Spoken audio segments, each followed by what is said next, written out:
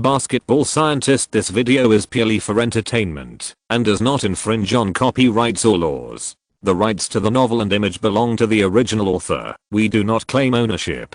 Don't like waiting and want to listen to this fanfic in full now? Subscribe to our Patreon, where you'll find the best fanfics. Chapter 101, Flying to the Sky and Standing Shoulder to Shoulder with the Sun. Behind the Lakers' success is the Timberwolves' loneliness. As the opponent of the Western Conference Finals last season, the Lakers were underestimated before the season.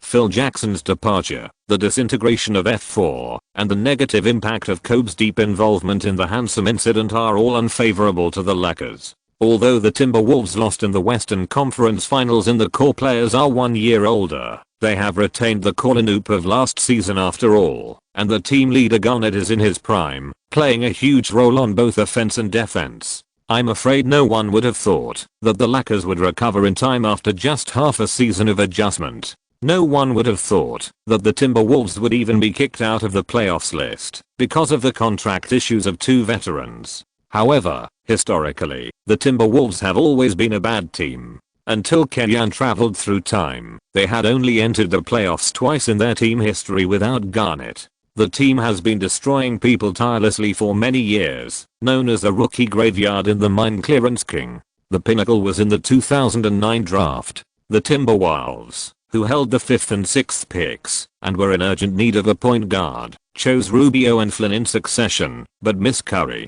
Although there are various reasons, the problem of chaos in the management of this team has always existed. When Kenyon considers his next team in the future, he will also exclude some notorious teams as soon as possible. After a day of rest, the Lakers went to Phoenix to challenge the league's #1 Suns. This season, the Lakers have been killed 3 times by the Suns. As a former assistant coach of the Suns, Kenyon also felt that if he was swept directly, he would be very embarrassed, so he rarely cooked chicken soup for the players during the pre-match mobilization, hoping that the players would prove their strength to compete with the top teams in the league. With the playoffs approaching, winning some strong dialogues at this time can boost the morale of the team and give the players more confidence. CCTV5 also broadcasts the game live. The Lakers are now the second team in CCTV's broadcast. Basically, CCTV's broadcasting principle is to broadcast 2 Rockets games a week. The Rockets are the first team. If there is no game, the Lakers will be broadcast. If there is no game, then find a topic from the remaining games. Of course, you will miss a lot of strong dialogues, but the TV station has always looked at the ratings. Even the Rockets vs. Bobcats has a higher attention than the Spurs vs. Suns. How do you choose? The starting lineups of both sides have not changed. The Suns start Nash, Joe Johnson, Quentin Richardson, Marion, Stoudemire. The Lakers start Atkins, Kobe, Butler, Odom, Anderson. Anderson won the jump ball and the game began. The Lakers team opened up. Kobe received the ball in the front court, broke through Joe Johnson in the middle, dribbled 1 step, and pulled the ball 3 steps, flashed out of the space, faced Stoudemire's defense, and made an extreme fadeaway jump shot, hitting it. 2-0. In addition to the hand feeling that has been trained through thousands of times of hard work, this ball is a great test of Kobe's waist and abdominal strength. When Kobe leaned back just now, his waist was almost bent to 60 degrees. You may let Kenyon bend down to this angle, but no one knows whether he can shoot the basketball and where the ball will fly. The Suns attack. Nash advances to the half court. Atkins follows to defend. Both of them are smart among point guards, and Nash's threat with the ball is greater than the threat without the ball. Atkins is relatively a suitable defender. Nash failed to break through and passed the ball to Joe Johnson, who pulled out to receive the ball. The latter played a pick and roll with Marion. Odom switched defense in time. Joe Johnson passed the ball to Marion, and the hacker dribbled to Kobe and made a small floater. The Lakers attacked. Marion came to defend Kobe, and his footsteps were able to keep up. At the same time, his height and long arms gave Kobe a step of shooting space. Kobe raised his hand and shot, and Marion's long arms interfered in place, but he couldn't touch the ball. Swish. 2:4. Marion is a sharp knife on the Suns' defense. He can defend the big killer inside, and he can also make good use of his mobility to defend the wing scorer. Even when playing against the Spurs, Marion was responsible for defending Parker.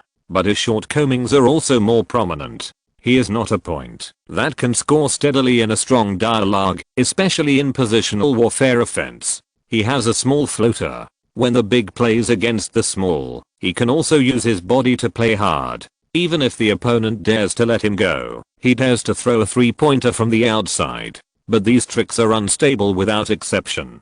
And the higher the game, the greater the consumption, the more unstable. The Suns attacked. Nash and Stoudemire played pick and roll. The latter received the ball in the frame, but was stuck by Odom, who was defending. He rushed hard, but failed to completely push Odom away. Then he passed the ball. The Lakers' defense rotation was in place. Stoudemire had to hand the ball back to Nash for organization. The latter changed his rhythm while receiving the ball and immediately shook off Atkins, took a step forward, and shot from mid-range. Nash's passing is unpredictable, but his own offensive threat should not be underestimated. His physical fitness is a weakness, but his dribbling and shooting skills are top-notch, and his grasp of offensive timing is better than others. When the team needs him to score, he can stand up.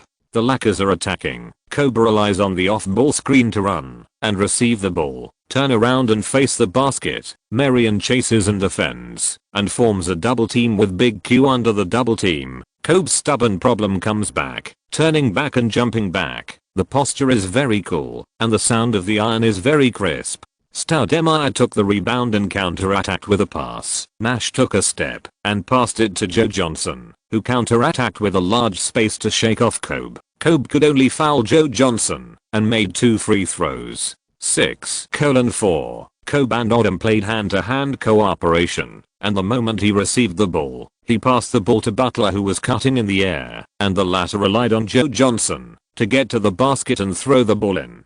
6:6. The Suns tried to start fast again. Atkins followed Nash closely, but Odom failed to keep up with Big Q, who went straight to the basket and scored a dunk.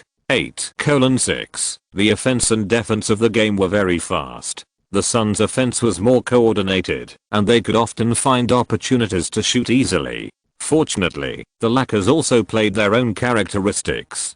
Odom went to the free throw line or even the top of the arc to handle the ball. D'Antoni was also somewhat helpless. The Suns' skill points were all focused on offense. Except for Marion, all positions were strong in offense, but weak in defense. Although Stoudemire seemed to be able to deliver a few blocks, in fact, his defensive awareness was very poor, and he relied entirely on jumping. After the first quarter, the Suns led by 3 points with 34:31.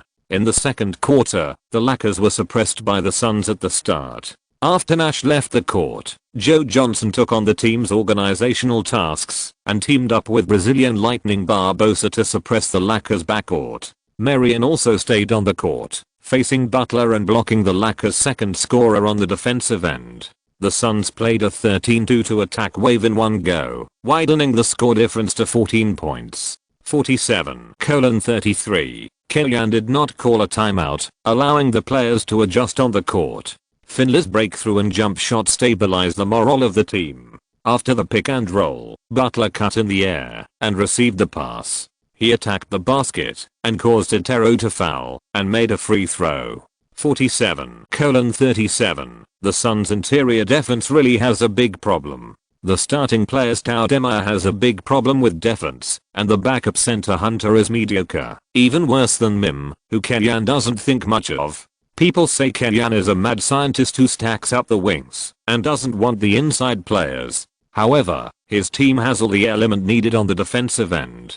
Diop is a meat shield, Anderson is a help defender and rim protector, and Odom is also quite versatile, but there is a shortage of manpower. On the contrary, D'Antoni really piles up offensive element on the court and relies on Nash to distribute firepower. In terms of personnel scheduling, he doesn't like blue-collar players. In addition, the Suns' rotation lineup list is short, and there are not many players available on the team's bench. Kobe, who rested for 5 minutes, returned to the court and immediately challenged Joe Johnson and scored a mid-range shot. 47:39. The Suns immediately replaced the main players, but D'Antoni replaced Marion. Without the hacker to limit Kobe increased his shots in the second quarter. He played for 7 minutes, made 5 of 10 shots, 2 of 2 free throws, and scored 12 points, helping the team narrow the gap to 4 points. 63-59. In the first half of the game, Kobe scored 28 points, 4 rebounds, 3 assists and 1 steal, and the data was very good. His top star performed very well, and Kellyanne was happy to let him perform more. During the halftime break in the locker room, Kellyanne praised Kobe's wonderful performance. This is actually a kind of encouragement. As long as the opponent does not double team, Kobe can choose to play alone or pass the ball, but if the Suns choose to double team, he will have to consider how to handle the ball. His own data has increased again, and the team can hold the score against the league's number 1. Kobe is in a good mood and is happy to accept the task assigned by Kellyanne. As for other players in the team, they can also accept helping Kobe to score. This is just like the Thunder team in later generations helping Westbrook to score a triple-double and Gibson not picking up any rebounds he got. In fact, it is a win-win situation, and there will be no doubts from the outside world. To put it bluntly, Kobe's shooting percentage, efficiency, record, and win-loss value are all better than Iverson's, and his ball possession ratio is lower than Iverson's. If you want to question Kobe's stats, then what about Iverson? Failed to stats? At the beginning of the second half, Kobe came up and singled out Joe Johnson in the low post, attracted the defense, and passed the ball to Odom, who received the ball at the free throw line, tapped Marion and made a mid-range shot. 63-61. Nash dribbled across half court and passed the ball to Stoudemire in the corner position. The latter singled out Anderson in the face of the basket, forced his way to the inside line, and turned to lay up. The shot missed due to interference, and Marion jumped into the air from the back row and dunked the ball into the basket. 65-61. This is also Marion's characteristic. It is a bit difficult for him to expect him to attack, but he is impeccable in other aspects. The Lakers attacked. Kobe went to the right to open up the distance and face Marion. He dribbled the ball between his legs twice and changed direction to break through the baseline. He passed Marion with speed and rhythm changes, jumped up and pulled up, and dodged Stoudemire's pursuit and block with the extreme air distance. He pulled up and made a layup. The ball went in. Kobe's 30th point of the game, only 1 minute after the start of the second half. It seems that this game will be 50 plus again. Chapter 102, Covering the Sky and the Sun. The Lakers ensured their offensive touch, and the difficulty of the Suns' counterattack increased accordingly. As long as they were not allowed to complete their best 7-second defense and drag them into the quagmire of positional warfare, they would be able to increase their chances of winning. The Suns attacked, and Joe Johnson and Stoudemire's jump shot missed after the pick and roll, and Odom protected the rebound. At this time, Stoudemire's mentality had some problems, and he directly expressed his dissatisfaction with Joe Johnson in words on the court. Stoudemire, who was full of resentment, was not in place on the defensive end, and was fouled by Anderson, who followed, and then continued to express his dissatisfaction with Joe Johnson. At this time, Joe Johnson, who had always been calm, became anxious and sprayed back directly on the court. Internal strife between teammates is not uncommon in the NBA. Nash and other teammates stopped Stoudemire's behavior at the first time and signaled to D'Antoni, who immediately called a timeout to mediate the conflict within the team. If it were normal, D'Antoni would definitely replace one of them. However, the Lakers were chasing very closely, and the pressure was very strong. D'Antoni had no margin for error. Anderson made 2 free throws to help the team tie the score. 65-65. Nash crossed half court. Joe Johnson got rid of the ball under the right ball screen, turned around and took the ball, broke through the middle, attracted the inside defense, jumped up from the edge of the penalty area, and passed the ball to Marion, who was rushing into the basket with his right hand. Marion took the ball and forced it, and Butler fouled, but failed to hold it. The ball went in, and the referee whistled 2+1. 68-65. The Lakers attacked. Kobe singled out Marion, turned around and cut into the basket for a jump shot, but was interfered by Stoudemire and missed. Big Q picked up the basketball and passed it to Nash immediately, forming a 2-on-2 front court. Nash did not pass it to Joe Johnson immediately and suddenly pulled up for a 3-pointer on the right side facing Atkins. He shot very suddenly and Atkins did not react but just stretched out his hand to interfere slightly. Sure. 71:65. When the Lakers fans were still wondering whether the internal conflicts of the Suns would give the Lakers a chance, the Suns quickly scored 6 points in a row and took the lead again. Against an opponent like the Suns, even if you relax for only 1 minute, they can make you pay the price. Odom pulled to the top of the arc to organize. Butler suddenly cut to the right, pushed open the big Q, and cut into the basket to make a layup. His shooting action was quite strange. His right arm was raised very high. Stoudemire's defense was not blocked, but the force was a little too much, and it went wide. Anderson grabbed the front court rebound and scored on the second attack. 71:67. The Suns attacked, and Nash and Stoudemire's high post pick and roll reappeared. Nash's pass was just right. Stoudemire received the ball and directly pulled up the onion from the dry land. He didn't even give Anderson a chance to jump and block the shot, and dunked the ball into the basket fiercely. 73:67. Odom held the ball in the high post and pulled Big Q out of the restricted area. Butler cut to the right and received the pass from Odom while moving. He made a 3-step layup. 73:69. The Lakers could not stop the pick and roll of Nash and Stoudemire, and the Suns could not stop the singles of the Lakers wings. In today's game, the Lakers used all their strength and had no intention of saving their strength for the back-to-back game against the Rockets the next day. They had to fight the Suns no matter what. The battle between the two coaches was also particularly exciting. Both of them were advocates of small ball tactics, but under the promotion of the core concept of small ball, there were still some differences. D'Antoni had Nash, so the core concept of his run and gun tactics was pick and roll tactics, point guard core, and team offense. Therefore, his success also depends on the super point guard to do the work of allocating resources, and the responsibilities within the entire team are extremely clear. Kellyan didn't have a first-rate point guard, but he had an excellent wing attack group and Odom, a left-handed magician. So the core concept of his running and gunning tactics was multi-core drive, capable people take the place, whoever has a good touch will play, and others will try their best to create opportunities for him. Odom, who is a power forward, is a key chess piece for him. His ability to push forward and pass the ball after grabbing the rebound, and to pull to the free throw line for hand-to-hand in positional battles, and even to pull out of the 3-point line to clear the opponent's inside line, are all crucial links in Kellyan's system. The bigger difference between the two is on the defensive end.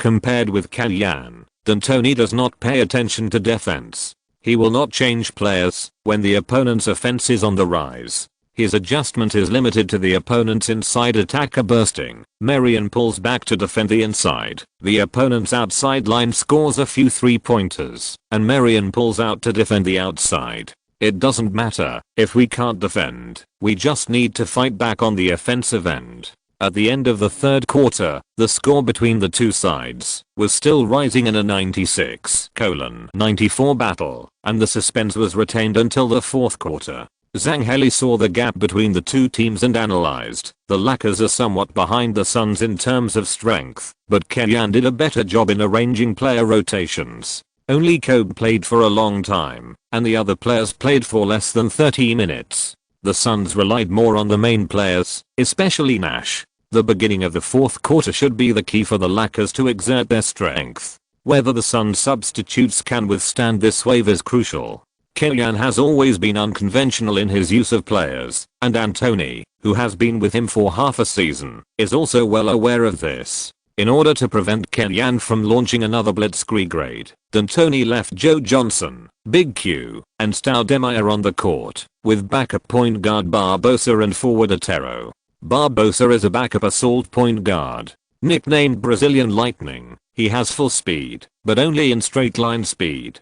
He is not flexible enough in changing direction, and his passing vision and skills are not enough. In the Suns lineup, the organizer is mainly Joe Johnson, but he is essentially an attacker whose offensive desire is greater than his organizational ability, and he is especially not good at passing the ball to Stoudemire. The Lakers, who used a small lineup, perfectly controlled several scoring points of the Suns. Barnes faced Otero, not giving this single king type of substitute too many opportunities. Without the ammunition supply from the outside, Stoudemire's firepower was limited. The Suns could only rely on Joe Johnson's piecemeal attack against Butler to score points, and the scoring efficiency dropped sharply. D'Antoni's system lacked a super point guard, and run and gun would become random bombing. Even if D'Antoni made certain countermeasures, after an 11:4 attack wave, the Lakers still overtook the score. D'Antoni called a timeout, did not adjust the lineup, but just rearranged the tactics. After the timeout, the Suns attacked. Joe Johnson passed the ball to Stoudemire, who was pulled to the free throw line.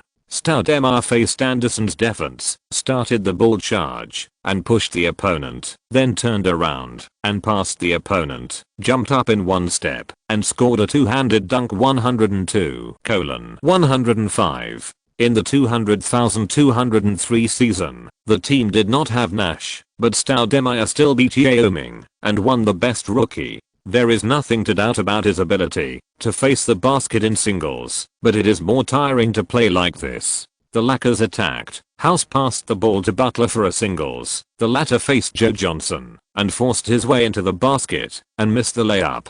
Stoudemire grabbed the rebound, and the Lakers returned to defense at full speed immediately, not giving the Suns a chance to launch a fast break. In the absence of Nash, the Suns did not have a good setter, and it was not so easy to quickly get the ball to a dangerous position. Falling into a positional battle, Killian blew a whistle on the sidelines, and the Lakers changed their defensive strategy. Barnes and Butler double-teamed Joe Johnson, revealing Otero behind him. Joe Johnson decisively passed the ball. Otero held the ball, faced Finlay's backup defense, ignored Big Q's request for the ball, took a tentative step, and then took a dry jump shot, but missed. This guy has a similar body shape to Rashard Lewis, but his playing style is very similar to Nick Young. He has no passing button and once said, "Where I take off, there is an open space." Killian also made a targeted double team arrangement based on his one-man force attribute. As long as the ball reaches Otero, the Suns' passing will definitely stagnate. Killian used his advantage of knowing yourself and knowing your enemy in his 6-month tenure with the Suns to constantly calculate the Suns. When the Suns' main lineup returned, they still held on to a 2-point lead and entered the last 2 minutes of the game. 121:119. Killian made personnel adjustments, replacing Butler with Finlay, so as to further expand the formation. During the positional attack, expand the formation, give the ball to Kobe to play alone. Kobe attracts double teaming and passes the ball, and the baseline players pay attention to cutting to the basket. On the defensive end, man-to-man defense, switching defense must be timely. Don't give anyone an easy chance to shoot, and make sure there is someone in front of you to interfere. The game started. Kobe received the ball and observed the situation in the middle, and his teammates kept running without the ball according to the arrangement, engaging the Suns' defensive formation. Marion was defending closely with no spare energy. Kobe turned around and changed direction, moving Marion's center of gravity, and waited until the opponent gave up a space, then suddenly pulled back and carried it back, and then tore open the Suns' defense. Marion shouted and immediately chased after him. A body stood next to Marion without mercy. It was Odom. On the Suns' side, Big Q immediately moved towards Kobe. Odom, who had just set a pick and roll for Kobe, turned around and quickly cut into the inside line, forming a 45-degree angle with Kobe. Kobe rushed in, and Stoudemire, who was defending the middle of the restricted area, hesitated for half a second, gave up his defensive position and came over. Odom received the pass from Kobe and threw it directly into the air without stopping. The birdman flying in the sky caught the ball easily and dunked it into the basket steadily. 123:119. A beautiful pick and roll offense. Kobe and Odom's pick and roll dismantled the Suns' defense, and Anderson's score was a natural result. Yoga exclaimed. Kobe's statistics did not improve in this game, but his personal offensive threat was the basis for completing the score. It's really amazing. Unknowingly, Zangheli has gradually become Bryant-like. Stoudemire moved to the middle and played pick and roll with Nash. Nash broke through on the right. Anderson switched defense. Nash passed the ball to the middle, Kobe made up for Stoudemire and refused to give up.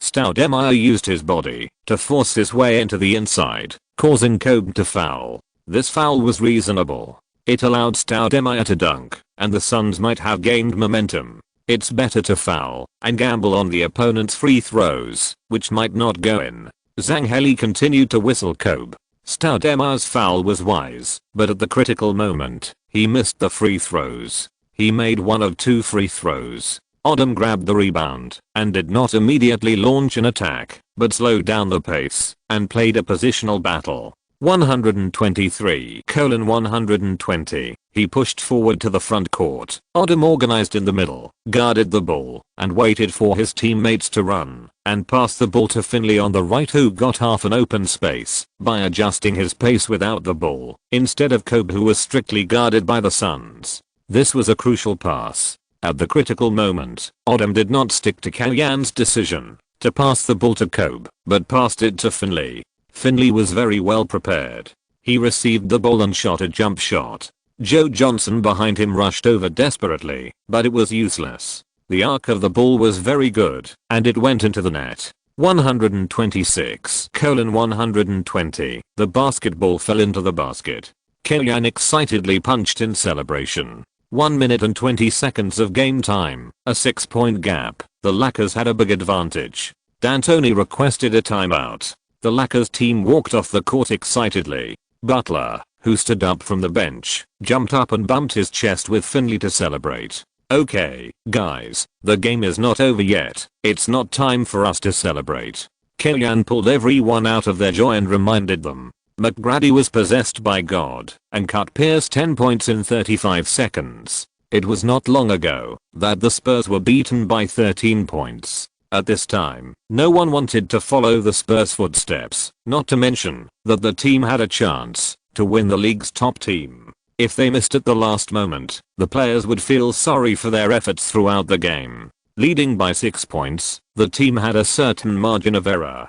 Kalyan adjusted the team's defense. First, he did not let the Suns easily get 2 quick points. Secondly, he had to strictly prevent the Suns' long-range shots.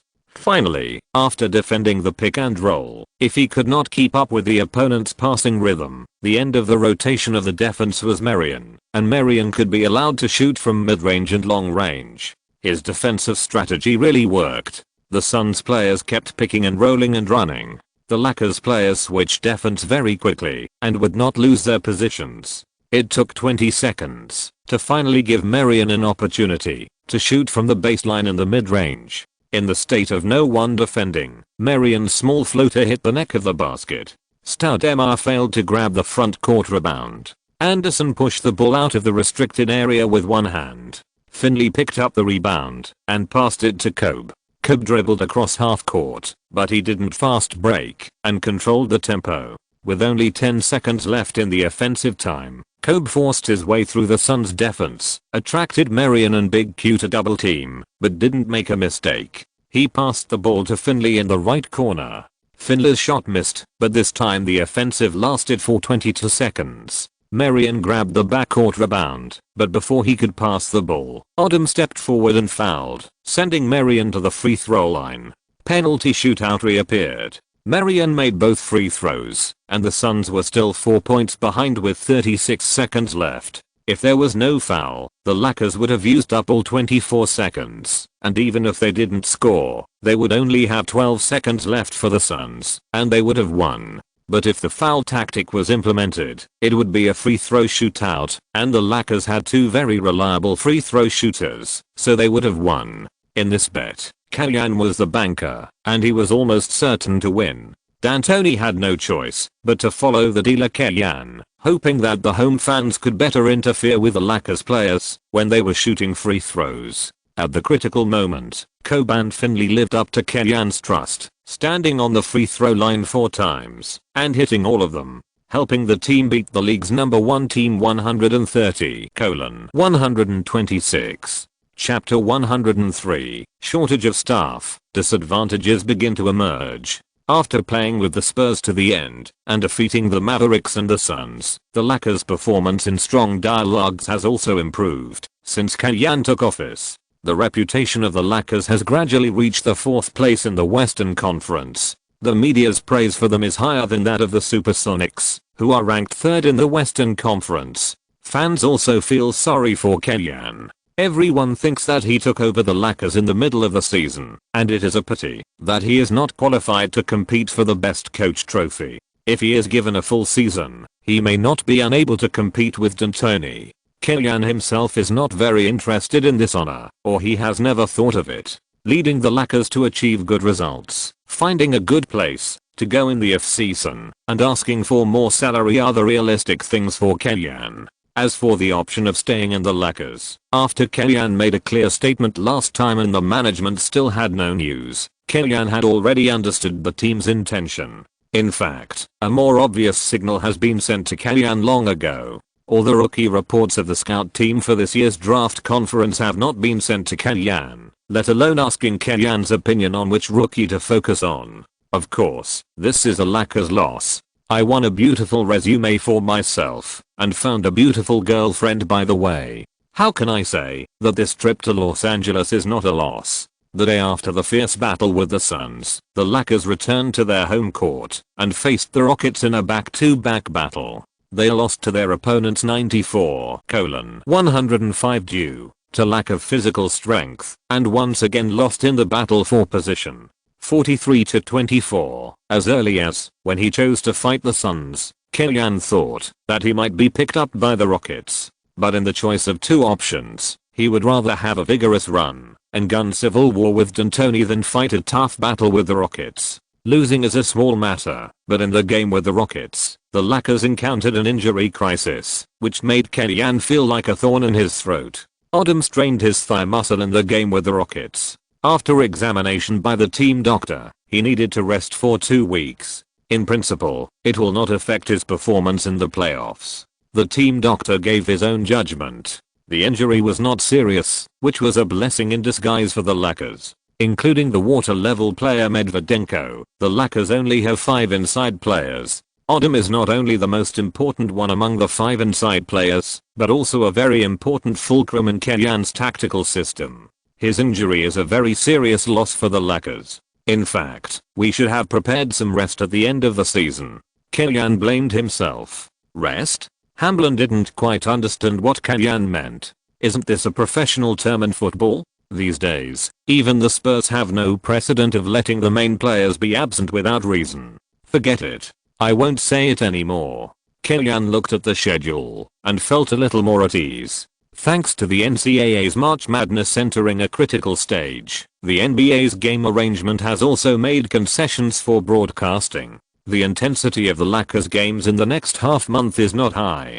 Basically, there is a game every 2 days, and the opponent's strength is average. If they work hard, they can still hold the situation, right?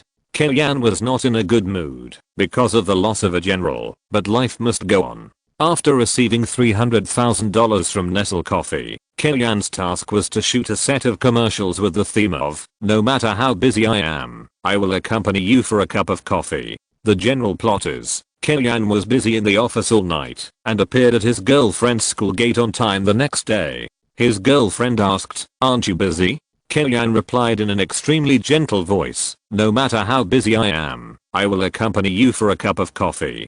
Compared with the brainwashing advertising slogans such as "No gifts this year, only brain gold," this commercial is still somewhat plot oriented, and Kellyan is playing himself. The girlfriend is set as a female college student, which is very similar to Wang Lifan. For Kellyan, who came to shoot a commercial for the first time, it was relatively easy to get into the role. After arriving at the shooting site, Kellyan met his partner for this shooting, Chen Yangxi, a girl from Taiwan, who was interviewed by the production team in Los Angeles. She is an international student at the University of Southern California, with a chubby face and a very pure appearance. She also speaks in a Taiwan accent, with a strong bubble tea flavor, much more coquettish than Hebe. This is the future Shen Jiayi. Well, those years is also one of the few movies that Kellyan in his previous life has watched. Chen Yangxi is not much different from that time, or she is more like a campus goddess than that time. "Hello, my name is Chen Yangxi, you can call me Michelle."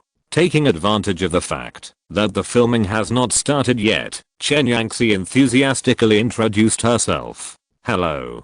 Kellyanne responded politely, but not as enthusiastic as expected. "I have watched many Lakers games. You play beautifully." Chen Yangtze still used basketball as an introduction to talk to Kellyanne. "Really?"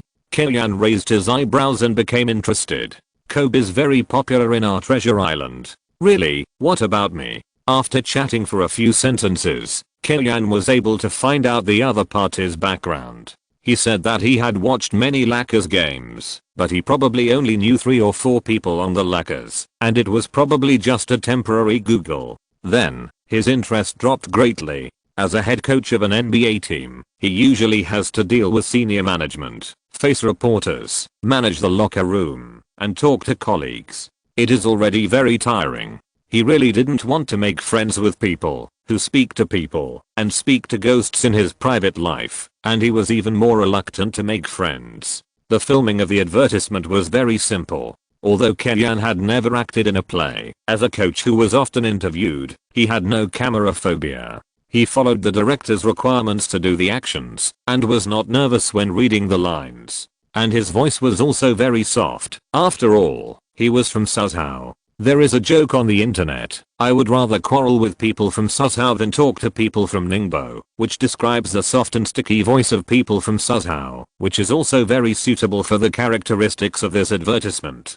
The whole process went smoothly. The filming staff even praised Kellyanne for his talent in acting and felt very good in front of the camera. After finding an excuse to decline Chen Yangtze's invitation to dinner, Kellyanne returned to his head coaching position with $300,000 in advertising fees. He first paid back the money he owed to Tom Janovich, and then he was debt-free. After playing back-to-back games against the Suns and Rockets, the Lakers got 2 days of rest. After fully recovering, the team faced the challenge of the Grizzlies, who were aiming for the playoffs, at home. In terms of the team's playing style, this Grizzlies team is very restrained by the Lakers. The biggest advantage of the Lakers is that they have 2 singles players, Kobe and Butler, on the wing. Most teams find it difficult to match 2 people, but the Grizzlies have 3 above average wing defenders, Mike Miller, Sean Battier, and James Posey. In addition, the Grizzlies' wing strength also includes Bonzi Wells and Dan Jones, who are both offensive and defensive, and have amazing depth. In terms of strength, the Grizzlies definitely have the level to make the playoffs in the West. The weakness is that the team leader Gasol's style of play is a bit soft, and he can't stand up at critical moments. The outside players are mostly 3D players who can attack and defend well, and their independent offensive ability is insufficient. In response to the weakness of the Grizzlies, the Lakers changed their game strategy in this game, abandoned their usual offensive strategy, replaced Diop and Anderson's twin towers in the interior, and fought a positional battle with the Grizzlies based on defense. At the same time, Finley replaced Butler as a starter, as a more reliable shooting point on the outside to contain the Grizzlies' defense. Butler returned to the 6th man position, leading the substitute Lanoop to attack the Grizzlies' substitutes. Facts have proved that 2 defensive insiders guarding the restricted area do have a great impact on Gasol. The Grizzlies lead an inside player, whether it is Lorenzen Wright or Swift, who can't help Gasol on the offensive end. The Lakers put the focus of defense in the restricted area, and the threat of White Chocolate Williams delivering shells to the inside was also reduced, including Bonzi Wells, who is good at making a living in the interior, and his performance after coming off the bench was also relatively average. The defensive end restricted the Grizzlies, and the Lakers also sacrificed their offense. Kobe was also very difficult to attack and shoot under the pursuit and interception of the Grizzlies inside and outside. The game was a low efficiency 11 of 34 shooting. However, the referee was more considerate in this game, and Kobe made 16 of 17 free throws. This shot was not beautiful at all. Looking at the statistics alone, I thought it was played by Harden. In any case, Kobe scored 40 points in this defensive battle, helping the Lakers beat the Grizzlies 101-96, 44-24, and continue to lead the Rockets by 1 game, ranking 5th in the Western Conference. This game was basically the ugliest game played by the team in the games Kobe participated in after Kellyanne took office. After scoring 40 points in this game, Kobe has initially established a certain advantage in the competition for the scoring title. Odom's injury is not good news for the Lakers, but it is good for Kobe's competition for the scoring title. After all, without a person handling the ball rights will definitely be diluted to Kobe. One day later, the Lakers visited the Pepsi Center to challenge the Denver Nuggets. Kobe once again scored a lot of points, scoring 46 points, 7 rebounds and 3 steals. Unfortunately, his full output failed to help the Lakers win the game. The lineup was more complete, especially the Nuggets, who had obvious advantages in the interior, led the score throughout the game. The interior combination of Camby, Martin, Nene and Najera was enough to ensure that the Nuggets always had the advantage in the interior during the 48 minutes of the game. Killian also tried to use a small lineup to fight, but he obviously underestimated the Nuggets coach George Karl. Karl did not change the lineup according to the rhythm of the Lakers, but insisted on stopping at my own pace. As a highly mobile beast power forward, Kenai and Martin had no problem pulling to the outside to take care of Barnes, who could only shoot in the bottom corner. On the offensive end, the Nuggets' advantage in the interior was very obvious. 117-109. The Nuggets defeated the Lakers at home and were in a favorable position in the fight for a playoff spot. 44-25. The Lakers lineup, the disadvantage of being too thin in the interior, finally became apparent after Odom was injured. Chapter 104. The strongest weapon in the world. Among the various head coaches in the league, the fledgling Kenyan is known for his sharp offense, excellent on-the-spot adjustment and unconventional formation changes. However, after losing Odom, he seemed unable to stop the team's decline. After losing to the Nuggets, they inevitably suffered defeats against the Spurs and the Timberwolves, with Duncan and Garnett scoring 30+ points respectively. 44-27. When the team's first substitute in the interior is Cook, no matter who is the coach, how to change the formation, one can only sigh that a good cook cannot cook without rice. In the post-match press conference, Killian did not pass on the blame and said frankly that the lineup was built according to his own wishes. Now that there is a problem of staff shortage, he should shoulder this responsibility. Killian took the initiative to take the blame, which inevitably led to some fans questioning him. Objectively speaking, only Odom was injured, and the interior was so badly blown up and beaten without any ability to fight back. It does show that the team's construction ideas are too extreme and there is no plan for possible injuries during the long season. But most fans still choose to support Killian. The Lakers were in turmoil this season, with core players leaving and the head coach suddenly resigning in the middle of the season. Killian was appointed as the acting head coach and did his best to solve many problems. The current 6th place in the Western Conference is in line with expectations. As for hoarding wing players and not using inside players, it is just young people do not know the immensity of the world. Frustrated on the court, but successful in love, Killian was dating Wang Lifan, and his girlfriend guessed that he was in a bad mood and took the initiative to give him a kiss. The two of them came to the restaurant for dinner. After ordering, Wang Lifan asked with a smile, "The Lakers have been losing recently. I was thinking about what gift to give you to make you feel better, but you don't seem to be very sad. So you gave me a lucky kiss."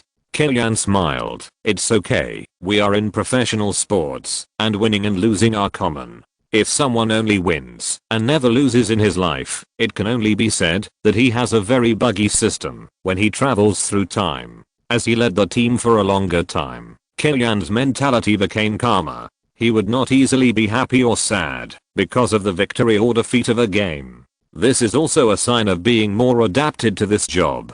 Killian often said some strange things, but Wang Lifan just regarded it as a cultural barrier between China and the United States and did not take it to heart. In the afternoon, the two came to Santa Monica Beach. Santa Monica Beach is one of the most famous beaches in Los Angeles. The beach is located near the Los Angeles airport and is the end of Route 66, the lifeline of the Western development. There are countless movies shot here, the most famous of which is James Cameron's masterpiece Titanic. The British boarding part in the movie was completed here. Rose's stunning glimpse of wearing a British hat and raising her head elegantly is the only annotation of the goddess in many people's memory. In the movie Titanic, Jack told Rose that he would take her to Santa Monica to ride the Ferris wheel. At the end of the movie, they didn't come.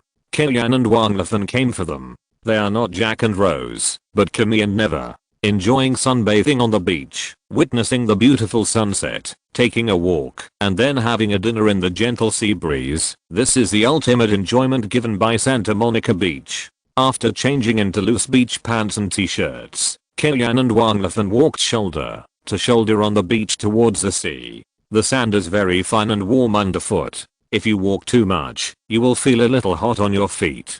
The sea breeze blows on your face. Leisurely seabirds land beside tourists at will, staring at all kinds of food with their eyes hooked, waiting to have a full meal at any time. In the distance, there are two teams of young people playing beach volleyball. When they walk to the beach, they meet tourists lying on the beach enjoying the sunbath. Wang Lifan held Kellyanne's hand, pointed to the distance and shouted, "Let's go forward, there are fewer people over there." Then he shook off his little feet and ran first, looking back while running, with a smile on his face. Wang Lifan started running happily, but stopped running after a while. She couldn't run anymore. Running on the beach is romantic and strenuous. Wang Lifan stopped running, and Kellyanne stopped chasing. The two of them walked on the beach one after the other, talking. When I was tired, I sat down on the beach to rest, and looked at the blue sea level of the Pacific Ocean. Kellyanne sat down next to Wang Lifan. The air of Santa Monica Beach seemed to be filled with the smell of the ocean. The waves were covered with the light given by the sun, and rushed to the beach. Smelling the smell of the sea, he felt inexplicably comfortable. The beach is the easiest place to kill time. Kellyanne did nothing but lie on the beach, listening to the waves, watching the sea, and basking in the sunset. He completely emptied his mind, and didn't think about anything. He really enjoyed this leisure time. After a while, Wang Lifan kicked Kellyanne, who had his eyes closed. "Are you asleep?" Kellyanne still closed his eyes. "I'm emptying my mind." "Don't empty your mind. Let's go ride a bike." "How do you ride a bike on the beach?" "Stupid, there are special lanes." Wang Lifan said as he stood up and pulled Kellyanne's shoulder.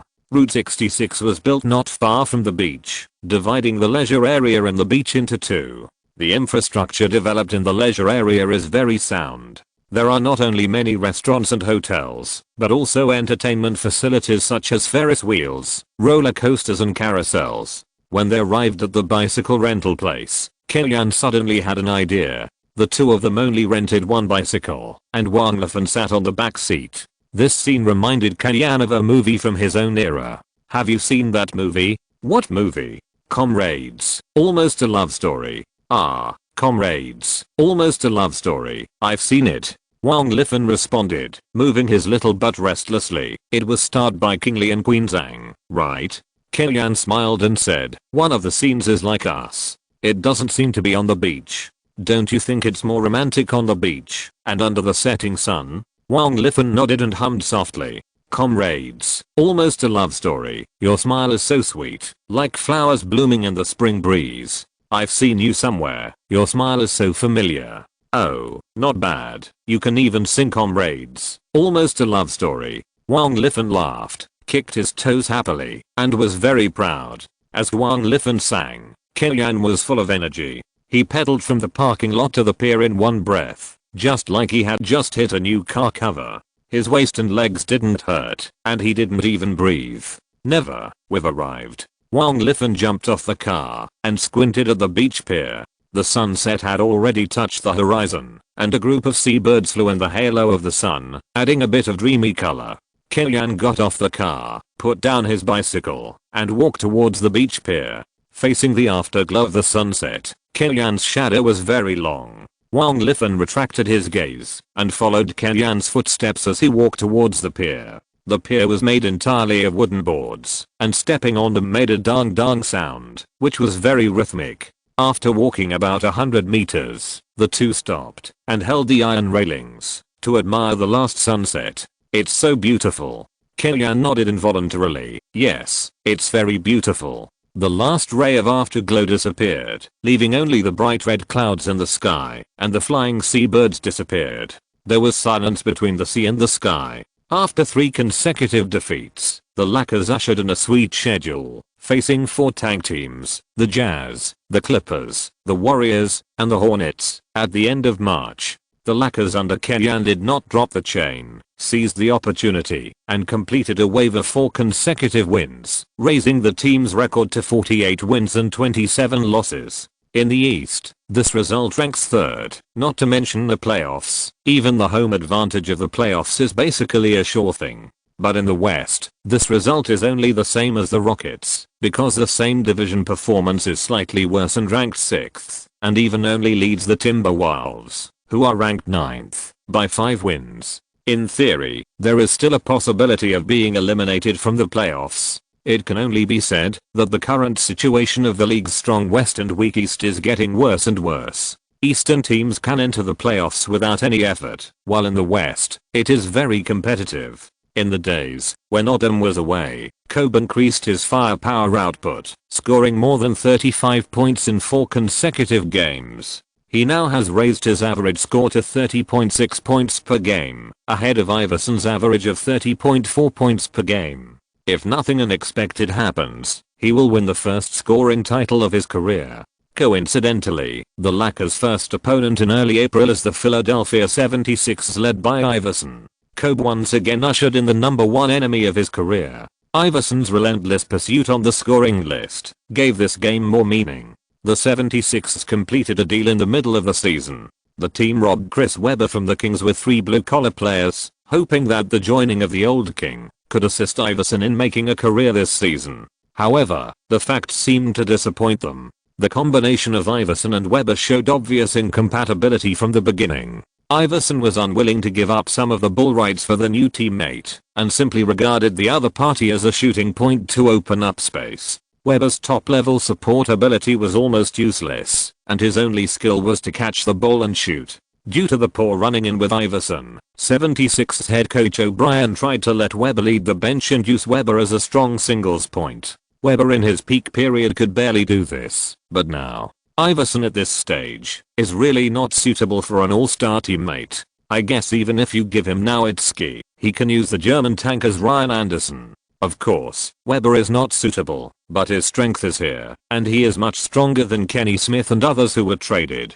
The 76ers can only say that they didn't make a profit from this deal. The Kings on the other side are about to fall out of the playoffs. What's more terrifying is that this is just the beginning. Both sides suffered losses, which is the most accurate evaluation of this transaction. In this game, the Lakers welcomed back Odom, and the vacuum in the interior was filled. Lama also returned to the team's starting lineup. The basketball drew a straight yellow shadow from the referee's hand and flew into the air. Anderson jumped high and won the jump ball. Atkins crossed the half court with the ball just near the midline. Iverson was quick to grab the ball after a close defense and took the ball from Atkins. 3 seconds after the start, before all the fans entered the court, Iverson had already added a steal to his statistics. Iverson took the ball and made a fast break. Atkins tried his best to defend, but how many people in the league could catch up with Iverson's fast break? Atkins could only watch the opponent rush into the free throw line, take off, and dunk. After dunking, Iverson pointed his hands to the sky, and when he ran back, he bypassed Kobe and said something. Judging from his playful expression, it must not be a good thing. The Lakers attacked, and the fans in the stadium began to shout Kobe, hoping that Kobe would respond to Iverson's score.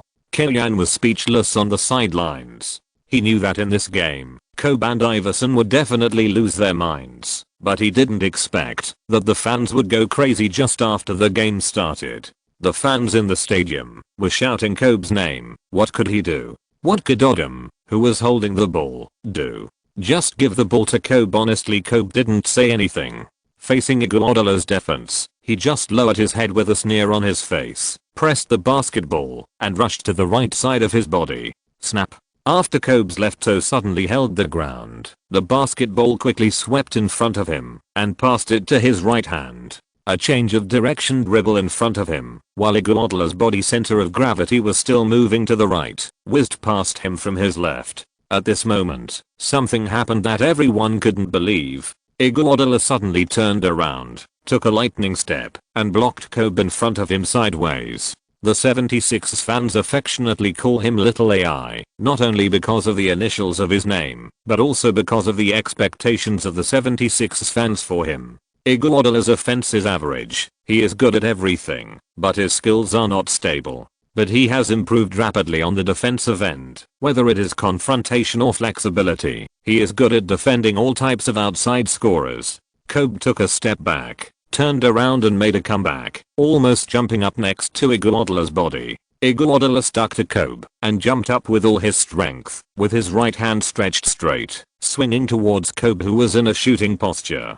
In the air, the two people's bodies were getting farther and farther away. Kobe leaned to the left and shot with difficulty when he almost lost his balance. The bodies of the two people fell from the air to the floor almost at the same time, but the distance between them was at least 1.5 meters away. Swish. A light and faint sound rang out. It was really light, but in Iguodala's ears, it was as loud as thunder.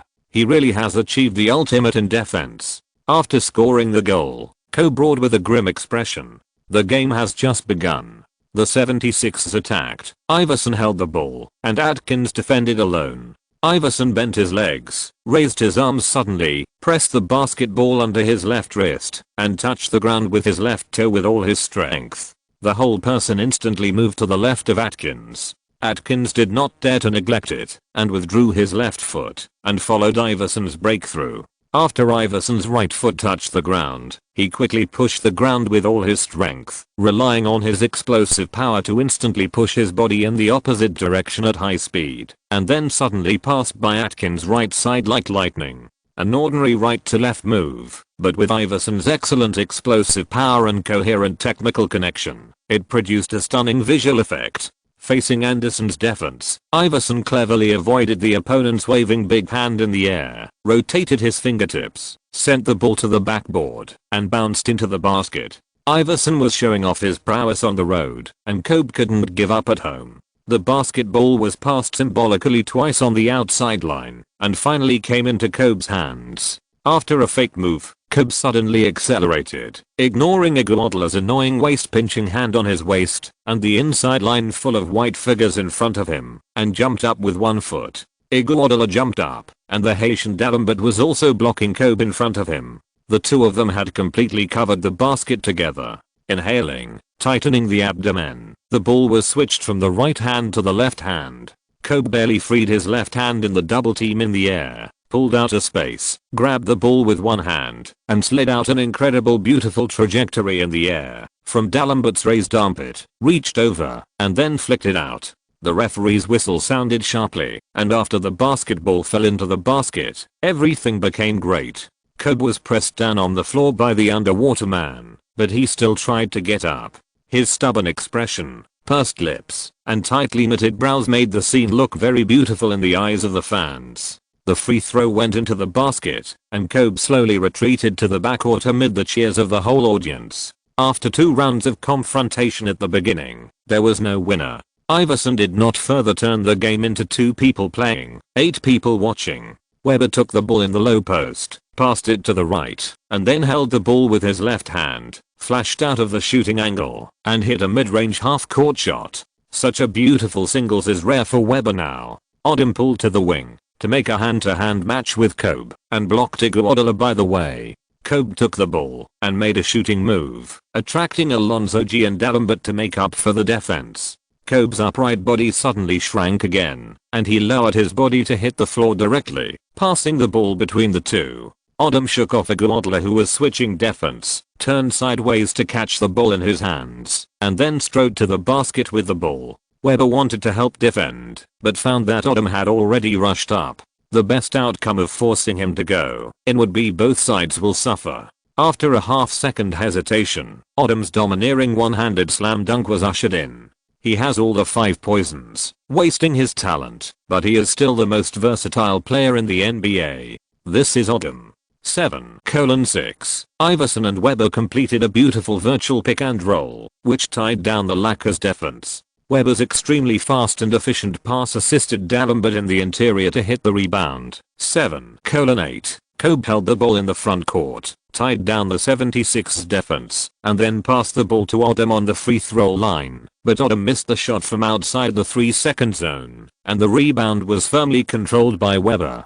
The 76ers attacked, and Iverson once again broke into the Lakers inside line and passed the ball. Alonzo caught the ball at a 45-degree angle on the left side of the 3-point line, tapped Butler's help defense, dribbled one step inside, and made a mid-range shot. 7-10. After the opening carnival, it seemed that Iverson was the first to let go of his obsession and began to help the team with passing. Chapter 105 Who says that only a lone hero can be a hero? Killian made a substitution adjustment, replacing Butler with Finley. Recently, many people have been joking that in 80% of Killian's games, the first game adjustment he made must be to replace Butler with Finley without any changes. But the point is, this adjustment worked. Odom sent a sideline ball, Kobe received the ball at the top of the arc and wandered in the high position. Finley started running to the baseline from the right corner, and under the cover of Odom's body, he suddenly went straight up from the inside and blocked Iguodala, who was defending Kobe. Kobe took advantage of the situation to penetrate the basket. Webber made a tip-in, and Iguodala turned back and caught up from behind. Kobe backhanded the ball back, and Finley, who was unguarded, easily received the ball at the top of the arc and jumped up to shoot directly. Swish. The score instantly became 10-10. What is an immediate adjustment? Killian's mouth unconsciously revealed a proud smile, and this smile was also captured by the photographer on the sidelines. However, before the Lakers players could react, and even before the audience was ready, the 76ers suddenly used the fight fire with fire function. Webber's baseline pass was directly passed to Iverson near the midline. Iverson, who was advancing quickly, took another step forward, controlled the basketball that bounced again, past Finley, who was defending, and took advantage of the situation to make a 3-step layup. The whole action was as smooth as flowing water, and the attack was completed in 5 seconds. The long-awaited connection between Webber and Iverson by the 76ers fans finally appeared in this game against the Lakers. Killian admired Webber's ability to coordinate and pass awareness very much, which was why he was even willing to use Odom as a bargaining chip in the trade. However, Odom's evolution after the All-Star game proved that Kupchak's decision was correct, but it did not mean that Killian's opinion was wrong. Killian was really confident that he could use Webber well. The game continued. The 76ers, who were hovering on the edge of the Eastern Conference playoffs, were slightly inferior to the Lakers in strength, but their desire to survive was obviously higher than that of the Lakers. Iverson continued his long playing time and played the entire first quarter. He scored 13 points and 3 assists in a single quarter, helping the 76ers lead the Lakers by 6 points at the end of the first quarter with a score of 33-27. The 6-point gap was not a big problem for the Lakers, but no one expected that during the intermission, Killian was a little unhappy. I know what you are thinking. You accept the loss of this game and want to strive for the best ranking in the playoffs. But I tell you, this is not what you should consider as a player. Players should only consider winning. If anyone doesn't want to win, you can tell me in advance, and I will arrange for him to rest. Killian reminded the players loudly. It's not that Killian wants to be a bitch and establish a persona.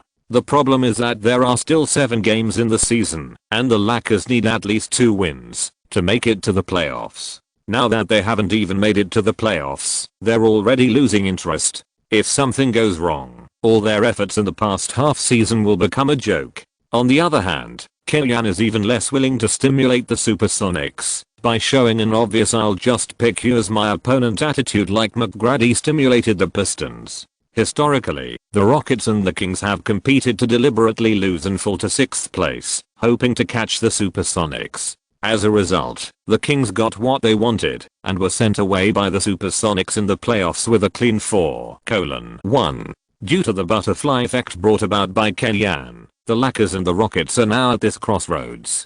Killian doesn't know what the Rockets will choose, but if the other side is self-righteous and plays tricks, Killian will not accompany them to lose deliberately anyway. It's nothing more than playing against the stronger Mavericks. It's a fair fight with the top teams in the league. If they win, Killian will make a lot of money. If they lose, it's also a cumulative experience. There's a long way to go. Killian's character is usually relatively peaceful, but when he gets angry, he even dares to point at Kobe and spray, which is more intimidating to other players. At the beginning of the second quarter, the players came on the court and worked hard. While Iverson was not on the court, Butler and Finley scored successively, directly hitting a small climax of 8:0 and overtaking the score. The Lakers themselves are much stronger than the 76ers. In addition to Kobe, the team also has a group of good attackers. On the 76ers side, Alonzo G and Iguodala are relatively weaker. Webber can be the starting point of the team's offense, but the 76ers coach will not use him, which is a bit of a waste. After Iverson left the court, the team couldn't score at all, which fully demonstrated that the current 76ers are a deformed team. The only adjustment O'Brien can make is to replace Iverson. As soon as the answer came on the court, he completed a pass and cut with Iguodala, made a layup, and caused Diop to foul. Although the efficiency was a bit low, Iverson was able to solve the team's offensive problems alone, which was also a skill, and Killian had to admit. However, he was not in a hurry to adjust and continued to sit on the Diop. Seeing Iverson on the court, Kobe was a little restless off the court. Although the scoring champion was almost certain, just like the Lakers playoff qualification, Kobe was still mentally uneasy until he got the chance. At this time, Monty Williams' role was reflected. He walked to Kobe in time to calm Kobe's emotions. A good coaching team should form such a complement. Killian slightly controlled Kobe's playing time, which was also a psychological stimulation. The better Iverson performed on the court, the stronger Kobe's desire to fight, and the higher his enthusiasm on the court. After Kobe came on the court, he might be more stubborn on the offensive end, but he would also defend more hard on the defensive end. As Killian predicted, after the main players returned to the court, Kobe immediately hit a three-pointer from outside the three-point line, snatching back the score that Iverson led the team to overtake, 42:42. The 76ers passed the ball in turns, but did not find an opportunity. In the end, Iverson made a hasty mid-range shot, and the basketball bounced out of the basket and the rebound bounced into Odom's hands. Odom immediately launched a fast break. Kobe's running position attracted the attention of the two opposing defenders. Odom, who was dribbling in the middle, took a big step, jumped 2 steps inside the free throw line, pulled his hands back, and dunked the ball into the basket. The 76ers had the ball, and Chris Webber faced the basket for a single play, but Odom seemed to suddenly get the hang of it, and firmly blocked Webber's route. Webber's back and forth fake moves did not shake off the defense, and finally he barely made a mid-range shot from behind, but missed the basket due to Odom's interference. No matter how good the technical ability is, it needs a good body to support it. Killian felt sorry for Webber. Since ancient times, beauties are like famous generals, and they are not allowed to see their hair turn white in the world. The Lakers attacked. Kobe, who was pulled to the low post to receive the ball, held Iguodala with his back, received the pass from Butler, held Iguodala twice, and then turned over and made a jump shot, hitting it. Iguodala took over and jumped, stretched out his hand to interfere, and his fingertips felt the friction of the basketball's rapid rotation, but he still didn't block Kobe's shot. This 7:0 climax is just the beginning.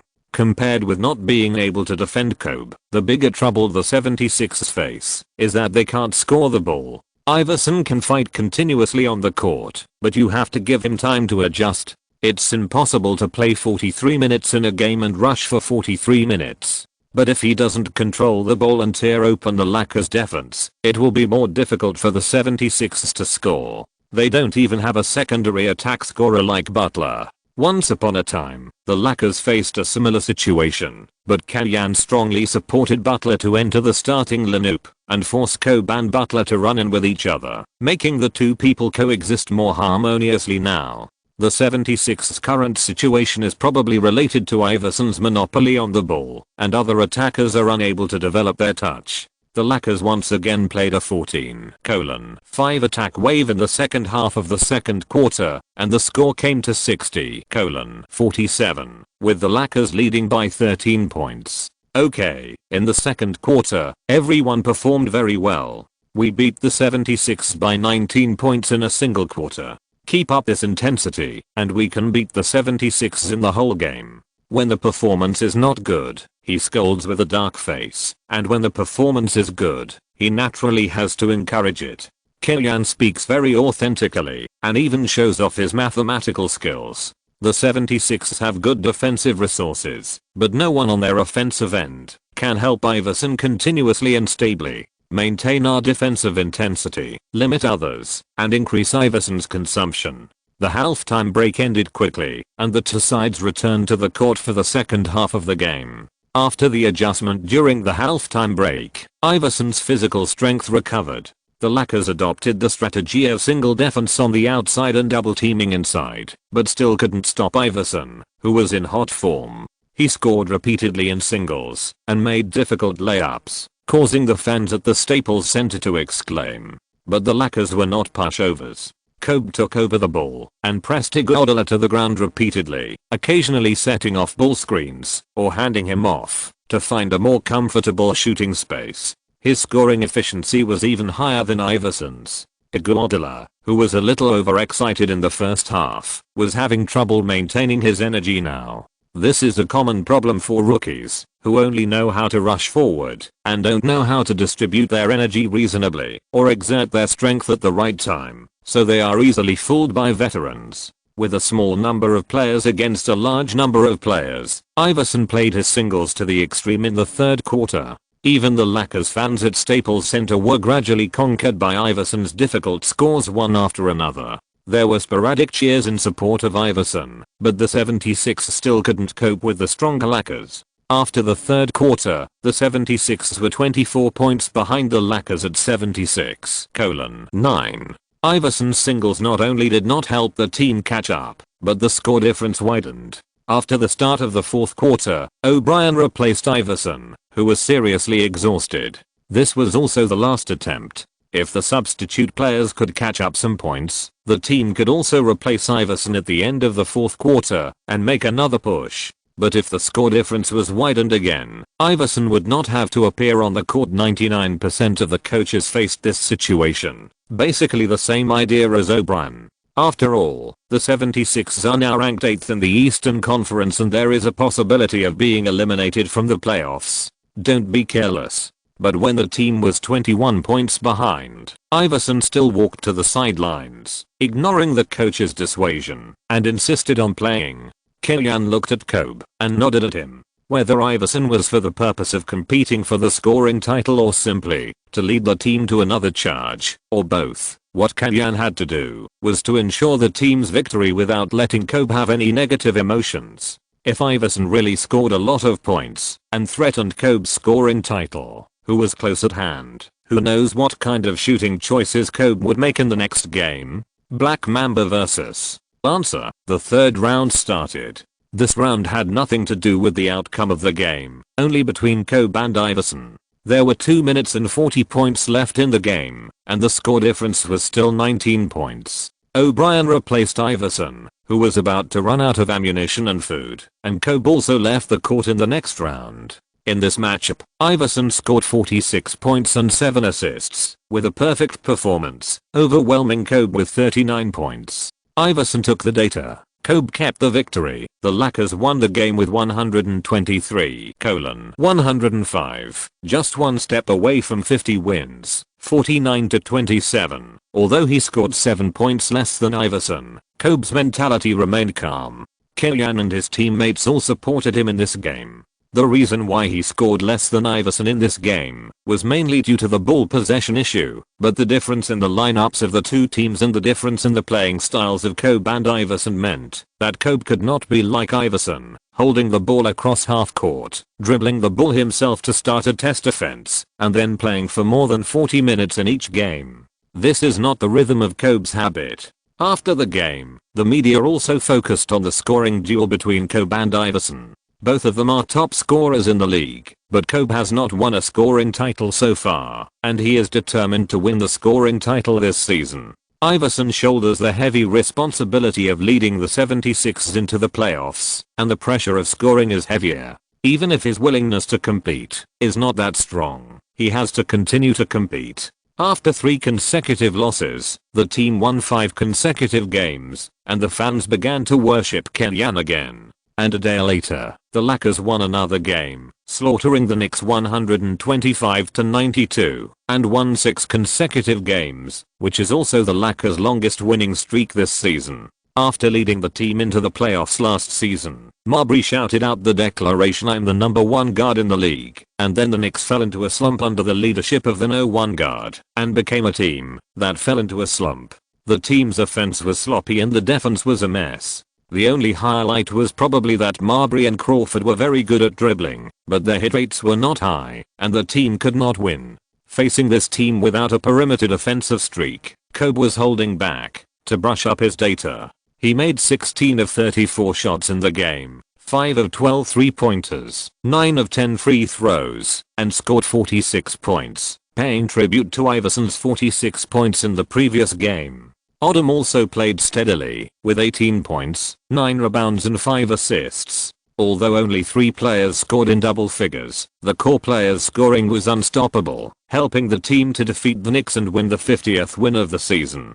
Chapter 106 Regular season ends. Playoff matchups revealed. The Lakers continued their winning streak and did not intend to control the game to get a chance to face the Supersonics. The Rockets also had sportsmanship and beat the Kings by force, continuing to overpower the Lakers and ranking 5th. Between the first home team Rockets and the second home team Lakers, the mainstream opinion of Chinese fans is that they hope the Lakers will rise to 5th place and fight the Mavericks, while the Rockets will fall to 6th place and pick up the heads of the Supersonics and advance to the second round. Although he is also one of China's representatives in the NBA, Kellyanne's popularity is still not comparable to Yao Ming. Chinese fans hope that Kellyanne will take the harder road instead of Yao Ming. It was during the period when Kellyanne led the team to compete with the Rockets that Nestle officially launched an advertisement with a theme of, "No matter how busy I am, I will accompany you for a cup of coffee," taking advantage of Kellyanne's popularity.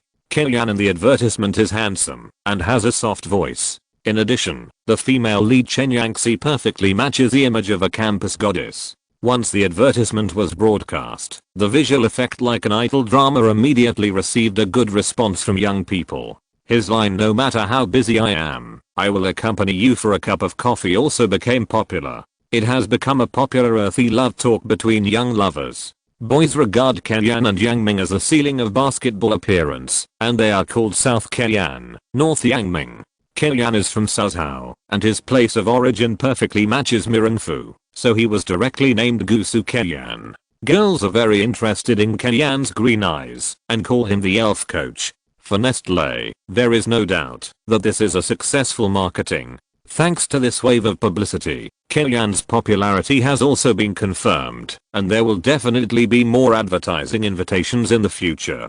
Kellyanne is not concerned about his own commercials becoming popular in China. At this moment, his mind is all on the Lakers. On April 7th, the Lakers continued to host the Washington Wizards at home. With Kobe's 35 points and 7 rebounds, the Lakers narrowly defeated the Wizards 115-112, winning the longest 7-game winning streak of the season. 51-27, the Wizards, playing away, took a double-digit lead at the start. In the subsequent games, Arenas and Jamison, 2 powerful scorers, scored consecutive singles to help the Wizards lead for 3 full quarters. At the beginning of the 4th quarter, Kellyanne once again used his tried and true blitzkrieg strategy. The small lineup of House, Finley, Kobe, Barnes, and Odom attacked together and beat the Wizards 12-4 in one go, narrowing the double-digit lead to 5 points. In the subsequent games, the scores of the two teams rose alternately. At the critical moment, Kobe made consecutive shots and free throws, scoring 6 points, but the Wizards' Agent Zero failed to stand up. The Lakers successfully turned the game around in the final quarter and staged a victorious escape.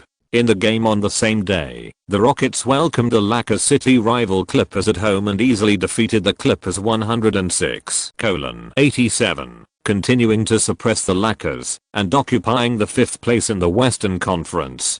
Kellyanne was ready to rise to the 5th place and fight with the Mavericks, but he didn't expect the Rockets to not give up an inch. I don't know whether to praise Van Gundy for his sportsmanship or to scold him for being stubborn. Anyway, now the Rockets fans in China are constantly scolding Van Gundy when they see him miss a good opportunity. The key is that he not only fights with the Lakers in the rankings, but also screws Yao Ming. In the game against the Clippers, the Rockets had a big advantage throughout the game, and Yao Ming still played 36 minutes. Maybe Kenyan's sudden rise this season stimulated him? After all, it was he who squeezed Kenyan out last season. Why didn't he allow the former assistant coach to ride on his head? The Rockets have an attitude of fighting to the end, and Kenyan doesn't want to continue to follow. Objectively speaking, the Lakers have shown enough sportsmanship so far. The Rockets are rushing to play against the Mavericks, so Kenyan will reluctantly rest early and leave it to fate. In the 79th game of the season, the Lakers lost to the Grizzlies 108-111 away, and their 7-game winning streak came to an end. 51-28. In this game, Kenyan arranged for Butler to rest. Butler is Kenyan's own man, and the players' resistance to resting him is the lowest. In order to compete for the last spot in the playoffs, the Grizzlies players fought hard throughout the game. Even Gasol jumped to the floor to grab the floor ball with Kobe. It can be seen that the Grizzlies are fighting for their first playoff trip in team history. If the Lakers fight hard with this Grizzlies team, it will not be worth it if any player is injured. In the last half minute of the game, Battier became the real Batman of the Grizzlies. He first made a key 3-pointer on the offensive end to overtake, and then defended Kobe alone, blocking his eyes and interfering with Kobe's shot. The Lakers were forced to implement the foul tactic, and Mike Miller made both free throws. The Lakers still had a chance to drag the game into overtime, but unfortunately, Kobe's buzzer-beating 3-pointer went out of the frame, and the team lost to Memphis. With the loss of this game, the Lakers successfully secured the 6th place in the Western Conference, and basically is expected to meet the Supersonics in the first round of the playoffs. The last 3 games of the season are no longer important for the Lakers' playoff ranking, and Kenyan has also arranged for Odom, Finley, and Anderson to rest. The Lakers ended the regular season of this season with a record of 1 win and 2 losses, with a total record of 52 wins and 30 losses, ranking 6th in the Western Conference. For fans and the media, the Lakers' achievement is basically in line with expectations before the season. From the perspective of book strength, it is reasonable for the Lakers to be in the 6th place in the Western Conference. Of course, this does not deny Kenyan's contribution. The praises such as taking orders in times of crisis, stabilizing the morale of the troops, attacking brilliantly, and building a good team are still concentrated on Kenyan. However, Kenyan's self-proclaimed turning the tide and supporting the building that is about to collapse has not been considered to this extent. The regular season champion of this season belongs to the Suns. D'Antoni and Nash have created their own miracles, successfully bringing a weak team last season to the height of the regular season champion. At the same time, the record of 62 wins and 20 losses is also ranked in the top 3 in the history of the Suns. This season is undoubtedly a success for the Suns. However, as the regular season champions, their current goal is definitely to become a real champion. Their first opponent is the Grizzlies, which made the playoffs for the first time in team history. They are not weak, but there is some gap compared to the Suns. The experienced Spurs tied for second in the league with a record of 59 wins and 23 losses. Compared with the strong offense and weak defense Suns, the Spurs are the team with the most championship potential. However, their first round opponent, the Nuggets, is not easy to deal with. Whether Anthony, a skilled outside scorer with quite comprehensive skills, can hit the pain points of the Spurs is the key to the game. The third in the West belongs to the Supersonics, whose record is the same as the Lakers. The advantages of this team are that they can shoot 3-pointers like rain from the outside, and they are very disciplined on the defensive end. The team has a lot of players in contract years who are really fighting for potential big contracts. However, their style of play is somewhat restrained by the Lakers, and they are regarded by the media and fans as the team in the upper half that is most likely to overturn.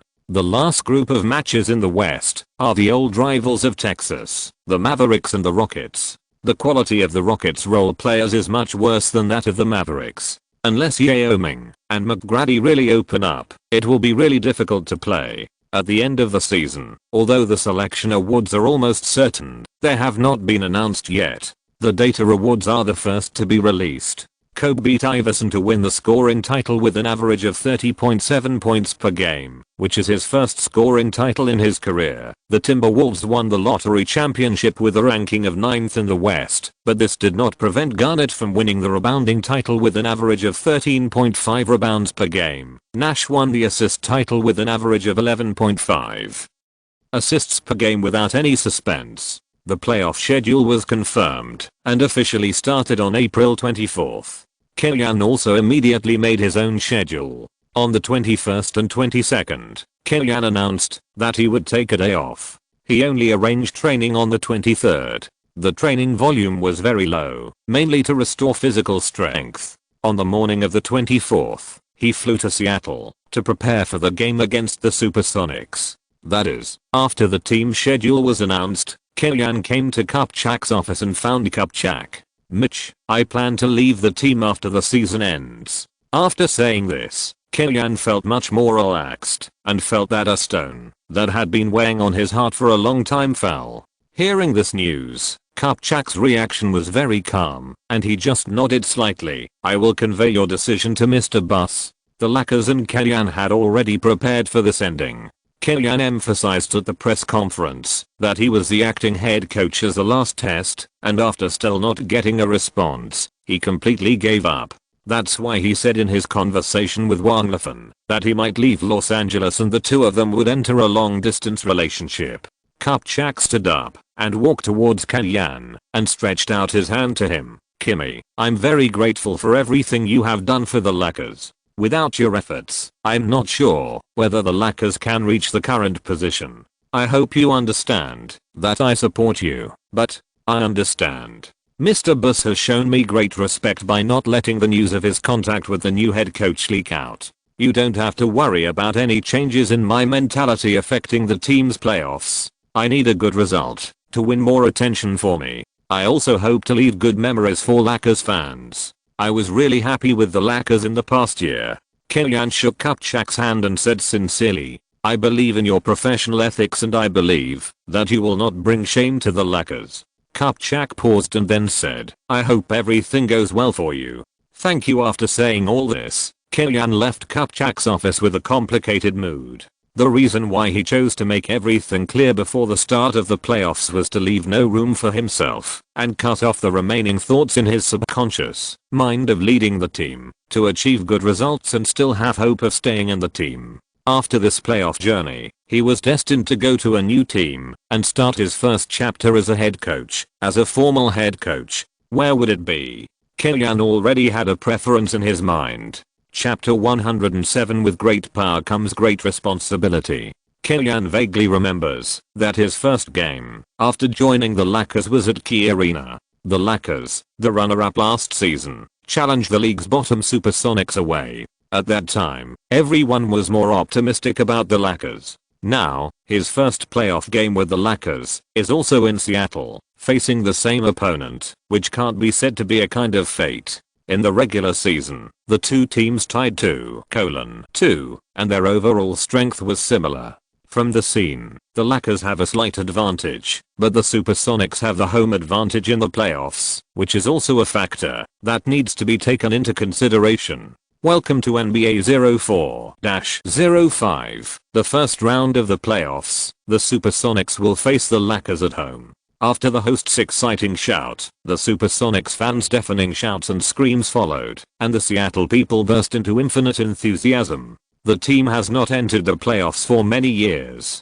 Before the start of this season, it was also regarded as a weak team. No one was optimistic about their ability to enter the playoffs. The champions of the Northwest also preferred the Timberwolves and the Nuggets. Unexpectedly, McMillan led the team to play incredible basketball and the team created a miracle. Seattle's home court color is white and green. Fans wore white and green jerseys to cheer for the home team in tonight's game. Supersonics must win. Beat LA. We are the champions. Be careful of QJF. The atmosphere in the Key Arena was extremely hot. Kobe, Odom and others were booed deafeningly when they appeared. This is the adversity that cannot be experienced in away games in the regular season. This is also the reason why the home advantage in the playoffs is particularly important. Neither Kellyanne nor McMillan adjusted the starting lineup at this time.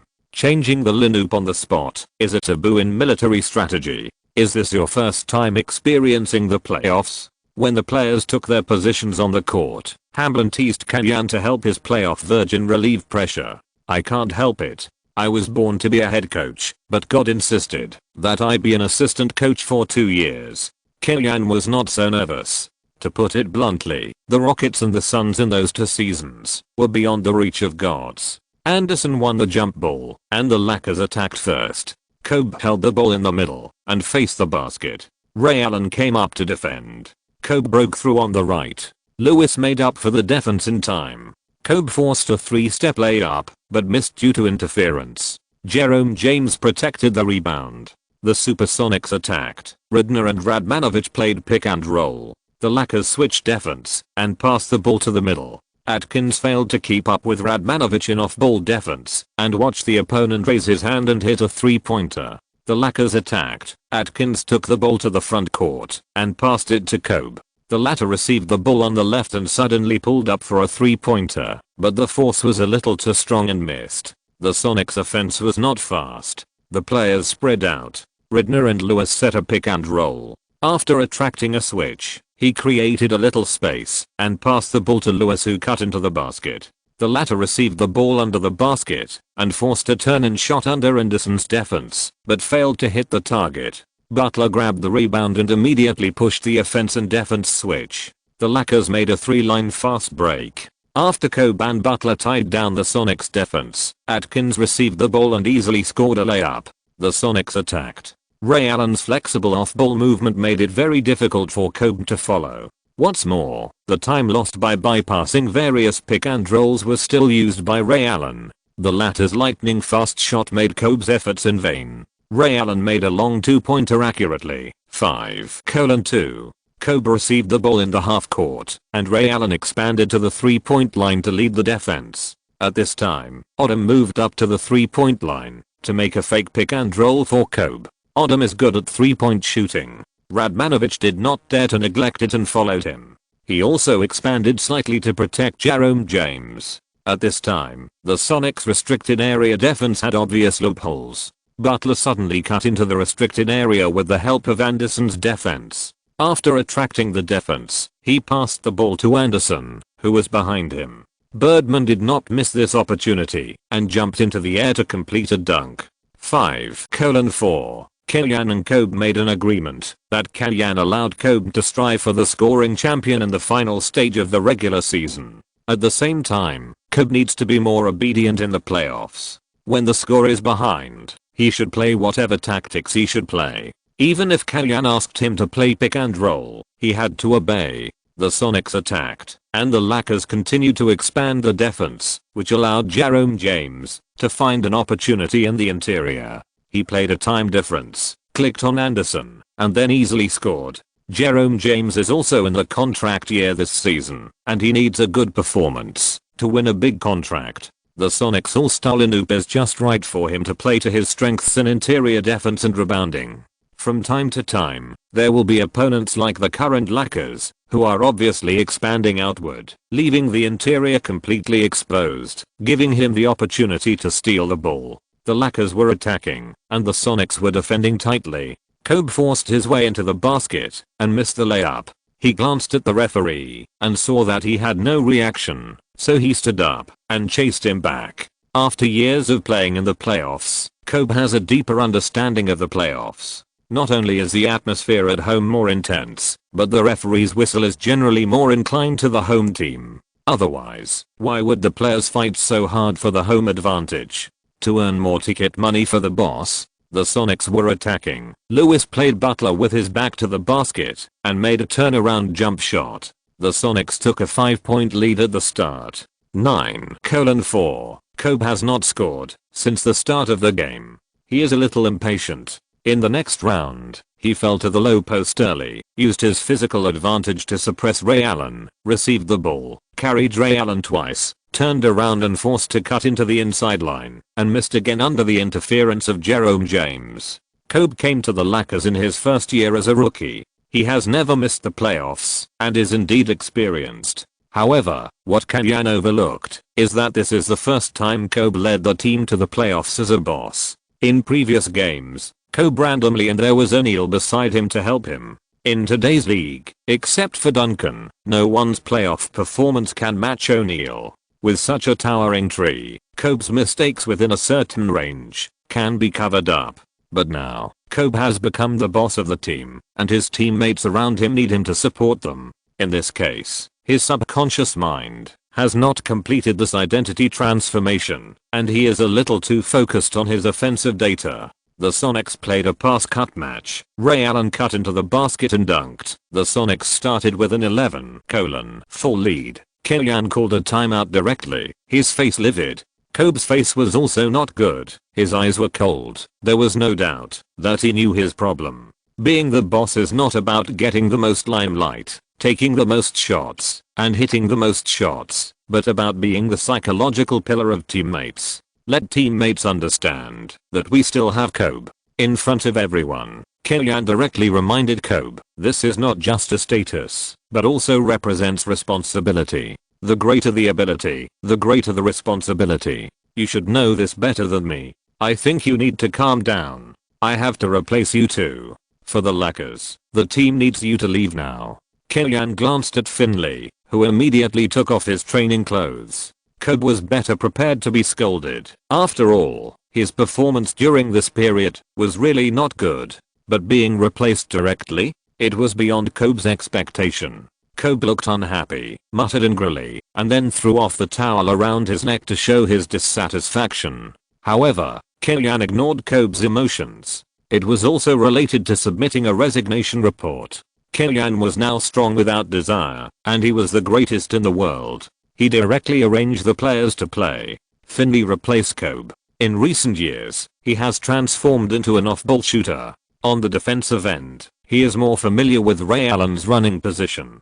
Compared with the young and strong Kobe, he can keep up with Ray Allen's pace. On the offensive end, with such a running positive containment point, instead of one person playing and four people watching, whether it is Odom or Butler, it is more comfortable to play. Kellyan's move of retreating to advance caught the Supersonics off guard. Odom and Anderson, two athletic inside players, played a high pick and roll. The latter went down and received the high pass from the former.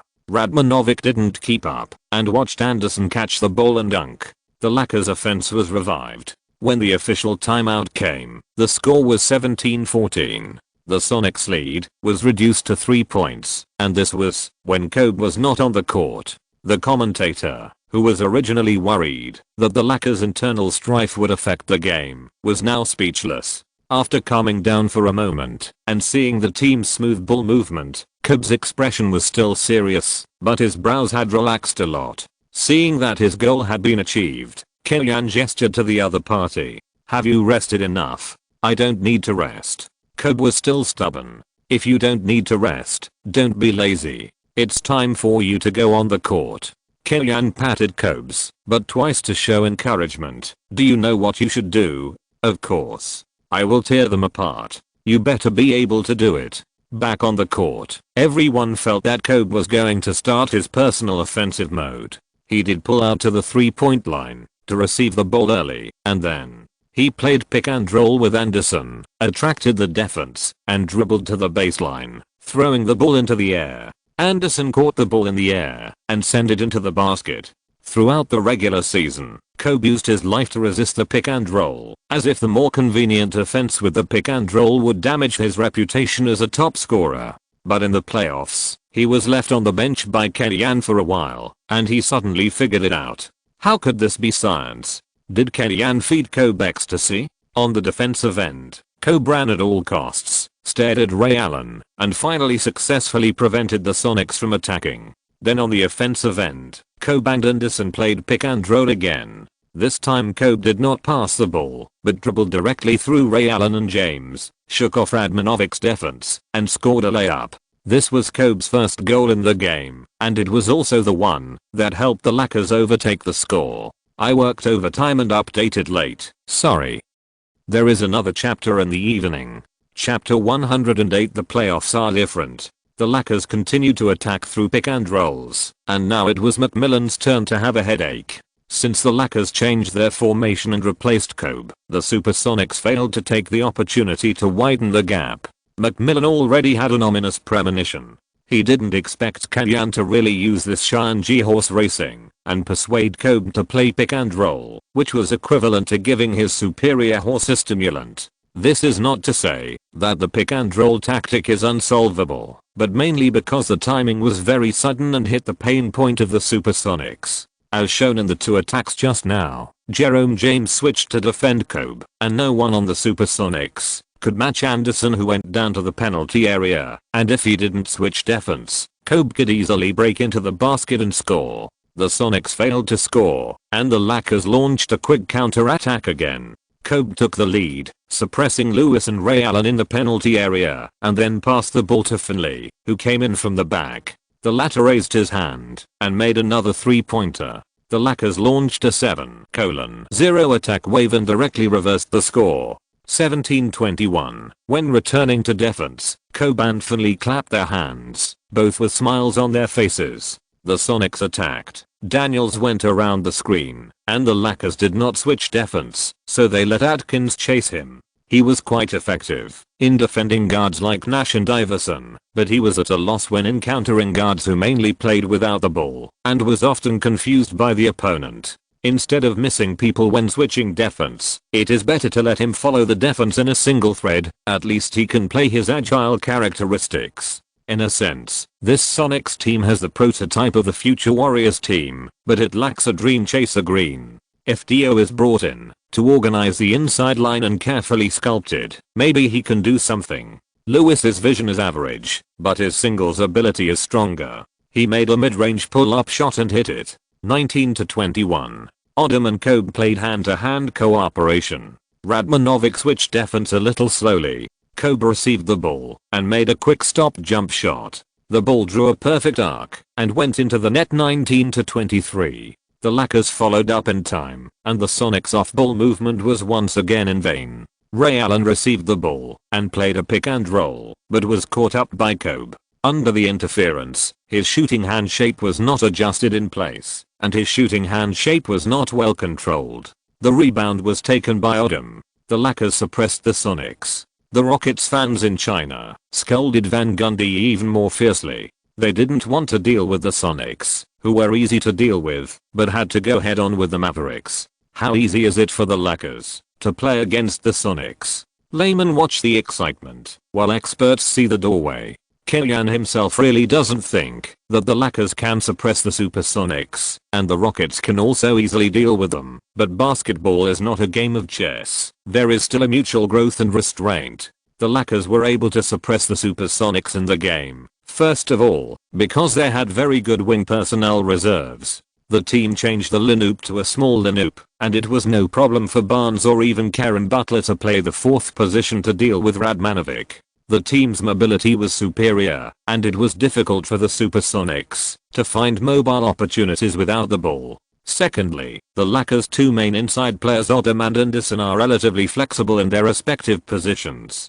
If they really have to defend against small players, Odom and Anderson can at least delay them when facing Ray Allen, who has average dynamic talent. Lacking a comprehensive inside player and a strong outside wing, the Supersonics have no killer to hurt the Lakers, and can only hope for Ray Allen. In the second half of the first quarter, the Sonics' offensive touch declined.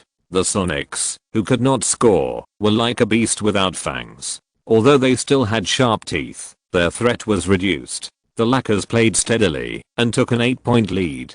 24-32. The playoffs are also the time for each team to stick to the main players. Everyone hopes that the team's strongest players will appear on the court as long as possible, and Kellyan is no exception. At the beginning of the second quarter, Kobe, Butler, and Anderson all stayed on the court. With the lineup of House and Barnes, the Lakers wanted to eat up the Sonics in one go. Monty Williams looked at Kellyan. He felt that this rotation strategy was a bit extreme. The increase in the playing time of the main players would definitely affect the subsequent games. Maybe Kim's goal is to steal a victory in Seattle? Monty Williams guessed. If Kellyan could hear Monty Williams' voice, he would definitely say to him, "Fuck him, I want both games." The game on the court continued. McMillan also increased the playing time of the main players, which surprised Kellyan.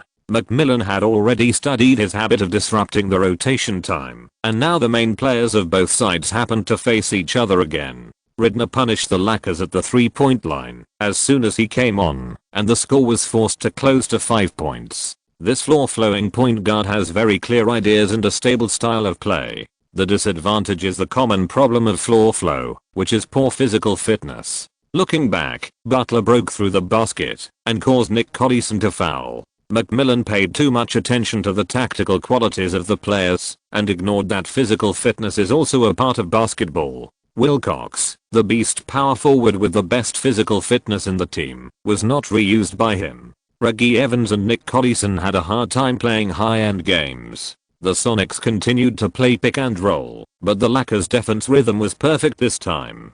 Kobe made up for Ridner in time and blocked the opponent's pass. When Ridner forced the ball, the team's defense rotation was in place. Barnes cut the ball from Evans, but he was not good at dribbling and could not launch a fast break, so he had to let Kobe organize the positional attack. Butler received the ball in the front court and shook twice in succession in the face of Lewis' defense. The latter was not fooled at all and stood in front of him like a rock.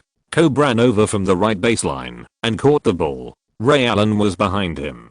Kobe did not stop his pace. Taking advantage of the momentum, he dribbled to the inside.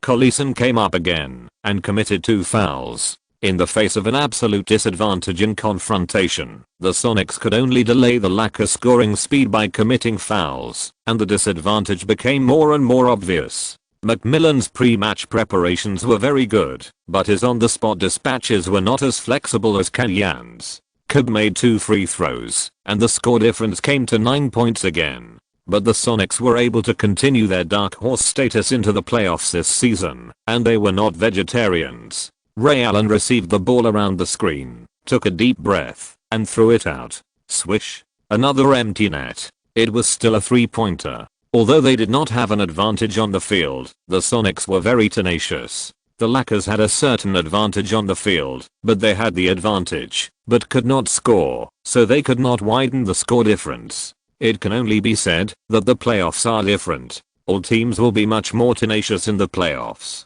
Kobe's not good at defending this kind of running and scoring guard. It would be a bit strenuous for him to drag his current weight and run with Ray Allen for a whole game. Serve the ball, advance quickly, and in a few seconds, the Lakers have already arrived at the Sonics half. Kobe still controlling the ball, waving his hands to direct his teammates' running positions, just like a commander, free and easy. When Butler ran to the right 3-point arc, the ball had already been passed to him. Butler turned sideways to catch the ball, then took a step back in a row, and then suddenly accelerated and rushed inward. Lewis was obviously confused by Butler's step back. When he reacted, Butler had already flashed to his side.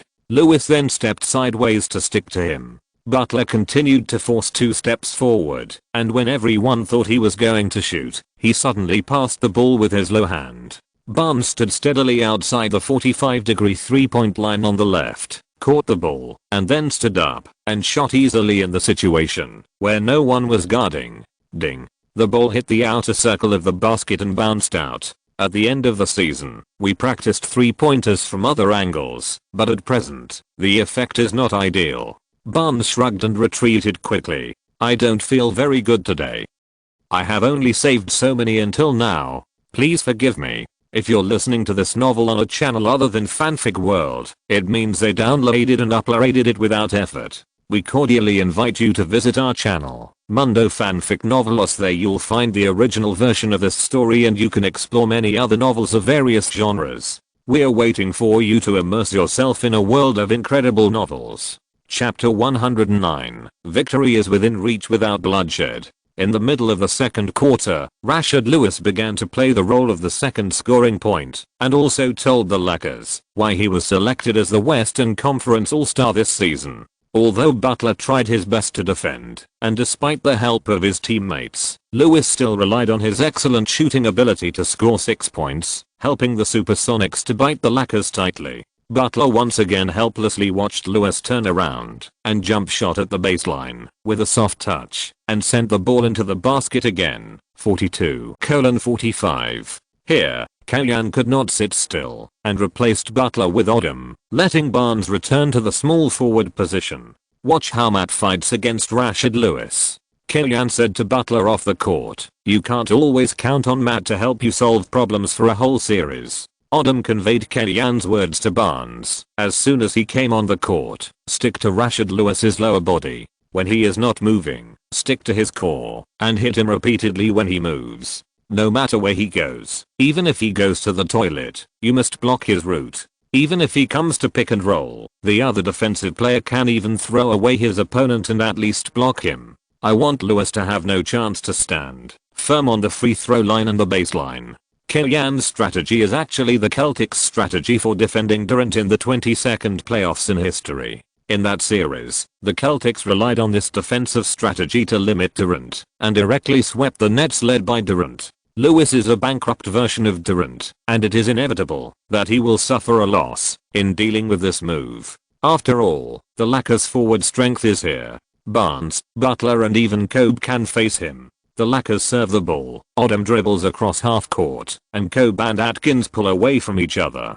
Facing Radmanovic's defense, Odom cuts in forcefully. Radmanovic moves to block him, and Jerome James behind him also comes to defend. At this time, Kobe and Atkins, who are slowly pressing behind Odom, speed up and rush in from both sides like two long knives. Odom pretends to pass the ball to Kobe, but the ball in his hand suddenly flies past Jerome James' ears. Odom makes a no-look pass and passes the ball from behind to Anderson, who is back in the small penalty area. The latter easily scores a layup. It's really beautiful. Even the commentator at the home court had to cheer for this cooperation. 42:47. The Sonics attacked without trying to play without the ball. Lewis went directly to the three-point line to receive the ball. Kobe and Barnes immediately stepped forward to double-team Lewis. Lewis failed to pass the ball in time. When the ball reached Ray Allen, Kobe's defense was already in place. Jerome James pulled out to set a pick and roll. Anderson resolutely expanded his defense and cooperated with Kobe to double-team Ray Allen. Limited by the offensive time, Ray Allen's forced shot was blocked. The offensive time had reached 24 seconds. Although the difference between the two sides was not large, the Sonics' problems were more obvious. The team had the strongest offensive threat from the outside in the NBA, but it was unable to get the ball into the penalty area to create a threat. The inside lacked a fulcrum to score, and the team's outside line also lacked the ability to kill inside. It had been relying on short passes and cooperation, which was a bit monotonous, and the Lakers seemed to have found a way to deal with it. The Lakers attacked. Kobe, under the cover of two teammates, suddenly accelerated and once again shook off the Sonics' outside defense and scored a layup. After Kellyan's adjustment, the score difference between the two sides widened again. Lewis was entangled by Barnes, and the timely double team just caught him. The inside line had no advantage at all. The Sonics' offense could only revolve between Ridner and Ray Allen. As the team's top star, Ray Allen felt a huge pressure from Kobe. On the defensive end, Ray Allen's heart was getting colder and colder. Using the pick and roll tactics, Kobe moved sideways and dodged in the Sonics' restricted area like a fish swimming in the water, easily and freely. After a climax of 17:6, the score came to 48:66, and the Lakers ended the half with an 18-point lead. The Key Arena, which was still bustling in the first half, died down. Entering the playoffs as the third in the West, the Sonics fans have great hopes for the team's playoff journey. In their view, the Sonics have two all-star players and the Lakers have only one, so the Sonics should have the upper hand in terms of strength. At the same time, they also have the home advantage, which is of great significance in the playoffs. However, this idea is wrong in itself.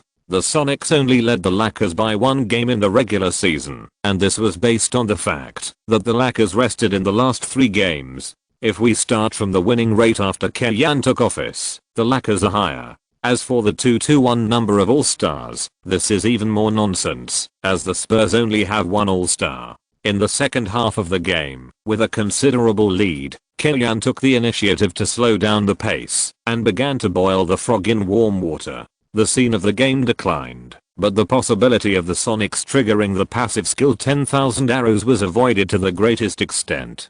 The more intense confrontation intensity also helped the Lakers disrupt the shooting rhythm of the Sonics players. After struggling for several times, the Sonics failed to narrow the gap to single digits and could only watch with a trace of unwillingness as they suffered a black start in the playoffs at home. The final score was fixed at 99-115, and the Lakers won by 16 points away from home. In the whole game, Kobe scored 28 points, 5 rebounds and 8 assists. Although he didn't score 30 points, he sent out 8 assists and led the team's offense. Kobe is willing to play pick and roll, and the biggest beneficiary is Anderson. In this game, he scored a double-double of 14 points, 11 rebounds and 2 blocks, a perfect playoff debut. This blue-collar inside player is the biggest discovery of the Lakers this season. If he maintains this state, Anderson is likely to fight for a middle-class contract in the offseason. 5 Lakers scored in double digits. In addition to Kobe and Anderson, Butler scored 13 points and 3 rebounds. Odom scored 15 points, 8 rebounds and 4 assists, and Finley hit 3 3-pointers in the game and scored 11 points. The players from both sides shook hands on the court. McMillan congratulated Kellyan, but there was no smile on his face. The team lost at home and may be overthrown by the lower class. It is normal for McMillan to be in a bad mood, and Kellyan also understands. But the deeper reason he didn't know was McMillan's selfishness. Unlike Kellyan, who has maintained respect for the Lakers and has not contacted other teams so far, McMillan, who has also decided to leave the team after the end of this season, has already contacted other teams. The Portland Trail Blazers, whose boss is very rich, has offered McMillan a big contract with a high salary and is waiting for the end of the season to officially sign. However, recently, the Trail Blazers' enthusiasm for McMillan has declined. Rumor has it that they have set their sights on Kellyan and want to take another look. Kellyan is not considering changing teams at all now. He is not like McMillan, who gets excited when he sees the numbers on the contract. In addition to money, the rights that the team can give him, the potential of the lineup, the reputation of the management, the living environment of the city, etc. are all factors he needs to consider, and these need to be negotiated slowly. At the moment, leading the team to prepare for the game is the most important thing. 2 days later, on April 27th, the second match between the Supersonics and the Lakers also started. McMillan, who is determined to prove that he is stronger than Kellyan, has not been idle these 2 days. He has arranged a tactic of hitting the basket and creating damage. It seems that he has also realized that his tactics may be useful in the regular season, but it is too risky to come to the playoffs. He may win 1 or 2 games, but it is too difficult to win the entire series, especially when the opponent is the Lakers. The Supersonics are completely restrained. If they lose 2 home games in a row, the Supersonics can basically surrender directly. There is a saying that sharpening the spear before the battle, even if it is not fast, it is still bright, which is suitable to describe the Supersonics in the first quarter of G1. Jerome James, who has focused on the defensive end for a season, suddenly enjoyed unprecedented offensive resources. As long as there is an opportunity in the interior, the outside players will pass the ball in time, allowing Jerome James to directly score points or make a big foul and go to the free throw line, helping the team to take an 11-4 lead at one time. However, it is difficult to expect a blue-collar inside player to continue to output steadily on the stage of the playoffs. The Lakers kept the general direction of switching defense after the pick and roll against Ridner and Ray Allen unchanged, reduced the double teaming on Lewis holding the ball, freed up more resources to fill the inside, and then limited the very active point of the Supersonics at the beginning. On the offensive end, Odom took more responsibility in this regard. Facing Radmanovic, Odom should have been the biggest advantage of the Lakers. In the first game, Odom had little desire to attack. He was whipped by Kellyanne a lot in the past 2 days. He exerted his strength on the offensive end.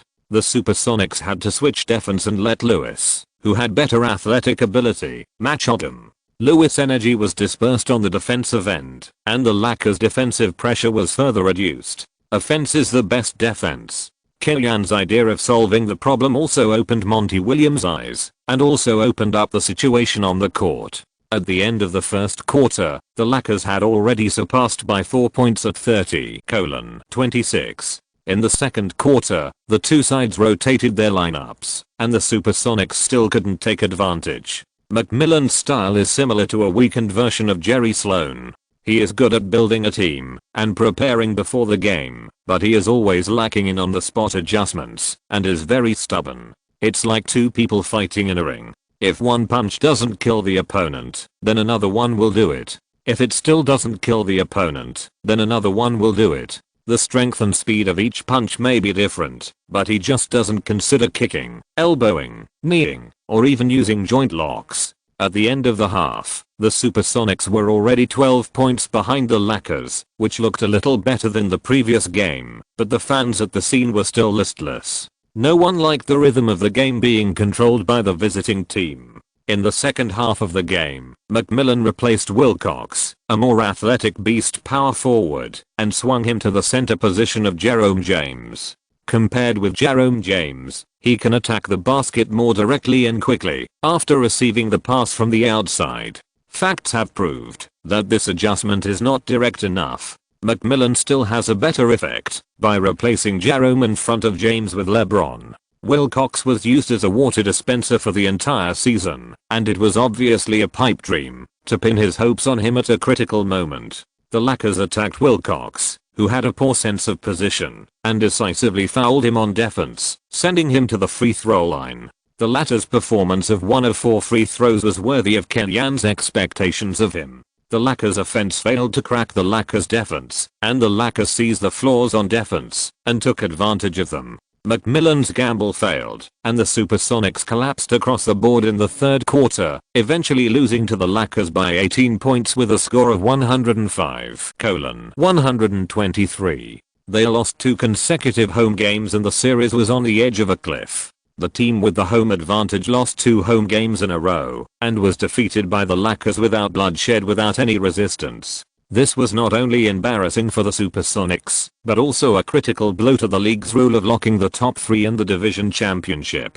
The top 3 of the Supersonics are just the product of the rules. At the end of the regular season, the fans of the Rockets, who are ranked 5th, are disappointed, while the fans of the Lakers, who are ranked 6th, are jubilant. It's outrageous. The team with better performance deserves a better ranking, and the league should not affect the fairness of the competition system for the sake of business. In fact, this season only sacrificed the Mavericks. The most terrible result I can foresee is that the Spurs are first, the Mavericks are second, and then the two teams meet in the second round of the playoffs. After losing 2 home games in a row, the Supersonics' regular season results were also denied and even ridiculed. However, competitive sports are like this. The winner takes all, and the loser is only worthy of lying down and being ridiculed, and Kellyanne is the same. In the mouths of some fan groups, Kellyanne, who wins, is a baby coach from China, a scientist, a gorgeous style of play, and a master of offensive tactics. When he loses, he changes his words to a charlatan from China, who is not good at doing things, and only pursues offense, and only cares about the head, but not the butt.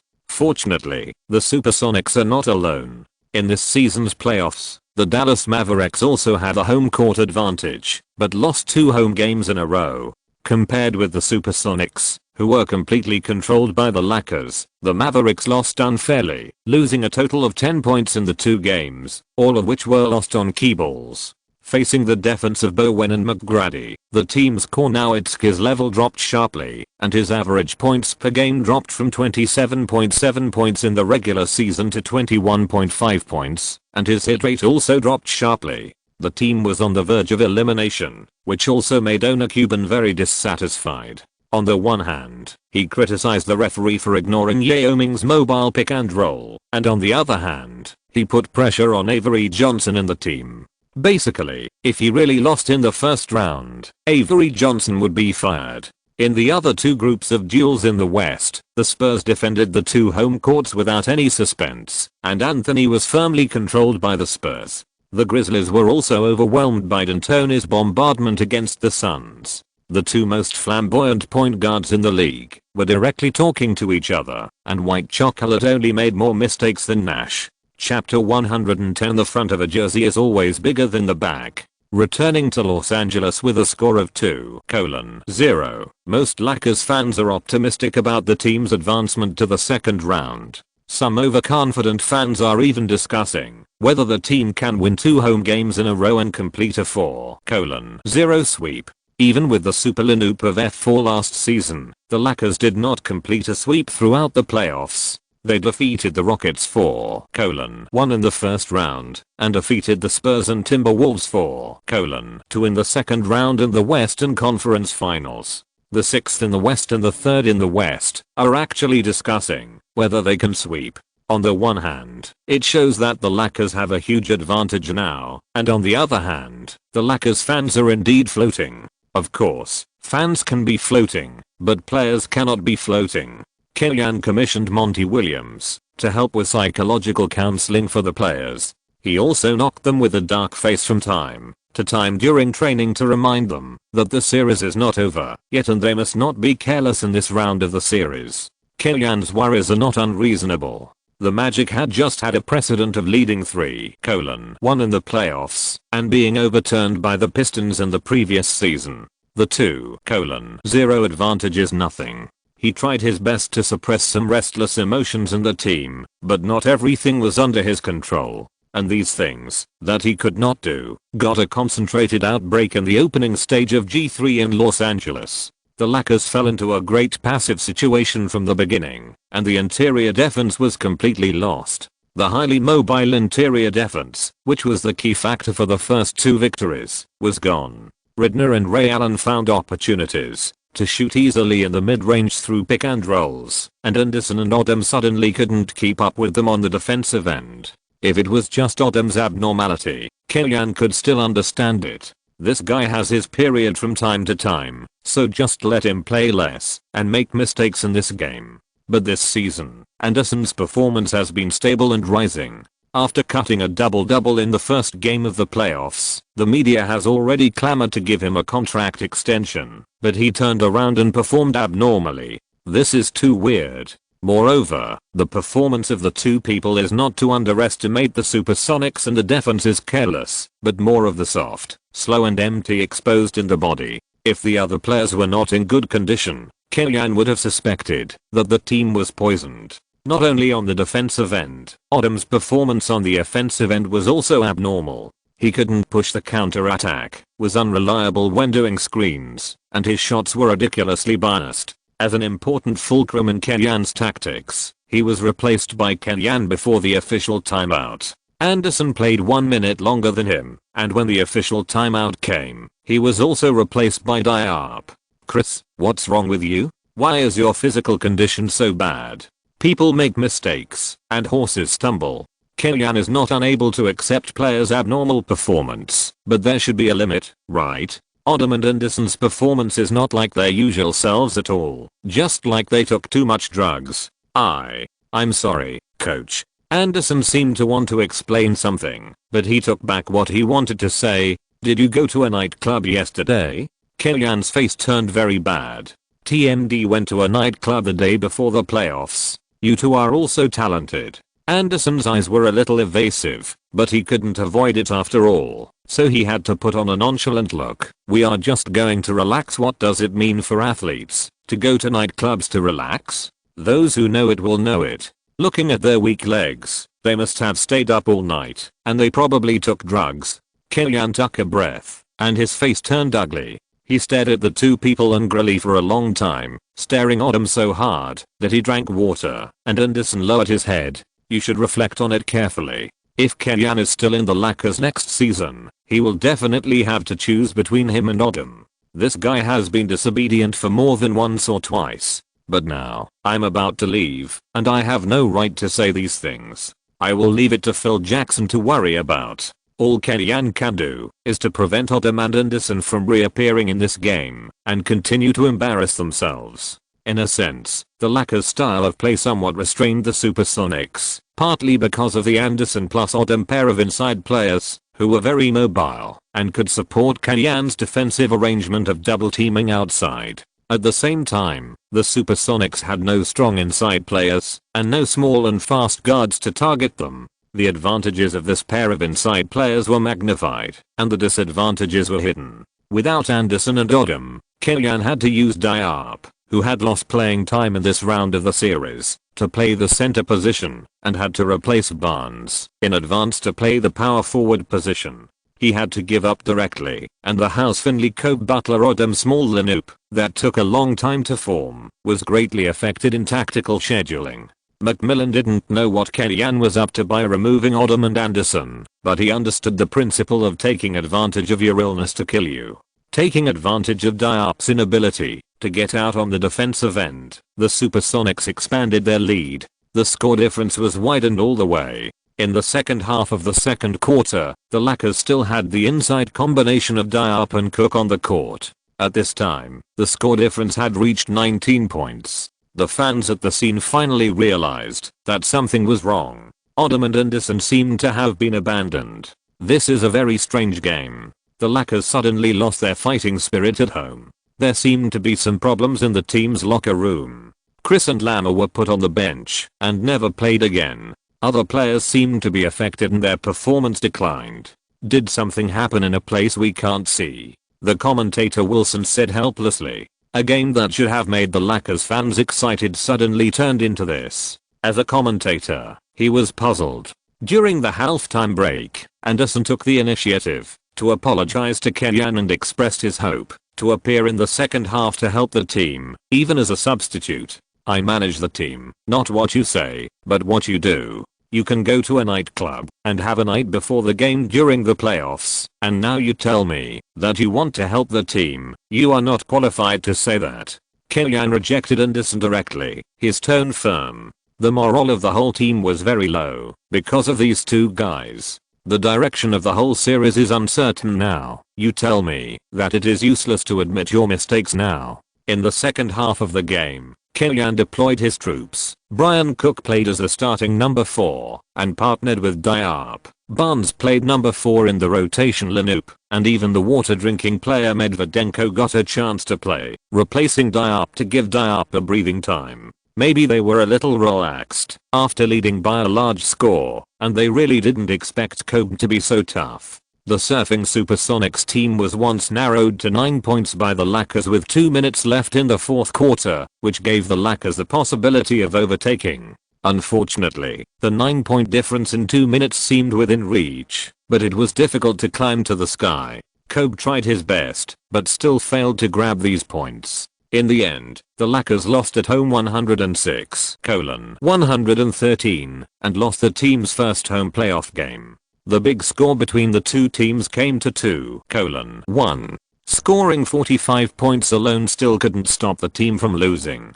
Kobe returned to the locker room with a stern face. The atmosphere in the entire locker room became extremely solemn, as if it was the Lakers who were lagging behind in the playoffs. Because of their own reasons, Anderson and Odom were still calm on their faces, but they were inevitably a little flustered in their hearts. Once the matter is exposed, it is impossible to say that there is no negative impact on them. Especially Anderson. He is not like Odom, who has a big contract in hand, no worries about food and clothing, and the money in his hands will never be spent. This season is very critical for him. Kellyanne handled things loosely on the outside, but tight on the inside. He knew the importance of protecting the locker room. If the media got the first-hand information at this time and hyped it up, the team's playoff journey would be over. Kupchak didn't need to remind him. Kellyanne kept his mouth shut when facing the media. When faced with questions about why Odom and Anderson didn't get playing time, he just used status problems to evade the question without mentioning the specific reasons. This was to protect the team's atmosphere from the outside world and to protect Odom and Anderson objectively. Kellyanne was submissive to the outside world and took most of the responsibility himself. He struck hard at the inside and directly imposed a heavy penalty of suspending Ottoman Anderson for 1 game and stopping training for 5 days. When Kupchak heard the news, he was stunned at first and then reacted, "Are you crazy? There are only 5 inside players in total. If you abandon 2, who else can you use?" "I'm not crazy." Kylian looked at him confidently. "I just want everyone to know that at any time, the lacquer on the front of the jersey is bigger than the name on the back of the jersey." After saying that, Kylian stood up, turned around and left Kupchak's office. Kupchak behind him was stunned. Kylian's move was really ruthless. Although it was necessary to regulate the discipline and deter the players, it was too much to use Odom as a target at the critical moment of the playoffs. Don't you know how to adapt? This is the playoffs. If this round of the series goes well, Kylian will easily be labeled as ignorant of the general situation and boycotted by some stars with chaotic private lives. However, Kylian insisted that, unless Jerry Buss changed the coach at the last minute and removed him from the position of acting head coach, Ottoman Anderson would not be included in the game roster for Game 4. Jerry Buss could not afford the risk of changing the coach at the last minute. Therefore, in the G4 game, Kylian was still the head coach of the Lakers. He made a change in this game. Finley replaced Butler in the starting lineup, Barnes was the starting power forward, and Diop was the center. The team was short of manpower, and Kylian put Butler back to the 6th man position, and needed him to better lead his teammates in the rotation lineup. Players who had not played much before, including Delfino and Medvedenko, also made sufficient preparations for the game. Although there were many difficulties ahead, Kylian was not as pessimistic as the outside world showed. The loss of G3 was more of an accident. Anderson and Odom, 2 undercovers, caught Kylian off guard, and the team fell behind by 19 points in the first half. But at the end of the game, the score difference was 7 points. That is, after Kylian responded, the Lakers recovered 12 points. There was a factor of carelessness of the Supersonics, but it was also a fact that the Lakers who reacted could deal with the Supersonics team. If Ottoman Anderson had exploded 3 hours earlier, giving Kylian time to react, it would be hard to say who would win. Jerome James won the jump ball and the game officially began. Ridner dribbled the ball to the Lakers half court. Behind him, Ray Allen and Lewis went to the sides and ran to the baseline like 2 black wolves, fast and agile. Barnes replaced Odom as the power forward and was slightly more mobile than the latter. His figure was closer to Lewis, except that he was a little shorter, but he was able to bite Lewis. The latter received the ball and held Barnes with his back. Both of them fought with all their strength. After pushing back twice in a row, after the third collision, Lewis connected with a flexible back-turning action and passed Barnes. Diop was unable to make up for the defense, and Lewis easily broke into the basket and dunked. After all, he is an all-star player, and he can be defended by a minimum salary player with a little chicken blood. This all-star is too worthless. The Lakers were attacking. The ball was flying around the perimeter. Barnes passed the ball sideways to Kobe's hands. The ball was spinning in his hands, and he started running forward.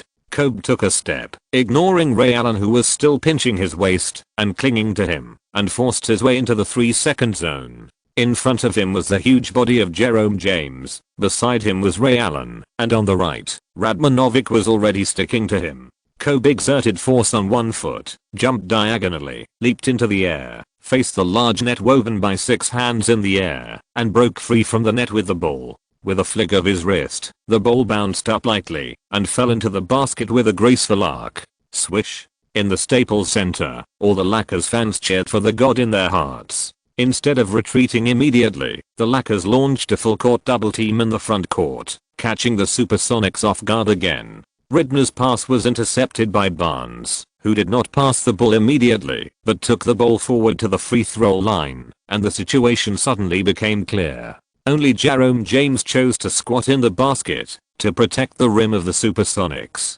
There was no one in front of Barnes, so he took a jump shot from the free throw line and hit it. If you are slightly inferior to the opponent in strength, you have to knock down the opponent tactically. In the next round of defense, the Lakers continued to press the defense frantically on the outside. The Supersonics once again had a poor operation. After wasting a lot of offensive time, Lewis barely shot and failed to hit.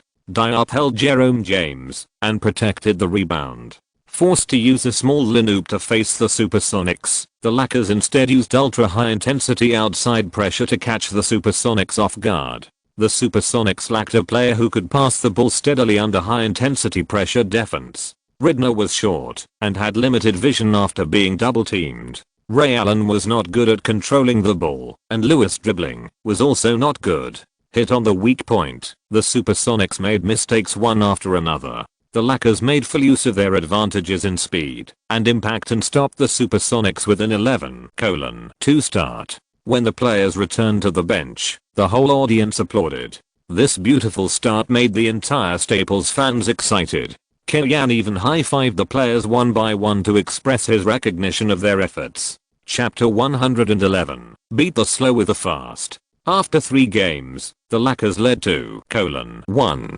Compared with the victory or defeat of the two teams, the competition between the two young coaches was more obvious. Even though McMillan is from the United States and Kellyanne is an outsider, Kellyanne's reputation is better than McMillan. Especially in the field of on-the-spot adjustment, the gap is more obvious. The trouble caused by Odom and Anderson is far more difficult for Kellyanne than McMillan. What he has to challenge is not only a capable second-in-command of the team, but also the dominant position and mindset formed by the stars in front of the coach for a long time. That is, no matter how excessive the stars are, in order to protect the team's assets, the coach must make compromises. If the Lakers are reversed by abandoning Odom, Kellyanne's originally promising future will be marked with a big question mark. The team pursuing him will definitely consider whether his tough approach to dealing with locker room relations and team discipline issues is suitable for today's NBA. After the timeout, the Sonics attacked. Ray Allen attracted the defense and lobbed the ball to Lewis. Then he and Ridner opened up the offensive space. Lewis leaned on Barnes and turned to the baseline. Barnes blocked the breakthrough route. Lewis failed to break through, stepped back with his right foot, and made a jump shot. With a simple move, he avoided the block and the ball went in 11:4. The Lakers attacked. Kobe took the ball and broke through. After attracting the defense, he passed the ball to Atkins who was running. Atkins nodded to Ridner and suddenly cut to the basket. After attracting Jerome James, to make up for the defense, he passed the ball to Diop. The latter seized the opportunity of the wide open space under the basket and scored a dunk. Lewis behind him wanted to foul under the basket, but unfortunately he was too slow. Although the rule was violated, the ball was not blocked. 13:4. It turned out that the Sonics' strategy of cutting Diop was correct. Diop missed the free throw and failed to make the 2+1. He missed the opportunity to widen the score difference to double digits. The Sonics attacked. Ray Allen and Radmanovic played pick and roll, and after getting rid of Finley, he made a quick stop and shot. 13:6. After the timeout, the Lakers were limited by their physical strength and could no longer press the ball recklessly throughout the court. The Sonics immediately found their offensive routines, and Ray Allen, Lewis, and Ridner made shots one after another. Every time the Sonics scored an attack, Anderson couldn't help but sigh. Although he also blamed Kellyanne for sentencing too heavily, Anderson also realized that he was wrong. In fact, Kellyanne's management of the players' private lives was not so strict. His requirement was try not to play after 2 o'clock and make sure you have enough energy for training and competition.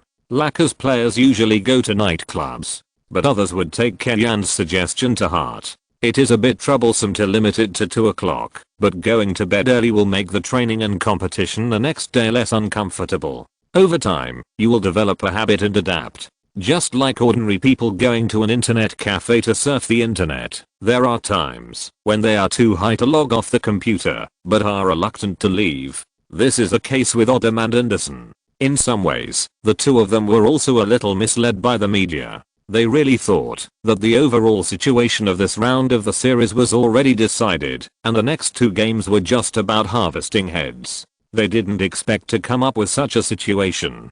Kim's punishment on you actually has a deeper meaning. Noticing Anderson's expression, Monty Williams came over and reminded him, if we win, it's because of his good scheduling. We can still win without us. If we lose, the responsibility is all on us. Odom was also stimulated and said in a weird tone, In his concept, work and life are two different things. As long as his performance is worthy of the starting position, Killian has no right to interfere in his life. If the Lakers come to the team with a player who is better than him, he will be convinced. But the fact is that no matter how he plays, he is still the most reliable inside player of the Lakers. How can you, Killian, not let him play? You made a mistake after all. You deserve the punishment, Monty Williams said, but you still have a chance to redeem yourself. Off the court, pay attention to the opponent's offensive weaknesses. When you return to Game 5, come on the court as a secret weapon and completely block the Sonics' offense. Monty Williams was possessed by Coach Anxie at this moment and threw out a secret weapon joke to fool Anderson and Odom. Anderson immediately felt a sense of mission. On the Lakers side, Kobe organized the offense and pushed the team forward. In addition, the referee gave face today and blew all the fouls that should be given. The Lakers took advantage of the penalty benefits brought by the home advantage. At the end of the first quarter, they led by 7 points with 28-21. In the second quarter, both sides played against each other with the same rotation lineup. Killian made the boldest attempt since taking over the Lakers. The tallest player on the court was 206 centimeters kite man Brian Cook, who could help his teammates open up space to shoot 3-pointers and create a better breakthrough environment for Kobe. On the defensive end, he was responsible for defending the rebounding maniac Reggie Evans. House and Delfino also opened up space outside the 3-point line, and Kobe and Butler rushed to the inside line continuously. Killian dared to do this because the Supersonics really had no inside offense, and Evans always had more rebounds than points. In the past 3 games, he only scored 8 points in total, but grabbed 14 rebounds. Even facing Cook's delay, Reggie Evans was not easy to score. Collison, another inside player of the Supersonics, had no scoring ability except for a mid-range shot with a very slow speed. Wilcox can rush and eat cakes, but after being chased by the Lakers in his last appearance, he has basically lost McMillan's trust. Collison went out for a pick and roll, and Butler could keep up with the pace of the guard when he switched to defend. The Supersonics did not dare to pass the ball to Evans easily to prevent the Lakers from using the hack-a-shack tactic. On the offensive end, once the Lakers players spread out, the 2 inside players of the Supersonics were in trouble. If they were not released, all 5 Lakers players on the outside could shoot. All of them were defended, and Kobe and Butler could break through at will, and there was no one to protect them under the basket. Of course, the Supersonics lineup did not fail to play to its advantage. The team beat the Lakers in rebounding and got 7 front court rebounds in 4 minutes. But basketball is not a rebounding event after all. In the final analysis, the final score is scored. The Lakers then played a 12-4 wave, widening the score difference to 15 points. McMillan gave in and was forced to make adjustments to replace Collison with Lewis. Killian also replaced Kobe in time to buy him some rest time. In this game, he could only fuck Kobe to death, and he had to squeeze out all the rest time. Barkley, who was in charge of the commentary of this game, praised Killian's adjustment and said, frankly, if I meet Killian, maybe I will have a championship ring. His old partner Kenny Smith was amused when he heard this. If you want to meet Kimmy, you can consider resigning and joining his team. Don't laugh, I'm really considering it, and I'm getting more and more interested. Barkley's serious look makes people want to laugh. Finley replaced Kobe, and the Lakers' offense and defense quality immediately declined. After all, without such a strong containment point, the offense must have become more difficult, and Lewis's appearance has improved the Sonics' offense. The Sonics continued to score points. At the critical moment, Eddie House stood up, first hitting a 3-pointer from the outside, then cheating a foul, and going to the free throw line, making 2 free throws. With the support of his teammates, Butler's pressure was reduced, and he also hit singles on the offensive end. Butler, Barnes, Eddie House, plus Anderson, who was hidden in this game, either introduced by Killian or promoted by Killian, have become very key players for the Lakers this season. It is really hard to say what will happen to the Lakers without these people. Thinking of this, Kupchak really doubted whether it was the right decision for the team to let Phil Jackson come back. He could not do better than Killian. After a 3-minute break, Kobe returned to the game and replaced Finley. The score at this time was 49-38. The Lakers' lead remained at 11 points. The situation was a little better than Kayan imagined. The Lakers attacked, House dribbled to the front court, and passed the ball to Kobe. Lewis defended Kobe on the right side. Lewis is tall, and has long arms, and his footwork is not at a disadvantage among small forwards, but the Sonics dare not be careless when facing Kobe, who has full offensive skills. Kobe carried a bomb, and rushed to the inside. Jerome James left Cook, and went to the inside without saying a word, betting that Kobe would not pass the ball. However, Kobe really passed the ball. Without Odom and Anderson, their ball rights were also consumed by Kobe. In addition, Kobe's statistics in this round of the series have always been quite good, which also made Kobe more willing to pass the ball. Brian Cook received the ball from Kobe at the top of the arc. He was stuck by Ray Allen at the first time, and did not dare to shoot. He transferred the ball to the right side in a large range. At this time, there was a mismatch on the court. Radmanovic filled in for Delfino, and missed Butler in the bottom corner. The latter dribbled forward one step, and made a mid-range shot. 51-38. In the process of this ball, Delfino is a very important point.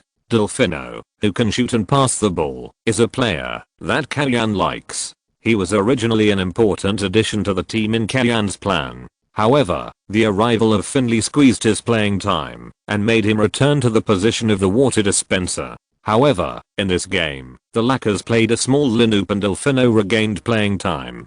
Kobe came on the court, and the Lakers had a backbone. The offensive end focused on Kobe's lethality and effectively curbed the counter-attack of the Supersonics. At the end of the half, the team led the Supersonics by 14 points 61-47. Kayan used the small lineup to use a faster-paced offense and defense rotation to cover up the team's shortcomings of insufficient manpower in the interior, catching McMillan off guard. McMillan, who suffered losses continuously, finally decided to go all out and replaced Wilcox as the center. Even if he was targeted by the Lakers on the defensive end, he accepted it and fought with the Lakers on offense. The head coach was determined to fight the Lakers to death, and the players' ideas became clear. Ray Allen, Lewis, and Radmanovic could contain the Lakers' defense, and the pick and roll of Ridner and Wilcox could find the best offensive environment for him to attack the basket. Pick and roll dunks, catching the ball at the basket, and turning around to dunk, and aerial relay dunks. Wilcox played a Stoudemire level performance, leading the team to a 14-4 attack wave to stop the Lakers. Kayan called a timeout to cool down Wilcox's hot hand, but the shortage of manpower made it impossible for him to effectively curb this beast power forward. Due to the problem of manpower, Kayan did not even dare to risk using foul tactics to stop Wilcox, lest there be no one available in the fourth quarter. At the end of the third quarter, the Lakers led by 4 points with 84-80, and the Supersonics won by 10 points in the third quarter. At the beginning of the fourth quarter, Kayan adjusted the tactics again. Delfino, Butler, and Barnes came on the court and continued to use full court pressing to pressure the defense. Daniels is a great scorer, but as the backup point guard of the Supersonics, he mainly relies on shooting to score. Dribbling and breakthroughs are relatively average. Under the Lakers' front court pressure, it is difficult to dribble to the front court. They continue to be double teamed near the penalty area, and their scoring efficiency decreases immediately. The Lakers' offense can't open up the situation either. The two teams have the same problem. The lineup is too extreme. The Lakers are all wingers, and the Supersonics are all shooters. The difference is that the Lakers have more or less some force majeure factors, while the Supersonics are completely a team building problem. The two sides contain each other, and the random shooting situation continues until the main lineup returns, and the situation is still deadlocked. In the last 3 minutes, McMillan requested a timeout. The score was 110-107, and the battle between the two sides entered a white-hot battle. Ridner dribbled the ball across half court, organized in the middle, and Adkins defended alone. Radmanovic screened Ray Allen on the left, then went outside to pull the Lakers' defense apart. Ray Allen ran to 70 degrees and received a pass from Ridner. Barnes switched defense in time, and Ray Allen took advantage of the situation to drive to the middle, compressed the Lakers' defense, and passed the ball to Lewis, who ran from the right to the left corner. Lewis opened up some distance from Butler by running without the ball, and after receiving the ball, he aimed at the basket and sent a three-pointer. The ball drew a sickle-like arc and flew towards the basket like a death god. No. Some spectators even subconsciously closed their eyes and covered their faces and shouted, "Dang. There is no sound more beautiful and pleasant than this one." The ball hit the basket, exploded high, and actually fell above the backboard and fell to the side of the court. The whole stadium raised a whoosh of surviving a disaster. At this second, everyone in the stadium seemed to have experienced a life and death race. When they saw the ball fall out of the sideline, they felt their hearts beating wildly up and down. McMillan couldn't control himself and kicked the bench. He missed the opportunity to tie the score. The Supersonics were in trouble. The Lakers attacked. Atkins passed the ball to Kobe on the right side at 45 degrees for a single. The players pulled away. Lewis worked hard to defend and tried his best to keep Kobe away from the basket. Kobe resisted Lewis's movement behind him and suddenly turned back and made a backward jump shot. Lewis was always close to him, making accurate judgments and jumping up to interfere. His bounce speed was very fast, just a little short of blocking, but even if he didn't block the shot, he still gave Kobe enough interference. Jerome James grabbed the backcourt rebound, held it in his arms, and waited for his teammates to respond. Ridner slowly dribbled across half court, guarded the ball, and waited for his teammates to run, and then passed it to Ray Allen. Kobe was facing Ray Allen, who did not choose to force his way in. He took a step and passed the ball to Radmanovic on the right. Radmanovic tried to shoot, but Butler's top defense was very tight, so he passed it to Lewis, who came around. Lewis should be the biggest advantage of the Supersonics on the court against Barnes. Lewis took a tentative step to hang on Barnes, then turned around resolutely and scored a layup. 110-109. Barnes, who was in charge of defense, fell to the ground and cursed. Lewis's turn was too big just now, and he elbowed Barnes. The referee let Lewis go, but the Lakers made up for it in the next attack. Kobe challenged Lewis again. This time he turned to the middle and did not jump up and shoot immediately, but took the ball with both hands and made a fake shot. When Lewis rushed over, he went up to find physical contact and made Lewis foul. The risk of committing a foul at the last moment of the game was very high. Fortunately, the referee gave face, and Kobe lived up to the referee's kindness and made both free throws. 112-109. When Kobe made his second free throw, Radmanovic walked to the baseline and quickly released the ball. Kobe was quick-witted and quick-handed and stole the ball before Idner received it. He did not attack the basket immediately, but dribbled to the center line to control the time. Be careful of the opponent's quick release. In the last timeout, Killian repeatedly told the Lakers players and predicted McMillan's arrangement. The offensive time was reduced to 10 seconds. Kobe launched the attack, took a step to the right, dribbled the ball behind his right hand to his left hand, and pulled away from Ray Allen. He paused slightly, held the ball with his left hand, and moved his right hand closer. Kobe seemed to be about to make a quick stop jump shot. Ray Allen hurriedly moved sideways and raised his right hand to interfere with the shot. Unexpectedly, Kobe used the Buddha worship fake move on the street court, dribbled the ball with his left hand to the right, and completely passed Ray Allen in one step, pulled the ball, and scored a layup in 3 steps. 114-109. There was 1 minute left in the game, and the score difference was 5 points, a relatively safe distance. McMillan immediately called a timeout to make a last-ditch effort. After the timeout, the Sonics sent a sideline ball. Ray Allen took 2 steps outside the 3-point line to receive the ball, dribbled to adjust his rhythm, and shot before the Lakers could react. In the regular season, Ray Allen had the experience of defeating the Suns at this position, Kobe's 81-point night in history. Unfortunately, this time, Ray Allen failed to grasp the ball, and the ball bounced out of the basket.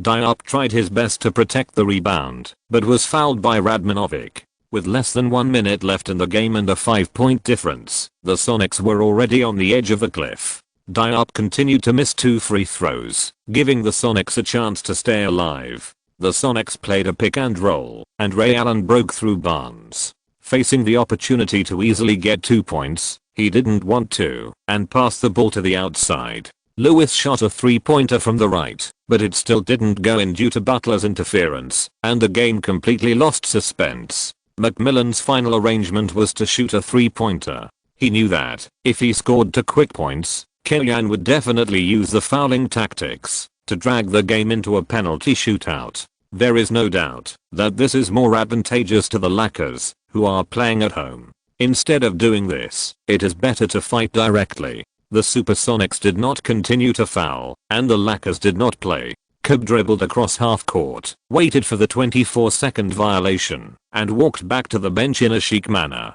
to greet the cheers of the fans. The Supersonics were also able to take it or leave it. After the ball was sent out, Ray Allen put the ball in the middle circle and left the field directly, leaving Staples to the Lakers celebrating fans. In the end, the Lakers defeated the Supersonics 114-109, and the series score came to 3-1, only one step away from promotion. The team won the crucial G4, leading by a big score of 3-1. Facing reporters, Kellyanne had the confidence to say anything. "There is no problem between me, Chris and Lama. They are expected to return to the game Lanoop at Key Arena. I hope their return can bring us good results. This game proved that we have a good Lanoop depth. I'm excited that substitute players like House and Delfino can stand out in the game. The Lakers will get stronger and stronger in the future." Second round. Before the Lakers officially advance to the second round, this is not something I should consider.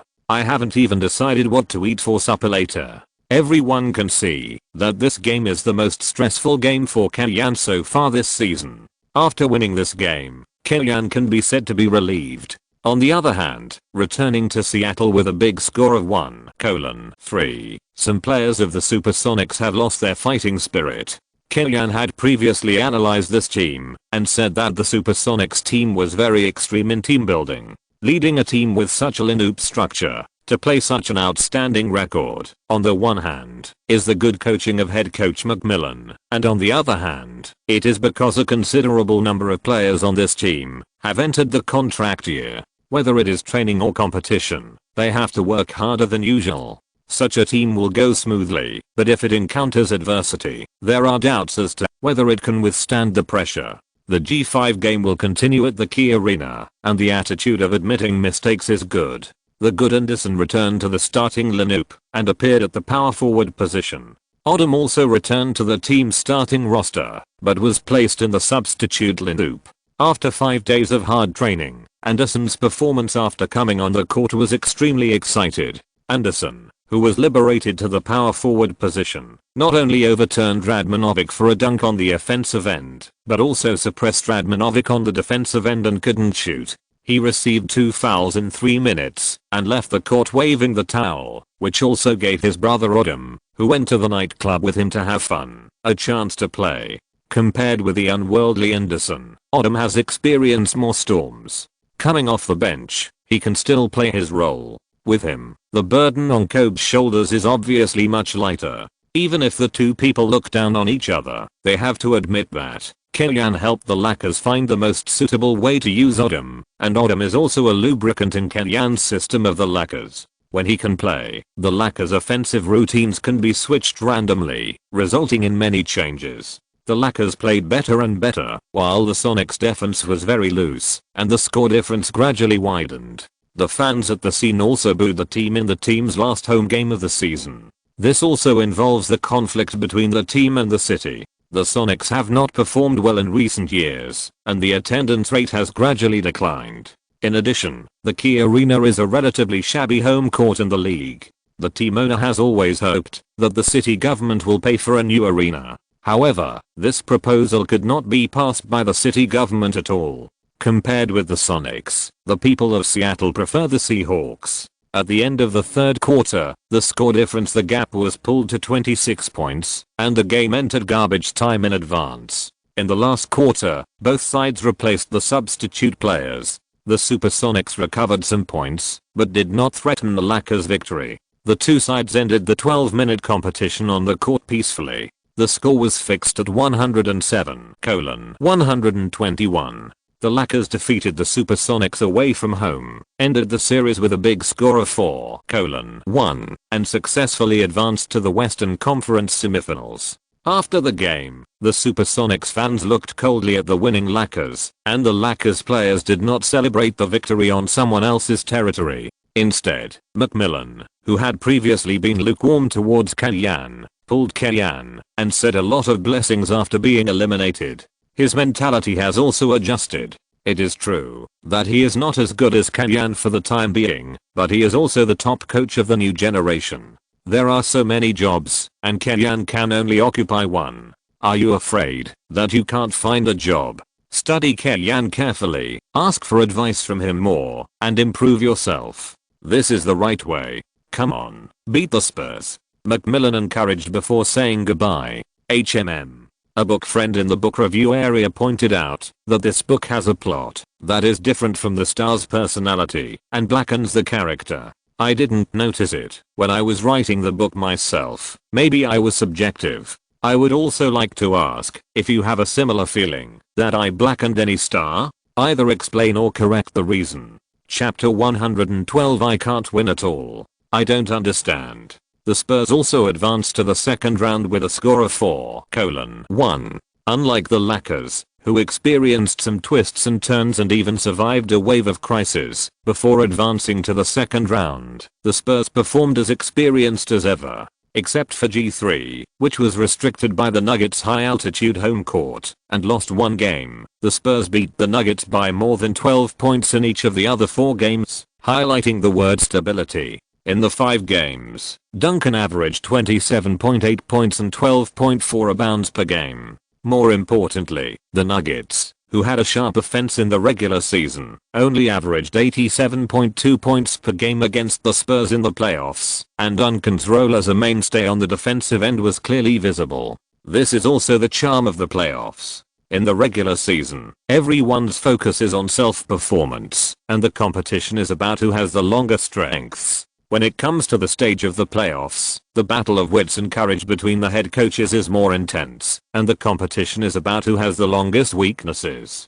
In terms of lineup structure, the Lakers and the Spurs are a pair of opponents that restrain each other. The Spurs are most afraid of singles players like Kobe and McGrady who can shoot from mid-range, especially Kobe. It can even be said that Kobe is the most afraid player of the Spurs now, no one else. In addition to the Pistons, whose styles of play are incompatible, the type of player the Lakers are most afraid of is a star inside player with comprehensive offensive skills, and the maximum version of this type is Duncan. To deal with O'Neal, Kellyanne can still try to use the shark cutting tactics, but facing Duncan, he really can't defend. What's more, after the mid-season adjustment, the Lakers sent away 2 inside meat shields, further weakening their possibility of fighting Duncan in the interior. In the 4 regular seasons against the Spurs, the Lakers were shaved bald, and the Spurs were also the only team that beat the Lakers 4-0 in the regular season. This is not accidental, but a real gap. It should be said that at this point in the season, Kellyanne's team performance has exceeded the expectations of fans, and he has also changed the nickname Baby Coach from a joke about his age to a compliment. Against the Spurs, as long as they don't get swept, it will be a great season for the Lakers. But Kellyanne doesn't think so. Leading the Lakers, who are supposed to be fishing, to the playoffs, and advancing to the second round is already a miracle. If so, why can't it continue and create a bigger miracle? There may be 14,605 versions of the future, and only one ending, is the Lakers winning and advancing. But before the end of the game, no one will succumb to the arrangement made by fate. I can't win at all. I don't understand. Kellyanne is still trying hard to find a way to beat the Spurs, but the heartbreaking moment of Chinese fans has come early. On May 13th, the Dallas Mavericks slaughtered the Rockets 116-76 at home, sending the Chinese National Democratic team home early. This also made the ratings of the NBA playoffs on CCTV start to go down.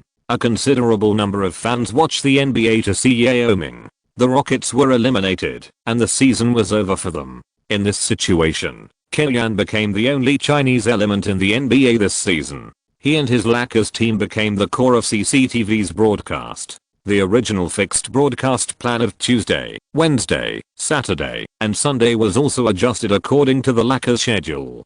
Basically, all Lakers games will be broadcast. For Kellyanne and the Lakers, this is also a good opportunity to enhance their influence. AT&T Center, visiting team locker room.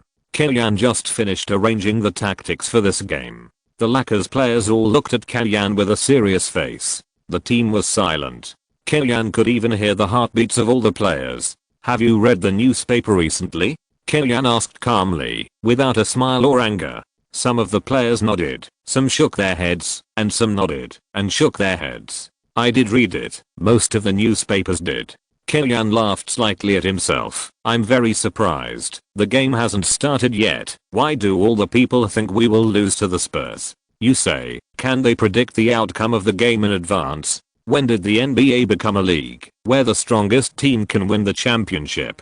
Kellyanne looked at Kobe. "Kobe, why didn't you win the championship last season?" "I think the Lakers were the strongest last season." The scar was exposed by Kellyanne. Kobe shook his head in contempt and started to spit out dirty words again.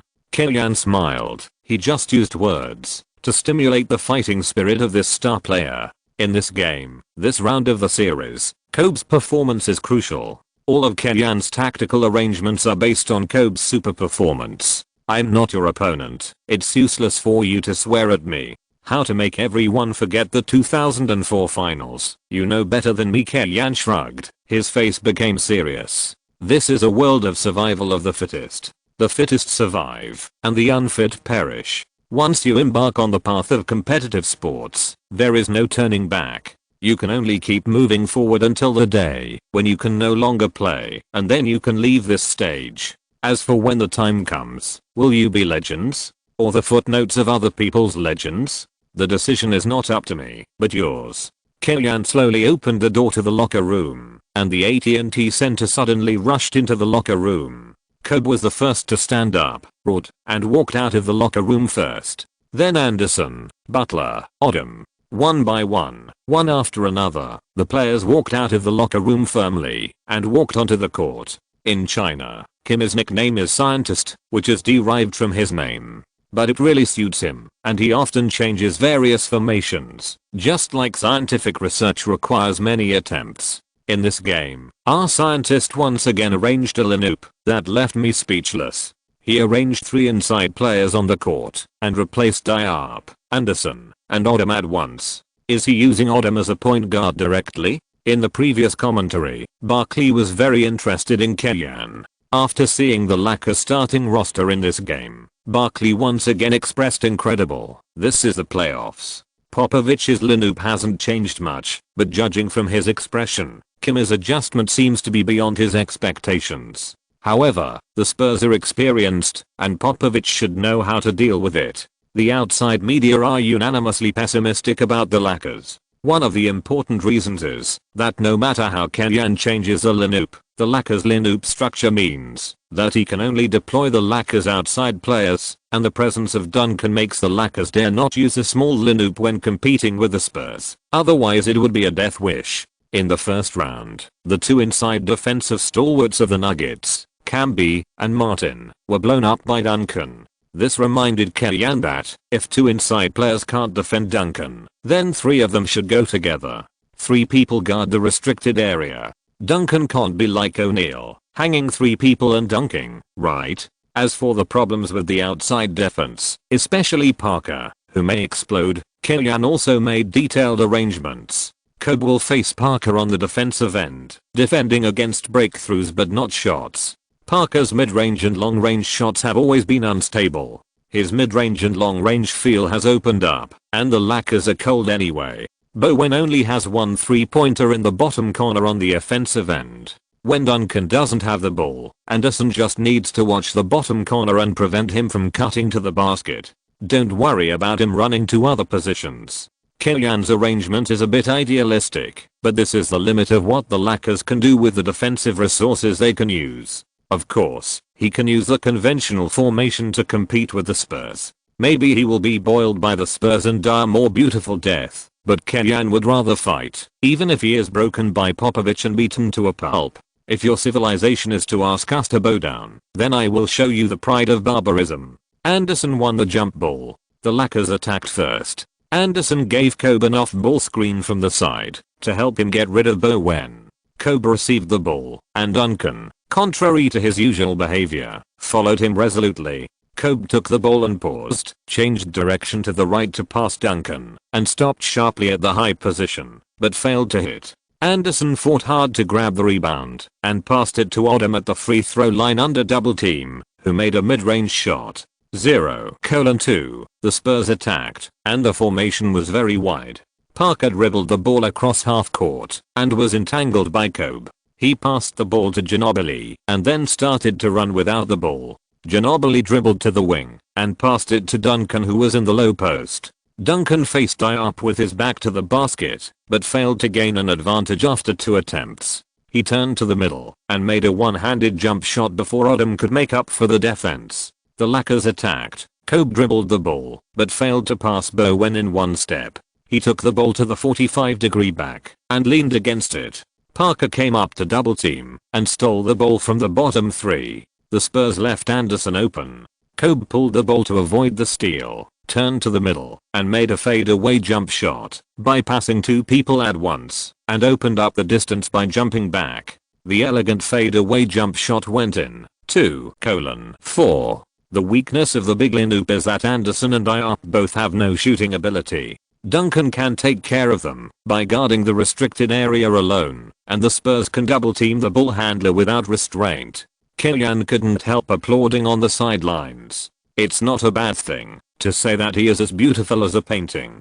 Kobe's playing posture is really never boring. 1 against 2 on the offensive end. Kobe also has to shoulder the responsibility of biting Parker on the defensive end. This game is Alexander for Kobe, but Duncan's side is not easy either. Anderson and Diop's double team made him difficult to move in the restricted area. He passed the ball to Bowen in an open position, who missed the open 3-pointer, and Odom got the rebound. Odom took the ball and pushed the counter-attack, and Ginobili fouled immediately. At the same time, Popovich stood up and yelled at the Argentine, indicating that he should take more responsibility on the offensive end. Odom passed the ball to Kobe, who was outside the 3-point line on the left side in the front court, and then went to the middle to screen Butler without the ball, helping Butler get rid of Ginobili and run to the right. At this time, Kobe passed the ball to Bowen at a close distance. After Butler received the ball, he took a step and opened up a space for one person with Nestorovic, who was half a beat slower in switching defense, and the ball went into the net. 2:6. Duncan was responsible for the task of protecting the rim in the restricted area, and the task of pulling out to fill the position was given to the Slovenian, but this was obviously a bit difficult for him. And if Duncan pulled out to fill the position, Nestorovic might not be able to hold Diop, and Anderson even added Odom's scramble. Killian's opening strategy was a success. The Spurs continued to attack around Duncan, and Anderson put Bowen 2 steps away from the baseline, ready to double team Duncan in the restricted area at any time. Under the difficult situation, Duncan decided to do it himself. He turned around and faced Diop. He faked a shot and shook Diop. Then he started to pass Diop and jumped directly. He faced Anderson's big hand and forced the ball into the basket. 4:6. Bang! Anderson sat up quickly after being dunked on the ground, with a helpless look on his face. OMG. Barkley and Kenny Smith in the commentary booth couldn't help but exclaimed. Everyone knows about the big basic skills, but how many people have seen the flying devil back then? Kobe and Odom went over to pull Anderson up and patted Anderson's, but to show encouragement. Defending others depends on tactics, but defending Duncan can only depend on prayer. Killian smiled bitterly and said to Hamblin beside him. The Lakers attacked. Kobe received the ball and was double teamed. He passed it to Odom, who shot a 3-pointer in a wide open position, but missed. Duncan grabbed the rebound again. The Spurs played a quick transition between offense and defense. Ginobili distanced himself from Butler by running and made a 3-pointer 7-6. After all, they were players who had seen big games. The Spurs players were experienced in handling the ball. They knew that the Lakers lacked mobility on the court, so they increased their speed. Odom continued to screen for Kobe. Kobe received the ball and stopped suddenly, then passed it back to Adam, who went down to the free throw line. The latter shot. As soon as he received the ball, Nestorovic was too far away and had no time to interfere, so the ball went in again 7-8. The Spurs attacked. Parker got rid of Kobe by actively running without the ball. After receiving the ball, he rushed to the basket and made a foul. The offensive end bore the greatest pressure, and the defensive end had to face the small and agile Parker, who was not good at positioning. It really made Kobe a little strenuous. When Parker was shooting free throws, he saw Kobe holding his knees and gasping for breath not far away. Back to the offensive end, Kobe singled out Bowen, pulled the ball and changed direction, got rid of the opponent half a body length, and then leaned forward to jump and score the ball 9-10. The Lakers used a strange formation to catch the Spurs off guard. What made Popovich panic was that the team could not defend the Lakers. Before the official timeout, the team actually let the Lakers score 18 points. Therefore, during the timeout, Popovich was furious and criticized the team's perimeter defense. Although the Lakers were leading by 3 points, the situation was still not optimistic. Duncan alone put pressure on the 3 inside players of the Lakers. Kobe was under greater pressure. On the defensive end, he sprinted and changed directions to chase Parker. On the offensive end, he often faced two people's defense. Kobe, who was famous for his physical strength, seemed to be a little tired. This was unimaginable.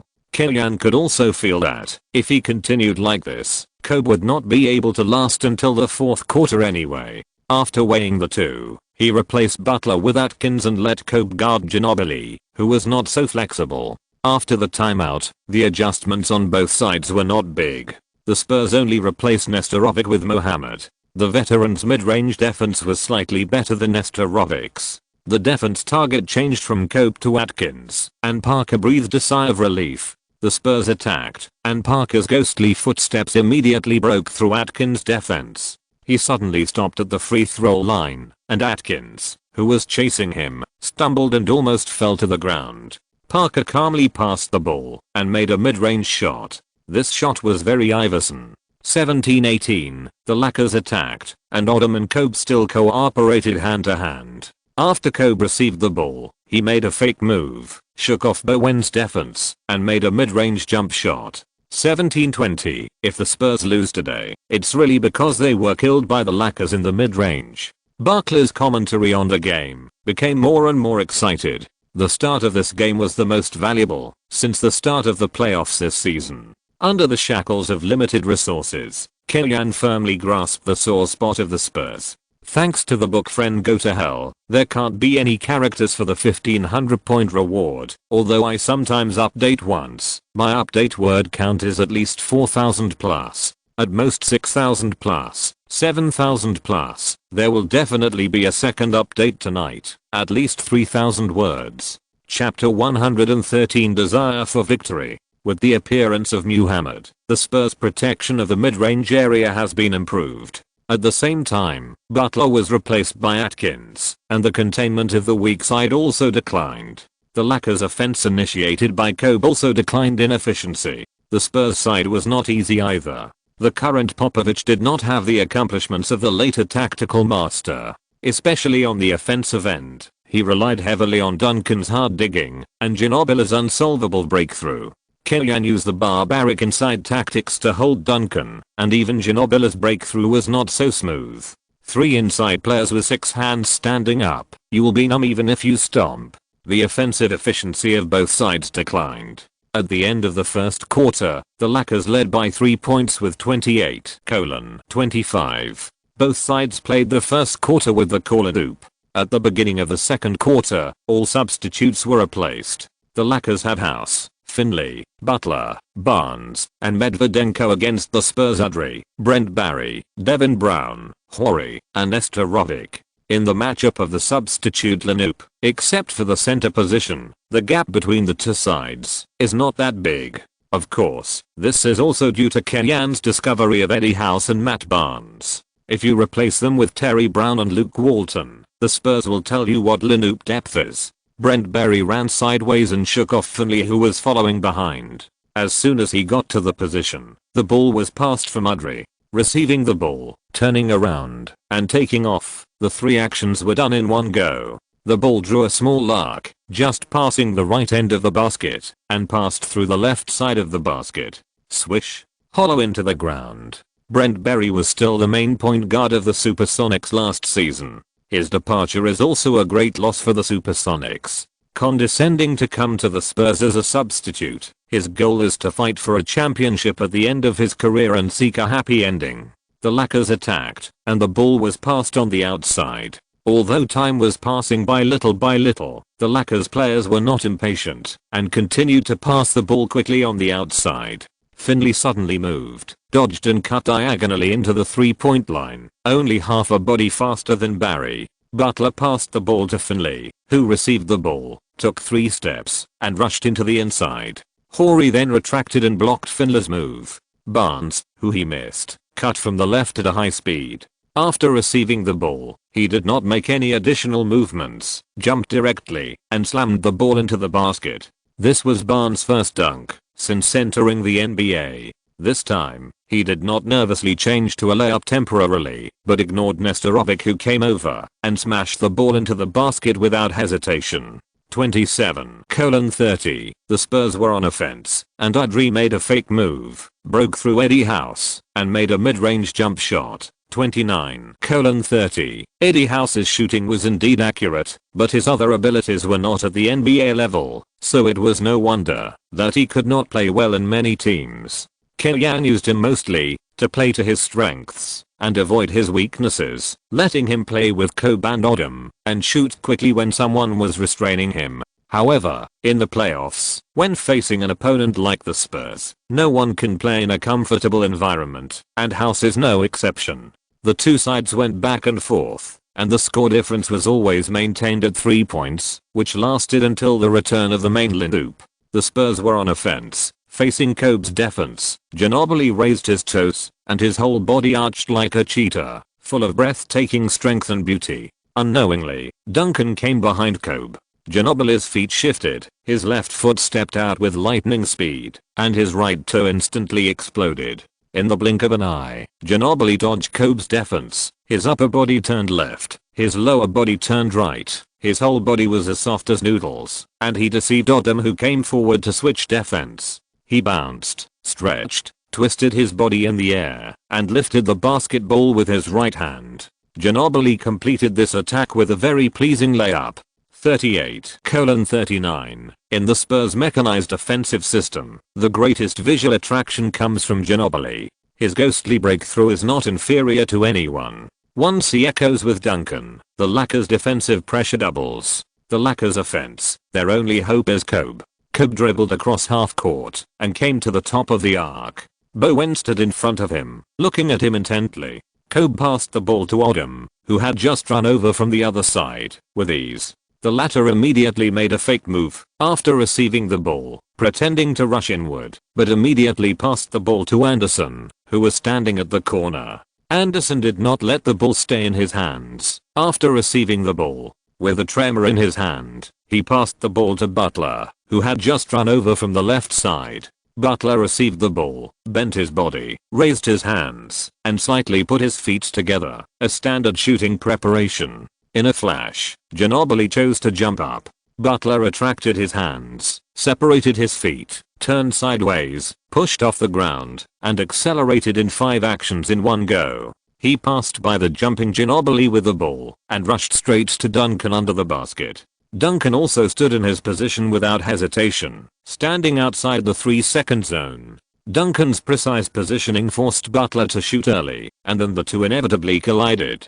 Duncan fell to the ground, but the referee whistled a defensive foul. The two people did not collide with their torsos, but half of their bodies collided with each other. There was no problem with calling a blocking foul. Duncan stared at the referee with wide eyes for a while and said nothing. Popovich on the sidelines, regardless of the assistant coach's obstruction, began to put pressure on the referee and shouted loudly. Although zero tolerance had not been promulgated at this time, it was not allowed to challenge the authority of the referee in this way. The referee gave Popovich a tee without hesitation. Popovich shook his hands in dissatisfaction and returned to the bench to do his homework. This is actually a kind of psychological tactics. on the surface, scolding the referee for getting it he lost a point, but in fact, the pressure on the referee may gain more than this point. Kobe executed the technical foul free throw steadily, and then Butler made one of 2 free throws, and the score difference was still 3 points. 38-41. Looking back, the Spurs really benefited on the offensive end.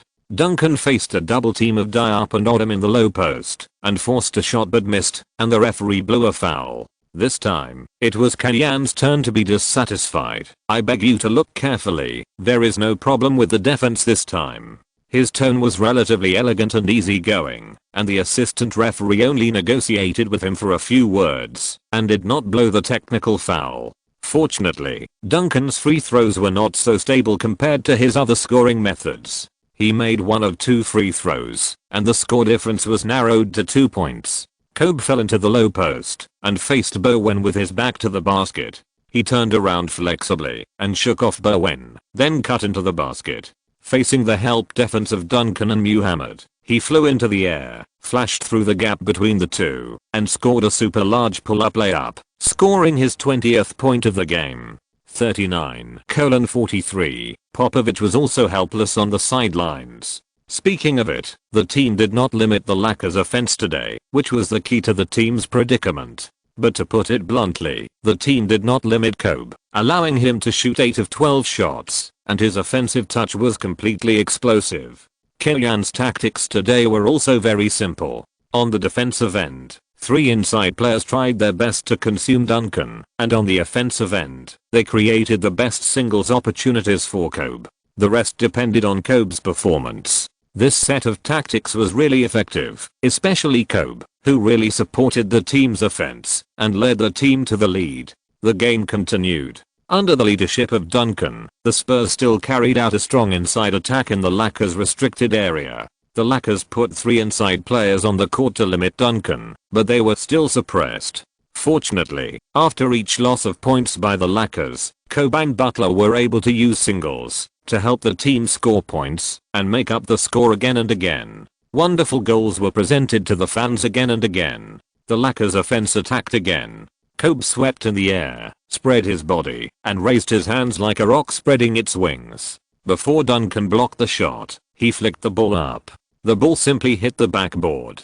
This round of direct dialogue between the two superstars ended with Kobe's victory. But Kobe didn't even have the mood to do anything pretentious. He just turned around and ran to his own half of the court to continue defending. Facing such a Spurs and such a Duncan, many opponents might have been defeated. But today, Kenyan and his Lakers team showed more valuable qualities besides the team's gorgeous offense. They are as tough and terrifying as a wolf pack. Bang! Bowen missed another 3-pointer from the bottom corner. This tough player who is famous for his defense and 3-pointers from the bottom corner missed 3 3-pointers in this game.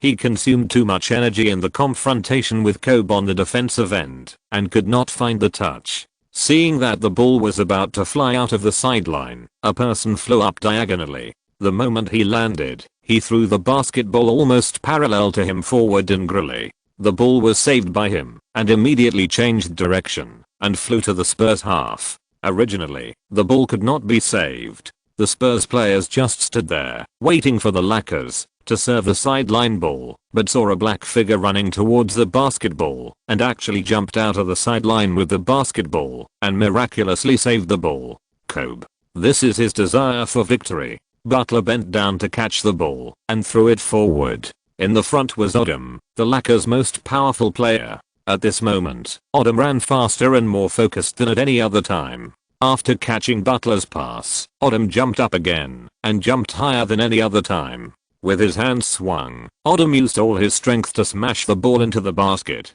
The Lakers bench all stood up, excited about this beautiful teamwork. Butler followed up and pushed Odom to show his excitement. In the backcourt, Anderson and Diop had already pulled Kobe up. "Are you okay?" Anderson asked. "It's okay, just a little pain in the butt." Kobe reached out and rubbed his butt, barely squeezed out a smile, and looked up at the score on the big screen. Finally, they were leading by 7 points. 47-54. This is a time when the Lakers have the biggest advantage so far.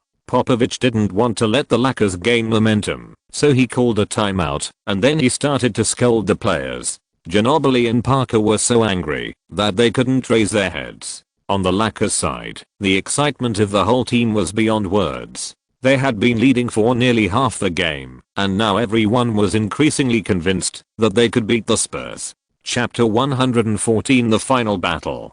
Popovich tried to stop the Lakers' momentum by calling a timeout, but it must be said that he misjudged the situation on the court. After the timeout, the Lakers' offensive momentum remained unabated. The players' fighting desire was mobilized by the wonderful offense just now. Odom and Anderson completed the inside pass and dunked over Duncan at the basket, which was a response to the dunk at the beginning of the game. 47:55. Back to the defensive end. The Spurs continued to use Parker's lightning fast movements to tear open the Lakers defense. The Lakers put 3 big men on the court. Even if Odom's movement speed could barely keep up with the average small forward, his overall agility was naturally insufficient. They were very afraid of Parker, a small man with full flexibility and agility. After disrupting the Lakers defense, Parker seized the opportunity to pass the ball to Muhammad, who was in an open position, and the latter made a close-range layup at the basket.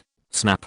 Anderson, who was responsible for defending Bowen, quickly moved from the other side of the baseline, jumped up from under the backboard, and pressed his hand on the basketball. He blocked the Spurs attack. Odom fell to the ground before Ginobili to protect the ball. Ginobili rushed to Odom first, and then Parker, one after another, twisted into a ball. Both sides fought for the ball. After pulling everyone apart, the referee penalized Odom and Ginobili for fighting for the ball. Odom steadily patted the ball to Kobe, who then passed the ball back to Odom, and the Lakers regained the ball. Seizing this stage of high morale, Kellyan commanded the players to attack with all their strength. On the Spurs side, Duncan finally reached a relatively tired stage under the repeated wear and tear of the 3 inside players of the Lakers, and could not continue to support the offense and defense alone. At the end of the half, the score was 61:49, and the Lakers opened the gap to 12 points. The 10-minute break at halftime was like a life-saving straw for the Spurs.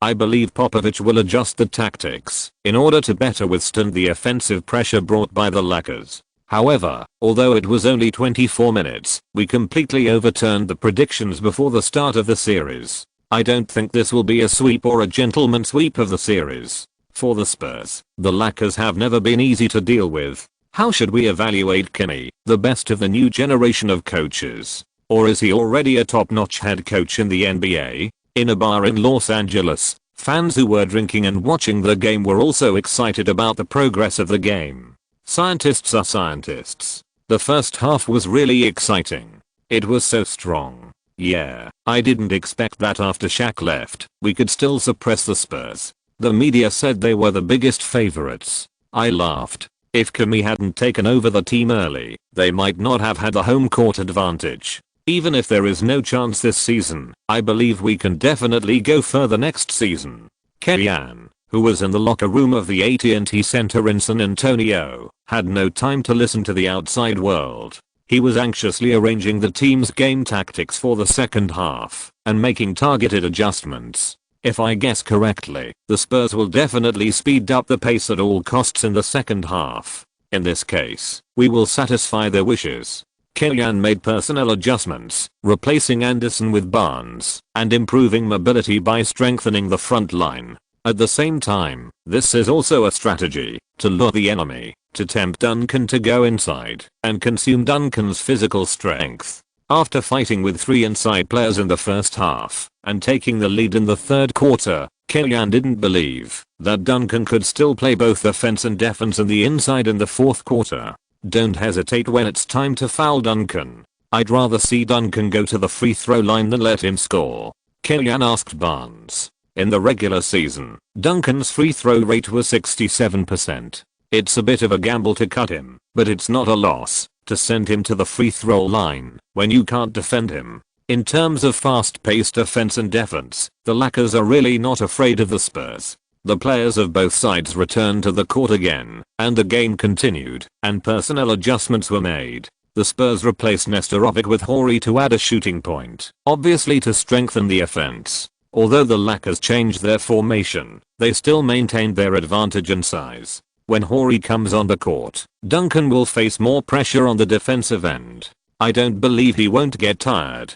During the 15-minute halftime break, Kellyanne kept cheering up the players. He didn't even have time to drink water. When he returned to the coaching booth, he poured cups of ice water into his mouth. He kept mumbling during his free time. At the beginning of the second half, the Spurs launched the first wave of offense. Kobe failed to steal the ball. Parker broke through Kobe's defense and rushed to the basket. He faked die-up and easily scored a layup. 61-51. This round of the series tortured Duncan, but also tortured Kobe. There is no smooth sailing on the road to success. You have to do a lot of things that are beyond your ability, and you have to do them well. The Lakers attacked, Odom pulled out to hold the ball, and cooperated with Kobe hand to hand. Kobe went down to attract Horry and Bowen's double team, and passed the ball to Odom, who was spreading out. The latter adjusted, and took a 3-point shot, but missed. Duncan easily protected the rebound, and then sent a pass. Ginobili received the ball, and attracted a double team. He passed it to Parker, who came in from behind, and the latter easily scored a layup. 61-53. Come on.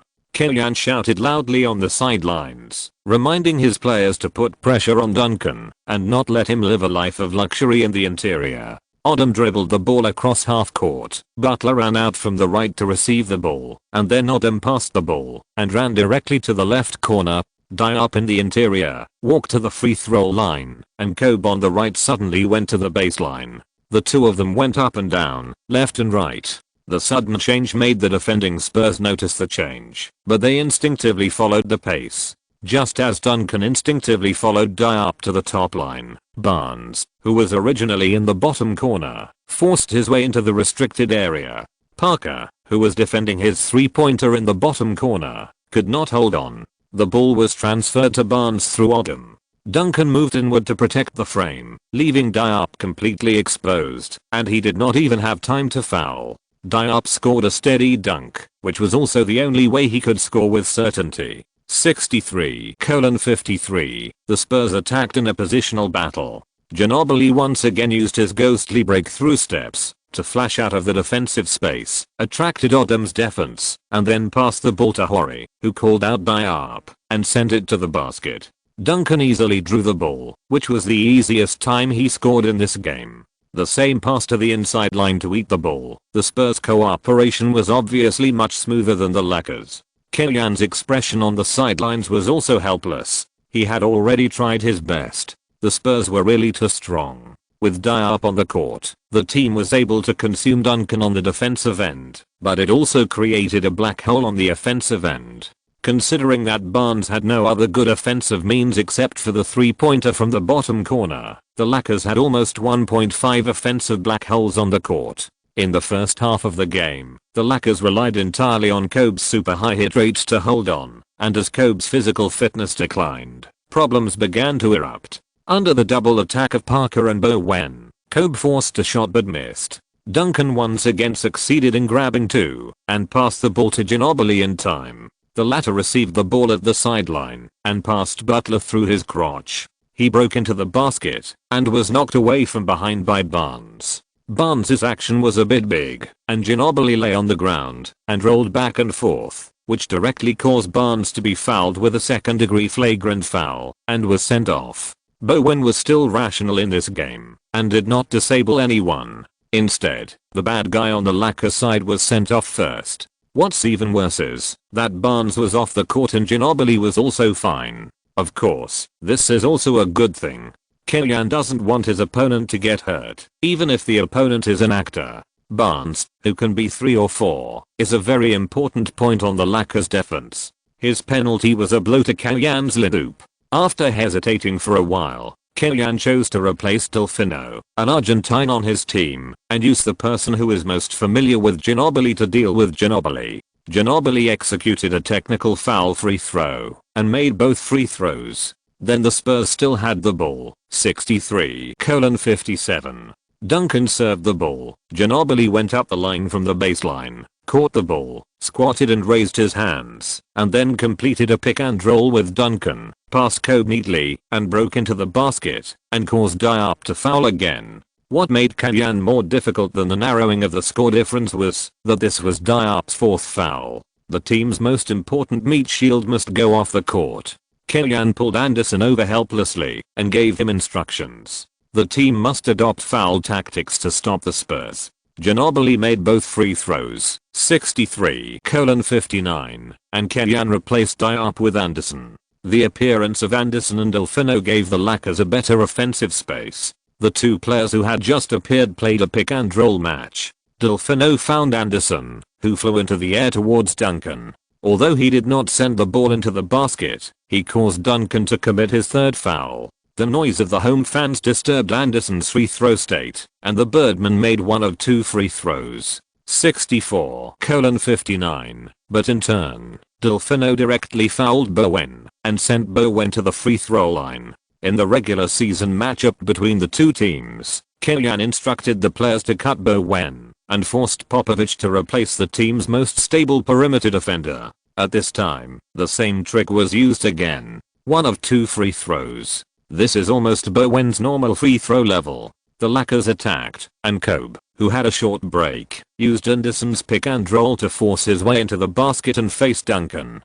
Duncan prevented himself from committing his fourth foul, made room, and was dunked by Kobe. 66-60, FUXK. Popovich couldn't help but swear. Not only Kellyan felt tired, but Popovich, who had always been behind, really hated Kellyan as an opponent. Every time the Spurs turned the momentum of the game around, the Lakers always had a way to counterattack. The first wave of the Spurs counterattack was pushed back by the Lakers' cut Bowen tactic. At the end of the third quarter, the Lakers led the Spurs by 9 points with 82-73. At this point, the several tactics designed by Kellyan for the Spurs before the start of the series have all been played out in the first 3 quarters of G1. There are no more trump cards in hand. Next, it depends on whether the players can keep an eye on the Spurs counterattack. In the fourth quarter, after a simple test, both sides replaced their main players with 10 minutes left in the game for the final decisive battle.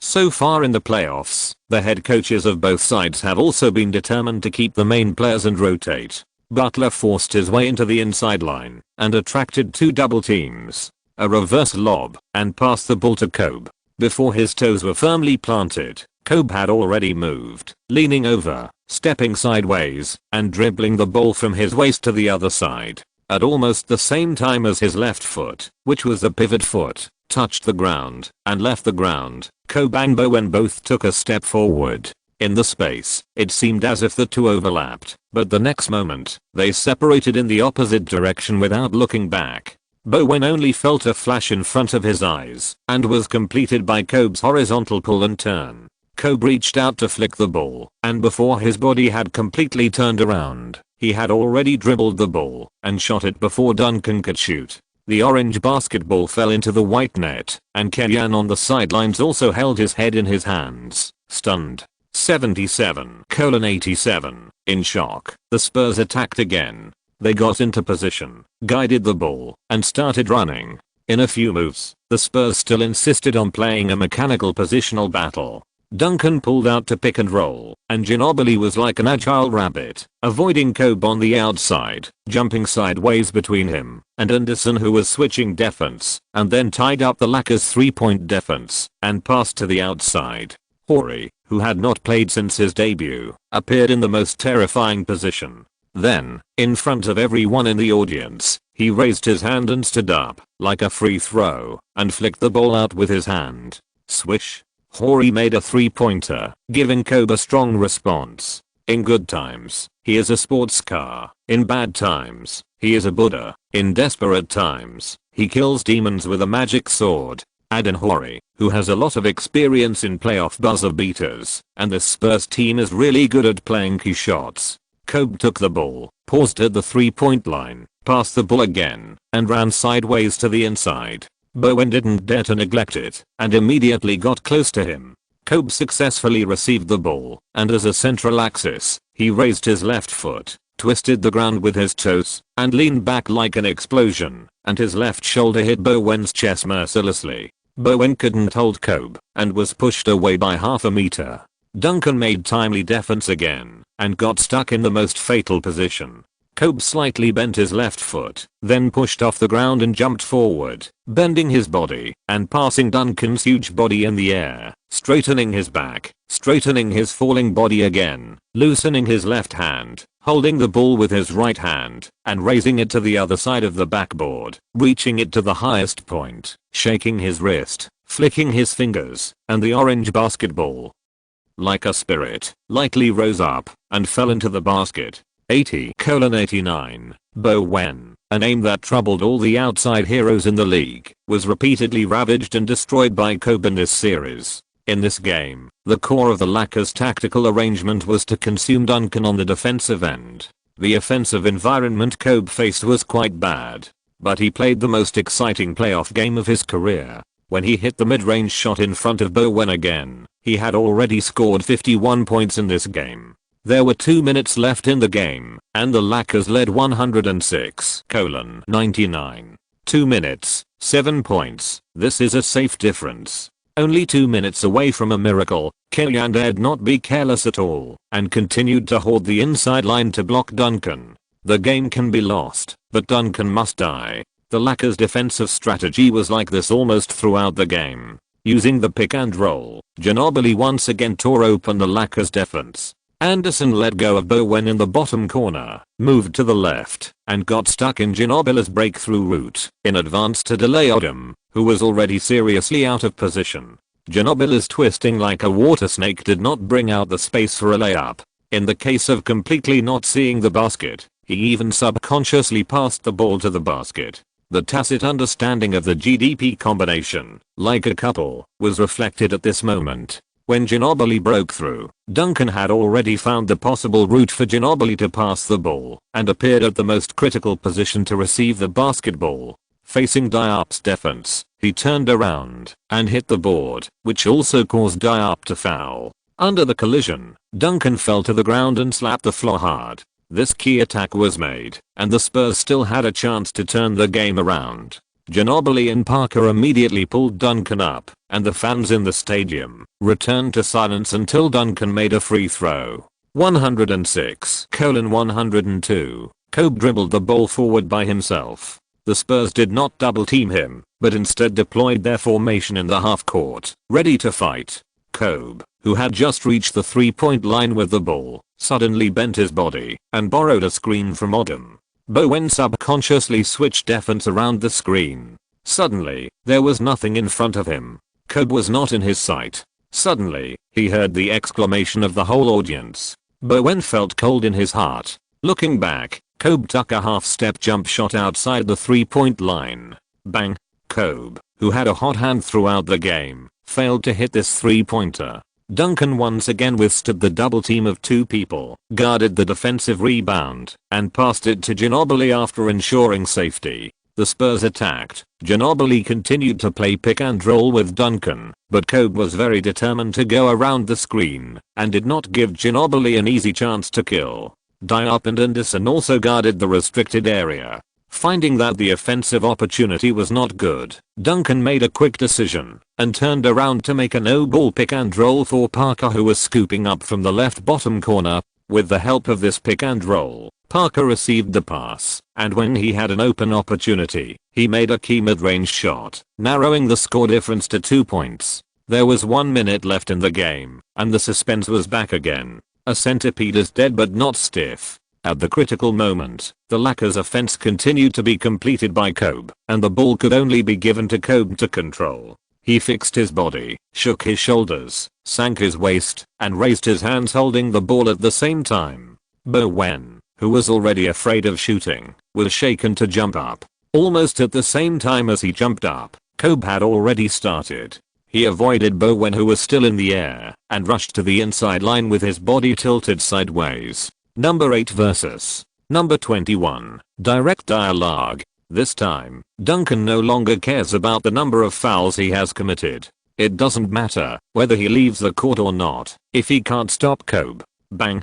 The two men collided heavily and fell to the ground at the same time, and the referee's whistle sounded. Offensive foul. At this moment, Killian felt furious and rushed to the referee before Hamblin stopped him. Eyes are useless and can be donated to those in need. Killian was stopped by Hamblin as soon as he finished speaking. The whistle was already a fait accompli. If there was another technical foul, the Lakers would be in danger.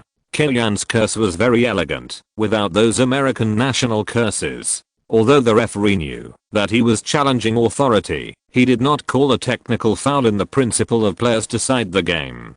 Duncan executed the offensive foul free throw. At the critical moment, the Stone Buddha's mentality was as steady as a dead dog, and he made 2 free throws steadily. 106:106. There were still 40 seconds left, and both sides had one attack and one defense opportunity. Killian called a timeout and arranged the offensive tactics. At this point, everyone would think that this would be the Lakers' last attack.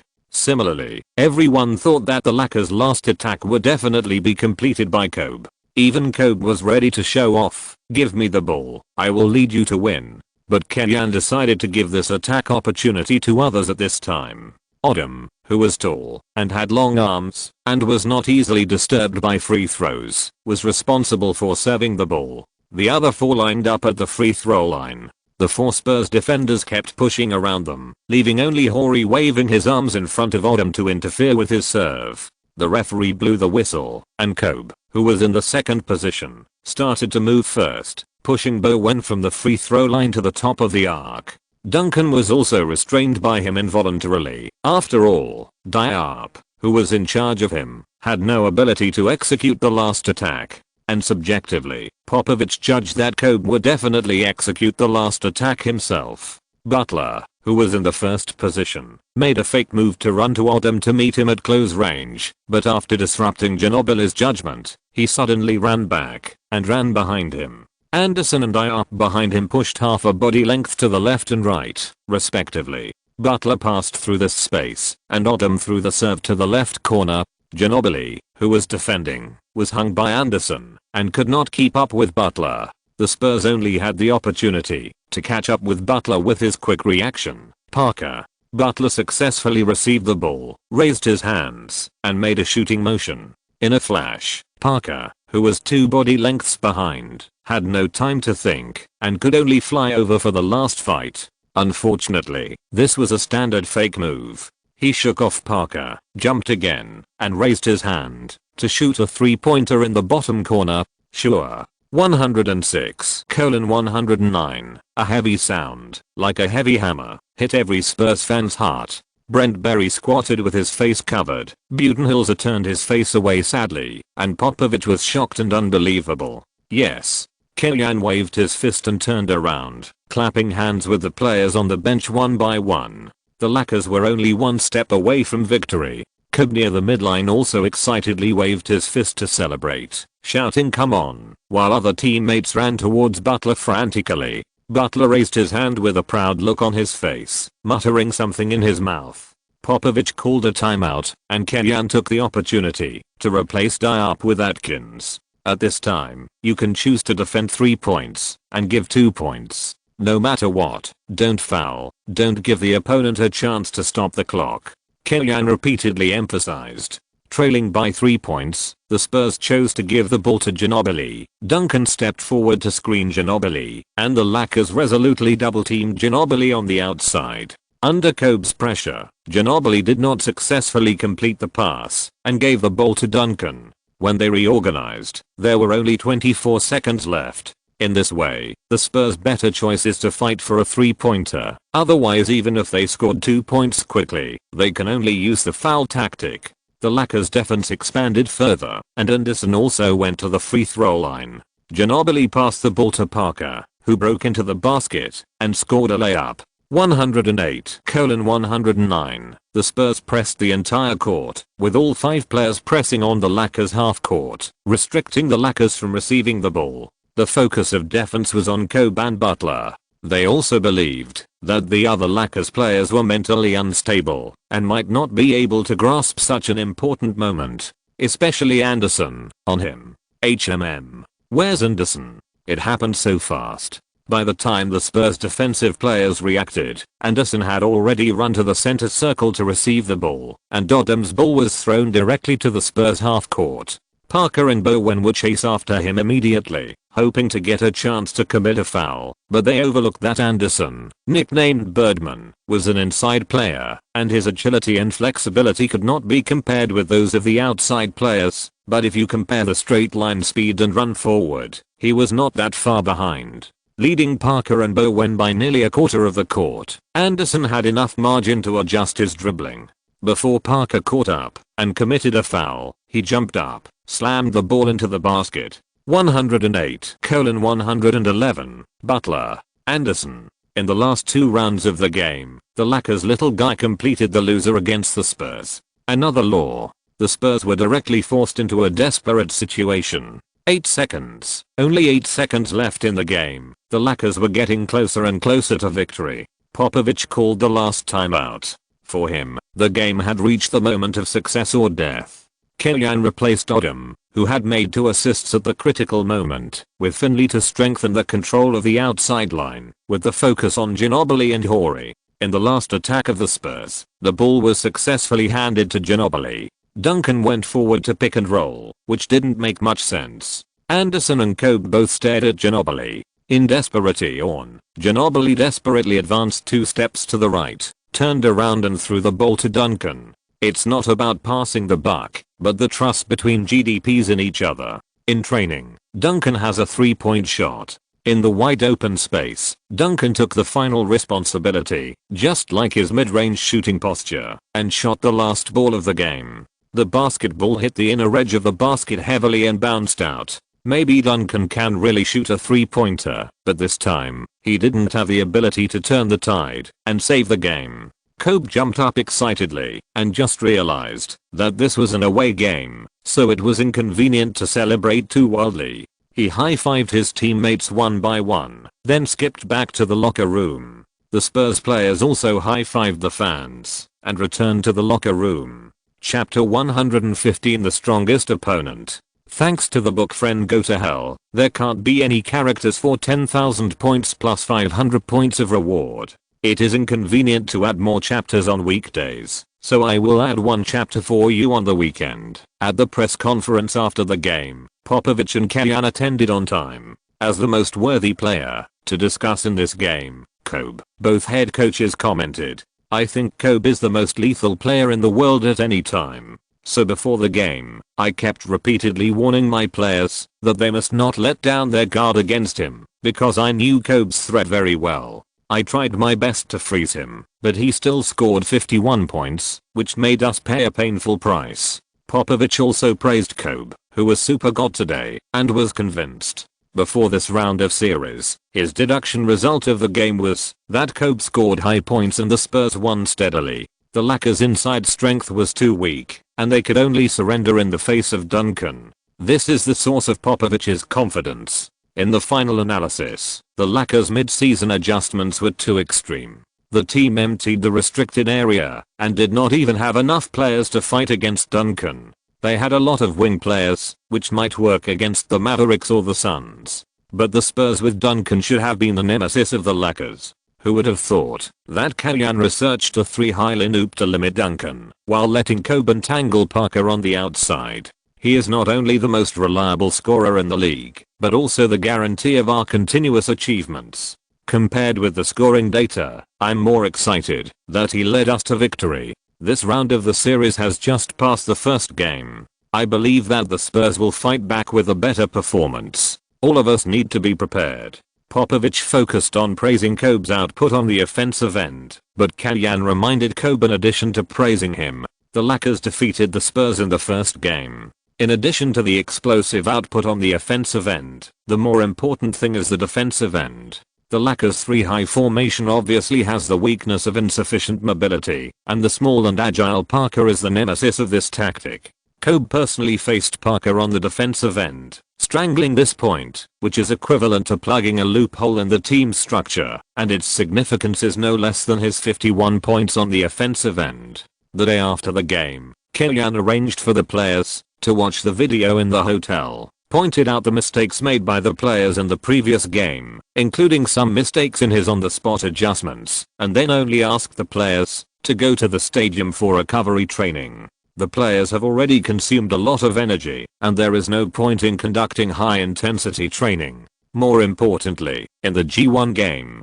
Kylian has already played out the cards in his hand, and there is no new tactic to practice. The focus is on Kylian and Popovic's next move. On May 16th, the second game of the Western Conference semifinals continued at the Spurs home court. Before the game, the Lakers were in a relaxed state of mind. In the G1 game, they had already stolen a victory away from home. The strategic goal had been achieved, and more pressure was thrown to the Spurs, who had lost their home advantage. Kylian won the battle with Popovich. Kobe was obviously better in the ace duel between Kobe and Duncan. This also gave the Lakers players more confidence. The three highs formation can obviously suppress Duncan. Adhering to the principle of the game can be lost, but Duncan must die. Kylian will definitely not adjust this layout. Butler, as the team's second scorer, needs to help Kobe on the offensive end. After all, the team can't expect Kobe to score 50+ in every game. Duncan won the jump ball and the game began. Ginobili held the ball and played a pick and roll with Duncan.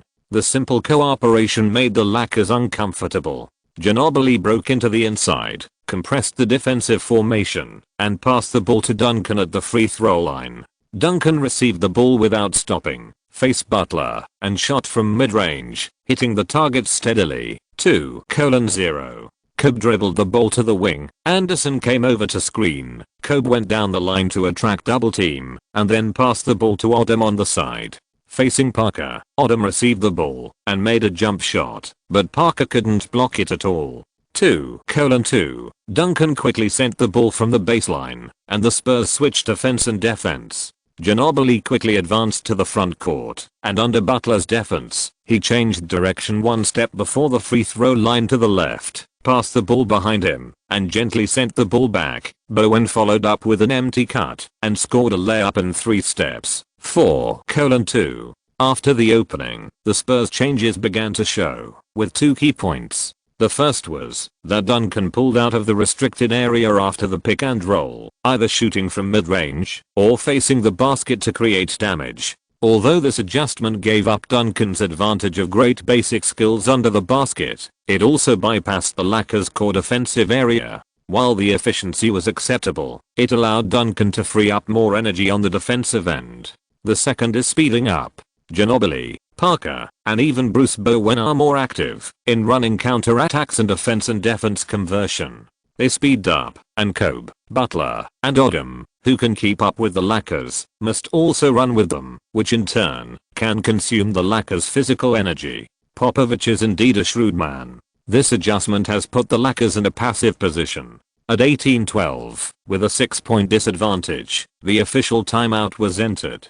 Kylian made personnel changes. Barnes replaced Anderson, and Atkins replaced Butler. The former's adjustment is to add more mobile wings to avoid being passive in the fast-paced bombardment. Atkins' appearance is to free Kobe from the burden of defending Parker and put more energy on the offensive end.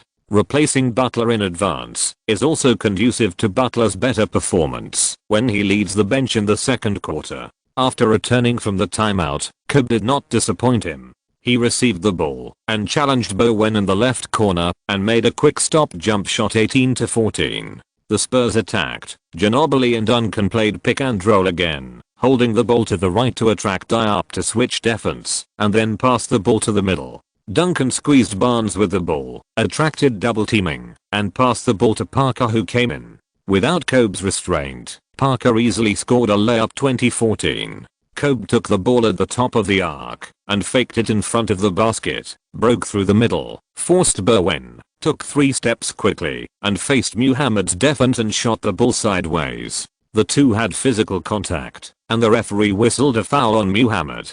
The free throw was also successful. 2017. CCTV broadcast the entire series of this round. Kobe's performance was so good that he also attracted crazy fans in China, even ranking ahead of McGrady, who ate the Rockets' welfare. However, lowering the height of the inside line also has obvious disadvantages. Under Ginobili's support, Duncan was liberated, and the Spurs' offensive lethality was restored, ending the first quarter with 32-26. At the beginning of the second quarter, Kellyanne chose to fight Kobe, sending House, Kobe, Butler, Barnes, and Anderson to strongly suppress the Spurs bench lineup.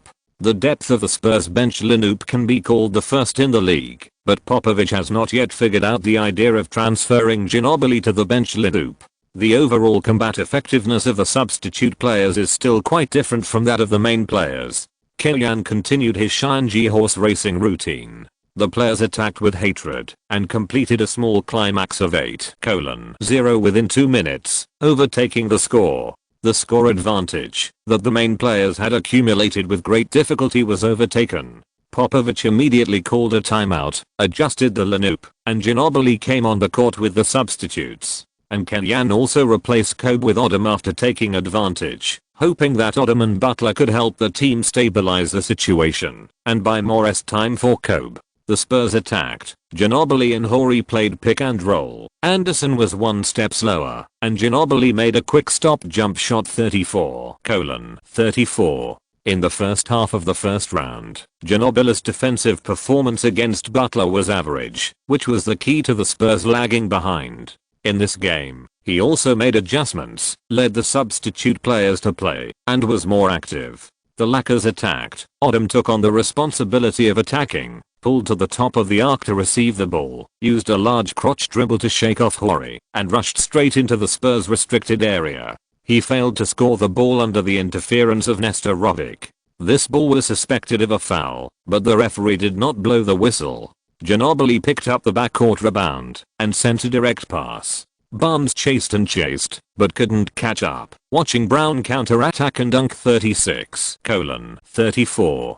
Positional warfare has a method and can pass well. Counterattack can break through and pass. When Ginobili is in good shape, he is completely at the level of an outside superstar. Under his leadership, the Spurs once again opened the score. When Kobe returned to the court, after returning to the blue, the score had reached 42:37, and the Spurs regained the lead. As soon as Kobe came back, the Lakers offense had a backbone. Atkins's advance was blocked, and he passed the ball horizontally to Butler, who had already received the ball on the left. Butler passed the ball back to Kobe, who was slowly following behind. The ball seemed to stay in Kobe's hands for only a moment, maybe less than 0.1 seconds, but he accelerated like a rocket. In the eyes of the audience, this slow and fast movement was like a movie stunt, and someone immediately exclaimed. Just by accelerating suddenly, after receiving the ball, Kobe quickly passed Bowen in front of him. Just when Kobe was about to break through, his toes were hit by Bowen's trip rope, and he lost his center of gravity, kicked out 2 steps hard, and fell to the ground. In the game against the Spurs, it was not uncommon to be tricked by Uncle Bayo-san, and even if he gave you a trip rope, it was already a privilege, which was better than tripping you. Butler, Diop and others immediately surrounded Bowen to ask for an explanation. Duncan and Ginobili also came to protect Bowen. Fortunately, the referee came in time and did not develop into a big conflict. There was no suspense about the technical foul. The referee did not like Bowen. This guy often made some controversial moves to break the balance on the court. Many disgusting moves did destroy people's jobs. In terms of negative impact, it even went beyond the scope of basketball. But the referee is not a judge. The most they have the authority to do is to penalize Bowen for a second-degree flagrant foul. Kobe executed the technical foul free throw and the Lakers still had the ball. If you're listening to this novel on a channel other than Fanfic World, it means they downloaded and uploaded it without effort. We cordially invite you to visit our channel, Mundo Fanfic Novelos. There you'll find the original version of this story and you can explore many other novels of various genres. We're waiting for you to immerse yourself in a world of incredible novels. Chapter 116 Checks and Balances. Bowen's flagrant foul obviously angered Kobe.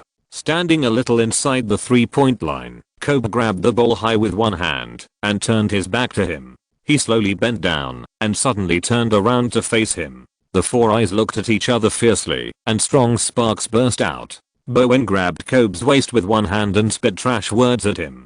Kobe's eyes flashed with a cold light, and his motionless body finally moved. He took a right step, and then the ball landed. Then, with the bounce of the ball, he dribbled with his right hand, turned half a turn, and rushed to the left again, and hit Bowen's chest with one hand. Then he added force with his left foot, and used the force of the left shoulder to hit Bowen's chest again. Suddenly, he accelerated suddenly, and rushed to the basket forcefully and powerfully. Bowen was hit by 2 elbows, and took 2 steps back. The huge pain in his chest and the tightness caused, made him unable to speak. He tried his best to stick to him again. Kobe's forward momentum paused again. He collected the ball, squatted, twisted his steps, and made another beautiful sideways turn, pushing back to completely widen the distance between him and Bowen, and hit a backward jump shot.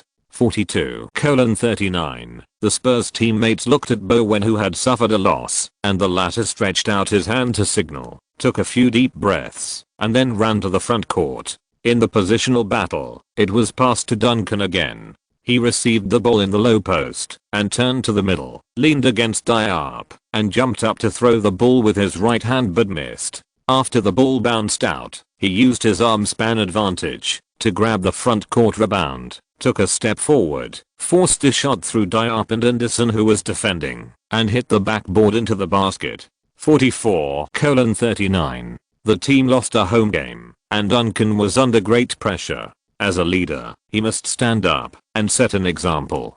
Kellyanne was under great psychological pressure, but he had no way to adjust. The team had already done its best to defend Duncan, and it was even a bit anti-basketball. In this situation, he was able to force the ball into the goal. It can only be said that the superstar was playing in unparalleled mode. But on the other hand, didn't Kobe also turn on frenzy? The Lakers were attacking. Odom passed the ball to Kobe for a single, and the latter faced Bowen and made a quick stop jump shot, avoiding the block and hitting the ball. The camera recorded Popovich's FUXK on the sidelines. The team's defensive system has a loophole in the mid-range area, and Kobe scored continuously, stably, and efficiently in this area, without any mercy. The Spurs themselves are also in this way. Knowing that the Lakers' defense is weak, they are now also attacking Duncan and chasing the Lakers in sideline. Duncan received the ball in the low post on the right side and played with his back to the inside. Anderson let go of Bowen's help defense and put pressure on Duncan. Duncan noticed Anderson and passed the ball to the outside in time. Bowen made a 3-pointer in the bottom corner, but missed. So far in the series, the standard 3D Bowen has become number 3 and no D. Under Kobe's destruction, he can no longer play well. Anderson and Diop teamed up to block Duncan, allowing Butler to grab the rebound. The latter wanted to pass the ball to Odom, but Ginobili intercepted the ball in the air. The Argentine rushed to the basket, jumped towards Anderson, and used the impact of his full speed to complete the dunk. Anderson's raised hand hit Ginobili's neck in the air. Ginobili's head instinctively swayed backwards, swung the basketball that had been raised to the highest point, and smashed it down with a force of 1,000 pounds. Bang! Ginobili and Anderson both fell to the ground, and the referee's whistle sounded. This was an undisputed 2+1. Although Kellyanne also arranged Butler and Odom to assist Kobe on the court, and although Parker was also trying his best to contribute to the game, in the second quarter, the game gradually evolved into Kobe's singles against Duncan and Ginobili. Kellyanne and Popovich were also trying to adjust, but both sides restricted each other very much on the defensive end. Apart from their unsolvable personal abilities, no one could find a way to score easily. 51:46. Returning to the locker room with a 5-point lead, Popovich was not happy at all. Although they were the dominant side, Kobe's terrifying scoring ability amazed him. This was still the Spurs' home court. Who can guarantee that Kobe will not become more bloodthirsty when he returns to the Staples Center? In the Lakers locker room, Kellyanne was adjusting the team's tactics. The current situation was not favorable for the Lakers. If it continued, not to mention that Kobe's blue could not stand the violent all the time, if the 3 high inside players could not get a good rotation, they would not be able to stand it without Duncan's pressure. This also exposed another weakness of the Lakers. Kellyanne himself was too young and lacked playoff experience. His coaching team each performed their duties and was more like a cooperative team rather than a think tank that expressed their own opinions and could come up with their own views. All the tactical arrangements and adjustments were made by Kellyanne himself. Michael, we need you to provide more firepower support to Kobe on the offensive end. After much deliberation, Kellyanne decided to replace Anderson with Finley. Finley is the player with the second best playoff experience in the Lakers after Kobe, and the Spurs are an opponent he is very familiar with. During his time with the Mavericks, Finley became one of the protagonists of the Mavericks vs. Mavericks countless times. Kobe restrained the Spurs defense. Odom stood at the top of the arc. He could play hard himself, or he could pass the ball at the top of the arc. Diop stood at the horn position to make the first off-ball pick and roll for Butler, who was going up the baseline, and then went down to the baseline to make the second off-ball pick and roll for Finley, who was going around the baseline.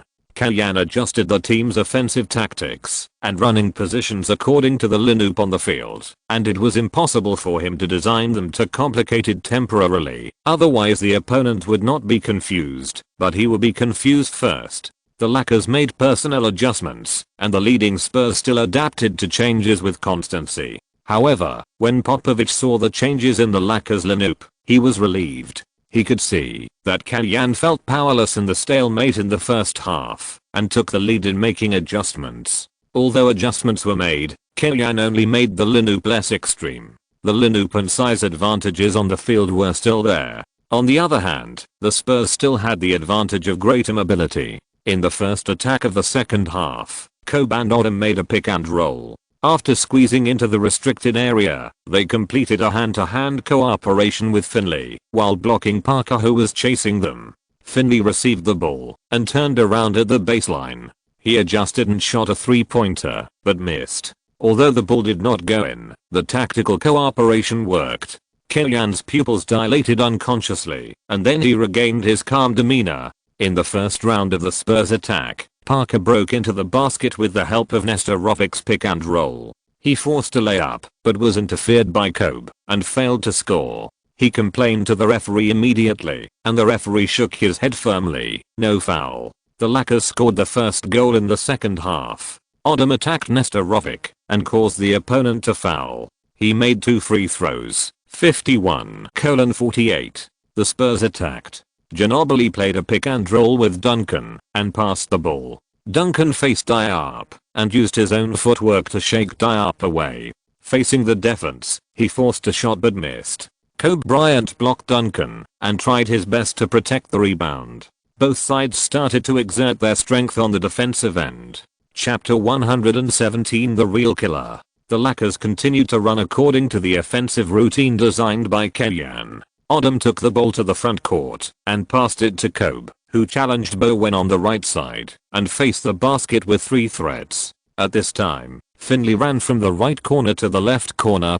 Diop in the penalty area screened Finley to help him get rid of Parker. Finley had no chance to receive the ball after reaching the corner, so he ran to the upper line and made a pick and roll without the ball for Butler, who was cutting in. Kobe forced the Spurs penalty area defense to compress it and then passed the ball to Butler, who was cutting in. It was equivalent to a front row screen, back row smash in volleyball. Butler attacked the basket from the back row and sent the ball to the basket. 51-50. Duncan continued to go up the line to make a pick and roll for his teammates. With the help of Duncan's extremely high pick and roll quality and the offensive threat, after breaking the defense, Parker continued to go deep into the penalty area. Before Diop's help defense came up, he made a high arc floater while moving, helping the Spurs hit the first goal of the second half. 53-50. Although he has not yet mastered the mid-range and long-range shooting, there is no doubt that Parker can score by breaking into the basket. In terms of overall efficiency and output, he is definitely the best in history among guards. He and the Spurs have achieved each other. On the court, Kobe and Finley exchanged a few words. In the next round of the Lakers offense, Kobe did not continue to hold the ball, but used his influence to contain the Spurs defense. Finley made a mid-range shot with the help of an off-ball pick and roll, and Parker, who was responsible for defending him, was powerless. This is also the reason why Kellyanne chose to replace Finley. If it was Barnes, he would be more active on the defensive end, but it would be difficult for him to take advantage of the defensive loopholes in the mid-range of the Spurs' defensive system on the offensive end. Kobe didn't need to be strong on the offensive end, and he was more active in entanglement with Parker on the defensive end. Parker held the ball too much in this round and never broke through Kobe's blockade. When he handed the ball to Ginobili, there were only 5 seconds left for the attack. Butler gave him half a step of space. Ginobili's attempt to break through did not deceive him. The final forced shot hit the neck of the basket and bounced out. Kobe jumped high and protected another rebound. Finley still caught the ball in the corner by running and singled out Parker. This time, Parker was very close and didn't give Finley an easy mid-range opportunity. Finley leaned against Parker with his back to the body, pretending to turn around and jump shot, but when Duncan came up to defend, he directly sent a back pass and handed the ball directly to Diop, who was already in an open position under the basket. Duncan reacted too late, and Diop easily scored on the rebound. The Lakers completed the score reversal. 53-54. Killian's adjustments at the beginning of the second half effectively improved the team's offensive efficiency. The veteran Finley, who was neglected by him in G1, showed his value after he came on the court, seized the weak link of the Spurs defense, and completed the offense one after another, helping the Lakers to take a 5-point lead before the official timeout in the third quarter. 59-64. Looking at the performance of this old opponent, combined with the ideas derived from his battle with Killian in this round of the series, Popovich had the intention of recruiting Finley to play for the Spurs. Although Finley is good, his salary is as high as $16 million. The Lakers' Allen Houston clause quota is likely to be used on him. By then, the Spurs should be able to find a way to free up a salary space to try to sign him. After the timeout, the Spurs replaced Nestorovic with Horry to improve the team's offense. Parker broke through the inside with the help of Duncan's pick and roll. During the process, he used the space pulled by Duncan to pass the ball to Ginobili at 45 degrees on the left. The latter held the ball like a water snake, twisting his ankle randomly and slipping past Finley's defense. Finley was abandoned by the Mavericks. In addition to his offensive singles ability not meeting Avery Johnson's requirements, his defensive ability was also insufficient. He was more suitable for old Nelson.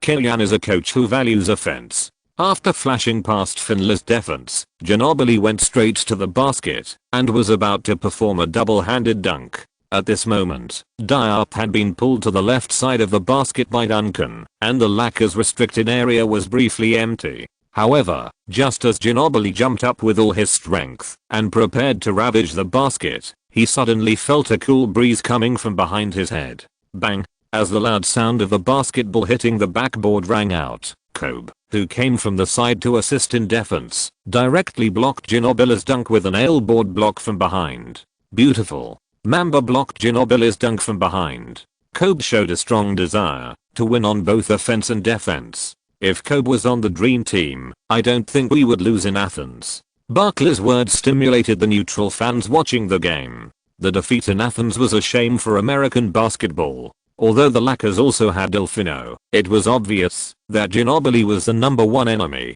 Odom's first reaction, after picking up the backcourt rebound, was to launch a counter-attack. When he cast his eyes to the front court, he found that Karen Butler had already rushed to the front court and directly threw the ball over with a long pass. Bowen, who was 2 positions behind, jumped high and touched the basketball with his knuckles, changing the direction of the ball and destroying it out of the sideline. The Lakers' counter-attack was destroyed. In the positional battle attack, Kobe played a pick and roll with Odom and passed the ball to Odom. The latter received the ball without pausing and directly made a mid-range jump shot. The Spurs were on the attack. Ginobili continued to play pick and roll with Duncan, and the Lakers' defensive intensity increased, which made it difficult for Ginobili to get 2 good offensive opportunities through pick and roll like before. After the pick and roll, before Duncan could cut to the inside, Diop was stuck in the defensive route in advance. Duncan immediately turned around and made a no-ball pick and roll for Horry, who was circling up from the left bottom corner. With the help of the pick and roll, Horry received a pass from outside the 3-point line, and he made his first 3-pointer of the game. Although there was also a component of luck, it would be impossible for Hori to become the champion mascot without a big heart. Hori's appearance improved the Spurs' mid-range and long-range shooting ability. He was indeed more flexible than Nestorovic and could move to the free throw line, but he could hardly do better on the defensive end. The Lakers maintained their suppression of the Spurs on the offensive end and entered the fourth quarter with a 6-point advantage. 74-80. At this point in the game, the Spurs fans at the scene were really a little panicked. If we go to Los Angeles with a total score of 0:2, even if we have an absolute advantage in strength, the fans will not have confidence. At this time, they are looking forward to the emergence of heroes. However, the fans who support the Spurs are in the minority. In Los Angeles and China, fans all choose to support the Lakers. Even fans in Dallas and Phoenix are supporting the Lakers to upset and beat the Spurs. The fans on the sidelines were anxious, but Popovich was not in a hurry. He continued to replace the substitutes at the beginning of the fourth quarter to rotate the lineup and give the main players time to rest. Kellyan was also not in a hurry to achieve success. He replaced Kobe, Odom, and Finley, and Butler led the team to deal with the Spurs. In the last game, Kellyan had to use blitzkrieg to catch up with the score difference after falling behind by 6 points in the fourth quarter. In fact, it was a gamble. If he could turn it over, he would win the gamble. If he couldn't catch up, he would basically admit defeat. But now that the Lakers are on the active side, he doesn't need to take the initiative. The Spurs choose to make plans before acting, and he can also respond to changes with constancy. The efforts of Butler, Barnes, House, Medvedenko, and Anderson helped the Lakers maintain the situation temporarily and did not allow the Spurs' more luxurious substitute lineup to take advantage. When there were 7 minutes left in the fourth quarter, the Spurs replaced all the main players and prepared to start the final battle with the Lakers. Kellyan arranged a lineup of Kobe, Finley, Butler, Anderson, and Diop. Continuing the policy of the game can be lost, but Duncan must die. Once this lineup is used, the game scene becomes less beautiful. But against a team like the Spurs, it is difficult to win if you don't pinch Duncan.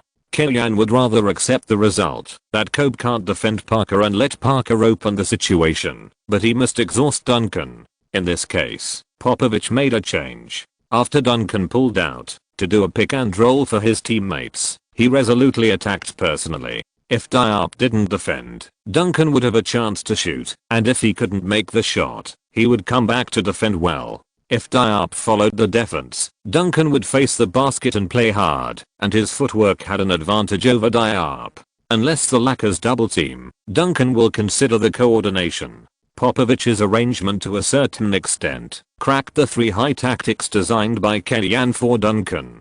Duncan's personal attack was more determined, and he made 2 consecutive mid-range shots, helping the team narrow the gap to 4 points. 96:100. Kobe forced Bowen on the offensive end, broke into the basket, and was interfered by Duncan, barely sending the ball into the basket. Looking back, Anderson and Diop double-teamed Duncan. Bowen, who had 0 of 3 shots from outside the 3-point line throughout the game, hit a key 3-pointer, narrowing the gap to only 3 points with 2 minutes left in the game. 99:102. The Spurs found the key to victory and are likely to replace Hori in the next dead ball. Hori's shooting ability is combined with the current Spurs tactics. It would be a gamble to use the 3 highs again. Kellyan struggled for a long time, replaced Diop with Atkins, and replaced Butler with Finley, and still played the Spurs mid-range. Atkins dribbled across half court and handed the ball to Kobe.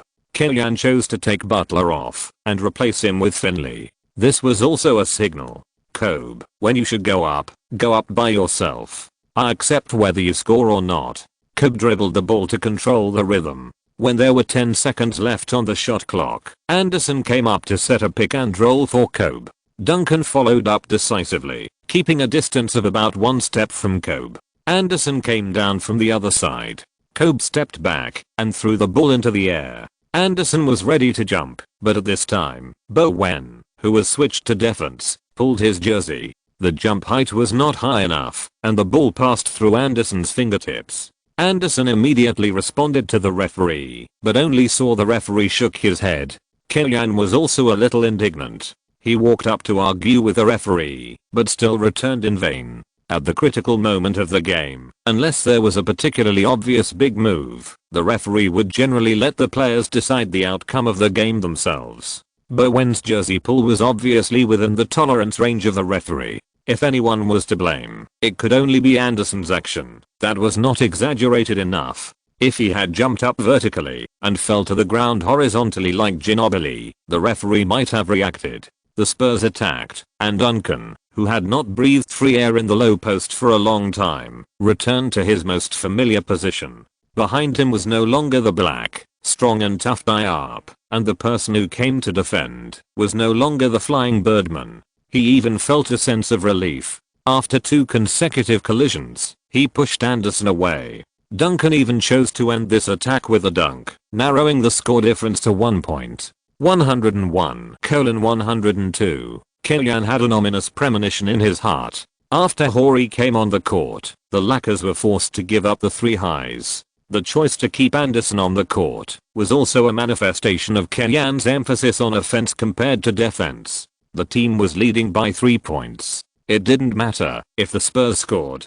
The important thing was to be able to seize the opportunity on the offensive end. As a result, it was back in danger after only 1 round. Kobe held the ball and faced Bowen's defense. He waved and opened Anderson's pick and roll. He chose to force his way through. Before the physical contact, he used a turn and pull to successfully shift Bowen's center of gravity. He connected with a smooth back and forth pull to break through Bowen's defense. When Duncan rushed over to make up for the defense, he jumped up and made a shooting motion and then threw the ball into the air. Anderson, who was just about to go forward to pick and roll but was rejected, jumped high and steadily sent the ball into the basket. 101-104. The Spurs team wanted to foul, but it was too late. The situation reversed again. There was 1 minute left in the game. The Spurs were behind by 3 points, and 1 foot was already on the edge of the cliff. The Spurs attacked. Parker crossed half court and set a high pick and roll with Duncan. The latter cut directly to the inside line at the moment of breaking. Even though Anderson returned to his position in time after the first delay and block of Parker, Kobe also let go of Bowen, who was responsible for him, and moved to the basket to make up for the position immediately. Duncan was determined to attack the basket. Using the impact of the pick and roll to drive directly to the basket, Duncan, after receiving the ball, forced himself to stand up under the defense of Anderson and Kobe, and made Kobe commit a defensive foul through tough physical confrontation. At this time, Horry's strategic value was particularly obvious. The reputation of playoff killer forced Odom not to let him go. For the Lakers, if Duncan scored 2 points, the team would still have at least a 1-point lead, but if Horry hit it from outside the 3-point line, it would be really dangerous. Duncan is a star who has seen the world and experienced many life and death battles. At the critical moment, whether in the low post, where he is good at, or at the free throw line, where he is not good at, he is a trustworthy existence. 2 extremely stable shots ensured that the Spurs offense in this round was successful. 103-104. The Lakers attacked. Kobe chose to fall to the low post and tried to single out Bowen. Continuous back to the basket rushes broke through Bowen's defense. Kobe turned around and passed Bowen, preparing to hit the rebound at close range, and Duncan appeared in the key position in time. Pass or shoot. Without any time to think, Kobe chose to force a shot with his instinctive reaction. Snap. Duncan's judgment was extremely accurate, and he slapped Kobe's shot away. Bowen, who was just wiped by Kobe, grabbed the basketball and called a timeout at the first time to avoid being surrounded by Lakers players. Veterans handle the ball with experience. There are still 32 seconds left, and the Spurs will definitely press the time to play for 24 seconds. If they score, they will definitely defend one and watch the last ball. If they don't score, they can also foul at the first time and send the Lakers to the free throw line. Even if they make both free throws, the Spurs can still fight for a 3-pointer in the end. The initiative is basically in the hands of the Spurs. This time, Killian not only arranged the defensive tactics, but also made a plan in advance for what will happen after this defense. If the Spurs score, don't call a timeout, advance to the front court at the first time, and attack when there is a chance. Take the Spurs by surprise. Calling a timeout to arrange the last attack is a time for many coaches to show their presence. However, they don't know that, while you have the opportunity to arrange the attack, the opponent also has the opportunity to arrange the defense and build defense. First of all, we still have to do a good job of defense. In the last attack of the Spurs, the ball was still given to Ginobili. In good times, the sports car is the Buddha. In bad times, and in desperate times, the demon sword is the demon. At this moment, it is adversity for the Lakers. The Spurs are already in a desperate situation. If they really can't score in the last attack, and are forced to use foul tactics, it will be too passive. Ginobili controls the time. When there are 20 seconds left in the game, he shakes, accelerates, and turns around. Kobe still behind him, sticking to him tightly. Time is passing by second. Ginobili has no choice but to pass the ball out angrily. Parker received the ball and immediately passed the ball to Horry in a panic. Horry knew that there was not much time left for the attack and he could not pass the ball in vain. He took the ball and shot it, and it was 3-pointer. However, this attack is not over yet. The basketball that didn't touch the backboard or the rim happened to fall into the hands of Bowen, who ran from the bottom corner to the basket to grab the rebound. At this time, Bowen happened to be under the basket, and the nearest defender, Anderson, happened to be entangled with Duncan. No one is defending. Layup. Bowen had no time to react to whose voice it was. He only knew to subconsciously lay up under the basket and hit it steadily. The Spurs took the lead by 1 point. 105:104. Yes. Bowen became the team's law hero in the crucial game. While running back, he jumped up excitedly. He and Duncan both landed in the Lakers half. On the other hand, the Lakers, Anderson had already reached the baseline almost at the moment Bowen scored, and immediately handed the ball to Finley and quickly advanced. Parker tried to block Finley at the midline, but Finley simply passed him with a behind-the-back dribble. In a flash, Ginobili noticed Kobe Bryant rushing him from the right, and instinctively leaned his body to block him, but realized that the team's center was wide open and Finley was facing a flat plane. It was too late to turn his body. The Argentine lost his balance, stumbled, and fell to the ground, wriggling like a water snake, and watched Finley lay up, completing the final blow to the Spurs. 105:106. This is the real buzzer beater.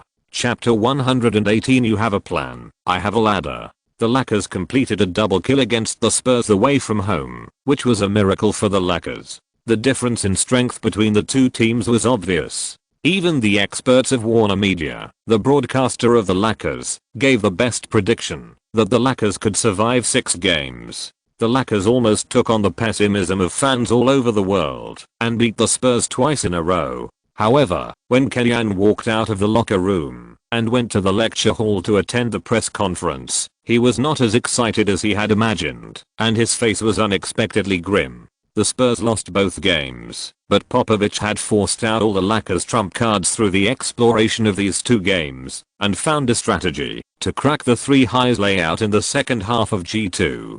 This is equivalent to a tank master who specializes in poison and hidden weapons against a monk who practices the authentic shield-embodied armor internal skills. Although the rain of pear blossom needles plus 7-star begonia caused some damage to the opponent, the hidden weapons are now exhausted, and the poison has been cracked. Next, he will have to compete with the opponent in internal strength. Isn't it dangerous? Although there was a sense of foreboding in his mind, Kellyan certainly did not say anything. After all, they were the ones leading now. The players had put in so much effort, so they should be praised and allowed to show off. The players and fans enjoyed the fruits of victory, while Kellyan continued to stir up trouble in places that no one noticed. Back in Los Angeles, Kellyan re-entered the process of watching the video, focusing on the second half of G2, when Duncan used mid-range shots or face-to-face singles after the pick and roll to punish the Lakers. Compared with the huge lethality under the basket, forcing Duncan to shoot from mid-range already shows the success of the Lakers' defensive strategy. But this was an effect achieved at the expense of the team's balanced strategy. In fact, Popovich barely found a way to crack it after 7 quarters of the game, and in the second half of the fourth quarter, he forced Duncan plus Horry to deter the Lakers, and did not dare to use the 3 highs. There is no tactic that cannot be cracked, only a lineup that cannot be defeated. Everyone knows that the 5-star Warriors are afraid of playing against top-level inside players. Monroe can make Draymond Green cry, but on the defensive end, Monroe is equivalent to giving away points against any offensive point of the Warriors. The same is true for the Spurs in front of them. For the Lakers, they are a little too strong. May 19th, Los Angeles, Staples Center. Playing at home, Killian felt heavy, and his mood was as depressed as the last time he played against the Spurs at home. Oh, no, it was even more depressed than the regular season, when Popovich simply moved Brent Berry and Robert Horry into the starting lineup to crack the Lakers 3 high inside, and put Ginobili on the bench as a backup, to suppress the Lakers bench. Killian realized that he had invisibly catalyzed another change in Popovich's mind. Until 2022, when Killian traveled through time, Popovich has been the head coach of the Spurs. He has been able to fight in the coaching position for so long. One thing that Popovich is praised for is his learning ability. He can keep innovating his tactical thinking and making corresponding changes with the development of the times and the changes in the rules. This is something that many other old coaches cannot do. In this round of the series, in the first 2 games, the team was constrained by the Lakers 3 high formation and lost 2 home games in a row. But through these 2 games, Popovich found a way to deal with it, and he immediately transferred Horry into the starting lineup to maximize this advantage directly. Ginobili, who has a very high basketball IQ, came on the court in the 4th minute of the game as a backhand. His playing time was no different from that of the main players, but he had more time to play himself. More importantly, he played as a substitute, and the Spurs substitute lineup came alive. After Popovich completely cracked Killian's formation, the Lakers' shortcomings were exposed one by one. The most fatal point is what Killian said, that the Lakers lack an inside scoring point and lack changes on the offensive end. Whether it is a pick and roll, a mismatch singles after a handoff without the ball, or a triangle offense with Kobe in the low post, or even a small ball pulled by Odom at the top of the arc, the Lakers have only one offensive core, Kobe. Only when he holds the ball or assists, contributes the vast majority of the output, while also restraining the opponent's most defensive strength, can the Lakers score steadily. Popovich reduced the siege of Kobe in this game. Only when Kobe breaks into the penalty area will the Spurs have inside players to double team. They put more energy on the offensive end, maintaining offensive pressure as long as possible, and blocking other scoring points on the defensive end. This defensive strategy allowed Kobe to shoot 16 of 33 shots, 4 of 7 3-pointers, and 9 of 11 free throws in the whole game, scoring 45 points. But only 2 people on the Lakers scored in double digits. Finley still scored 7 points in garbage time in the 4th quarter, and scored 12 points in the whole game. 6 Spurs scored in double digits, 3 of them scored 15 points, relying on the power of the team to drag down the Lakers. 106:124. The Lakers lost at home, and the score came to 2:1. On May 21st, one day later, the Lakers and the Spurs started Game 4. For the Lakers fans who came to the Staples Center to watch the game, this game was definitely not a good one. Although the Lakers had not fallen behind the Spurs by more than 10 points throughout the game, the Lakers had not led for 1 minute since the first minute of the game, and were suppressed by the Spurs throughout the game until the end of the game. There was only one day between the 2 home games, and the players of both teams began to feel tired and were in a mediocre state. Under such unfavorable circumstances, the battle-hardened Spurs showed a stronger ability to withstand pressure and firmly controlled the situation. Killian tried to change his tactics many times in the game, but to no avail. In the first 3 games, Kobe, who scored a total of 134 points, was finally dragged down by the Spurs in this game. He made 11 of 27 shots and scored 29 points. The data is not bad, but in this match against the Spurs, this output cannot drive the whole team. At the moment the game ended, Killian looked at the court with a trace of unwillingness. The 2:0 lead was wiped out in an instant. Even if he had been mentally prepared before, it was difficult to accept when it really came. If this round of confrontation started at the same starting line, Killian might not lose to Popovich, but the strength gap between the two teams is really too big. To use the words of Warcraft players, Killian basically beat 7 minds with 3 minds. After the game, Killian was given the title of Away Dragon by the media after 5 consecutive away wins in the playoffs, and 1 win and 3 losses at home, which in turn teased him as a home bug. If Kobe continues to maintain a 100% win rate in away games in the playoffs, will it set a new NBA record? Wake up. Until the finals, Lakers have the away advantage. If Kobe really leads the team to win all away games in the playoffs, Lakers will directly win the championship. In NBA history, the promotion rate of winning the decisive battle is as high as 82%. The Spurs have the home advantage, and Lakers have the away advantage. If Killian continues to win away games, it can only mean that the end of science is metaphysics. Although the media has brought a wave of rhythm to question Killian, fortunately, the fans still support Killian. Fans who know the inside story know the real strength gap between the two teams. Even if the Lakers lose 4 games in a row and are eliminated 2:4, it has exceeded many people's expectations. Although most fans have expectations, they are definitely not blind. Some fans even speak out for Killian online, hoping that the team will finalize the contract with Killian as soon as possible and give this talented young coach enough respect. On May 22nd, the day after Game 4, the Spurs returned to San Antonio, and the Lakers also flew there on the same day. They only had a day and a half of rest before the 5th matchup on the evening of May 23rd.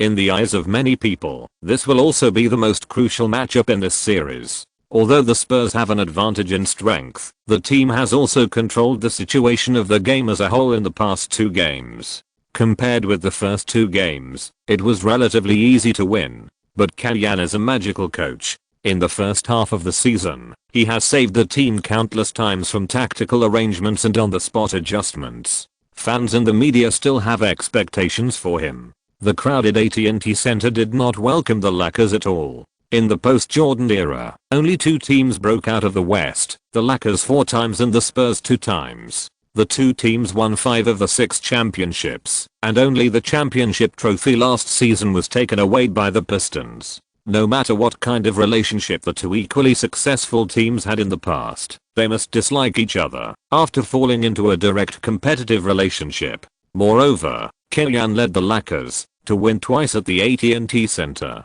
The oppression he brought to the Spurs fans was very terrifying. When the Lakers players came on the court, there were huge boos and curses.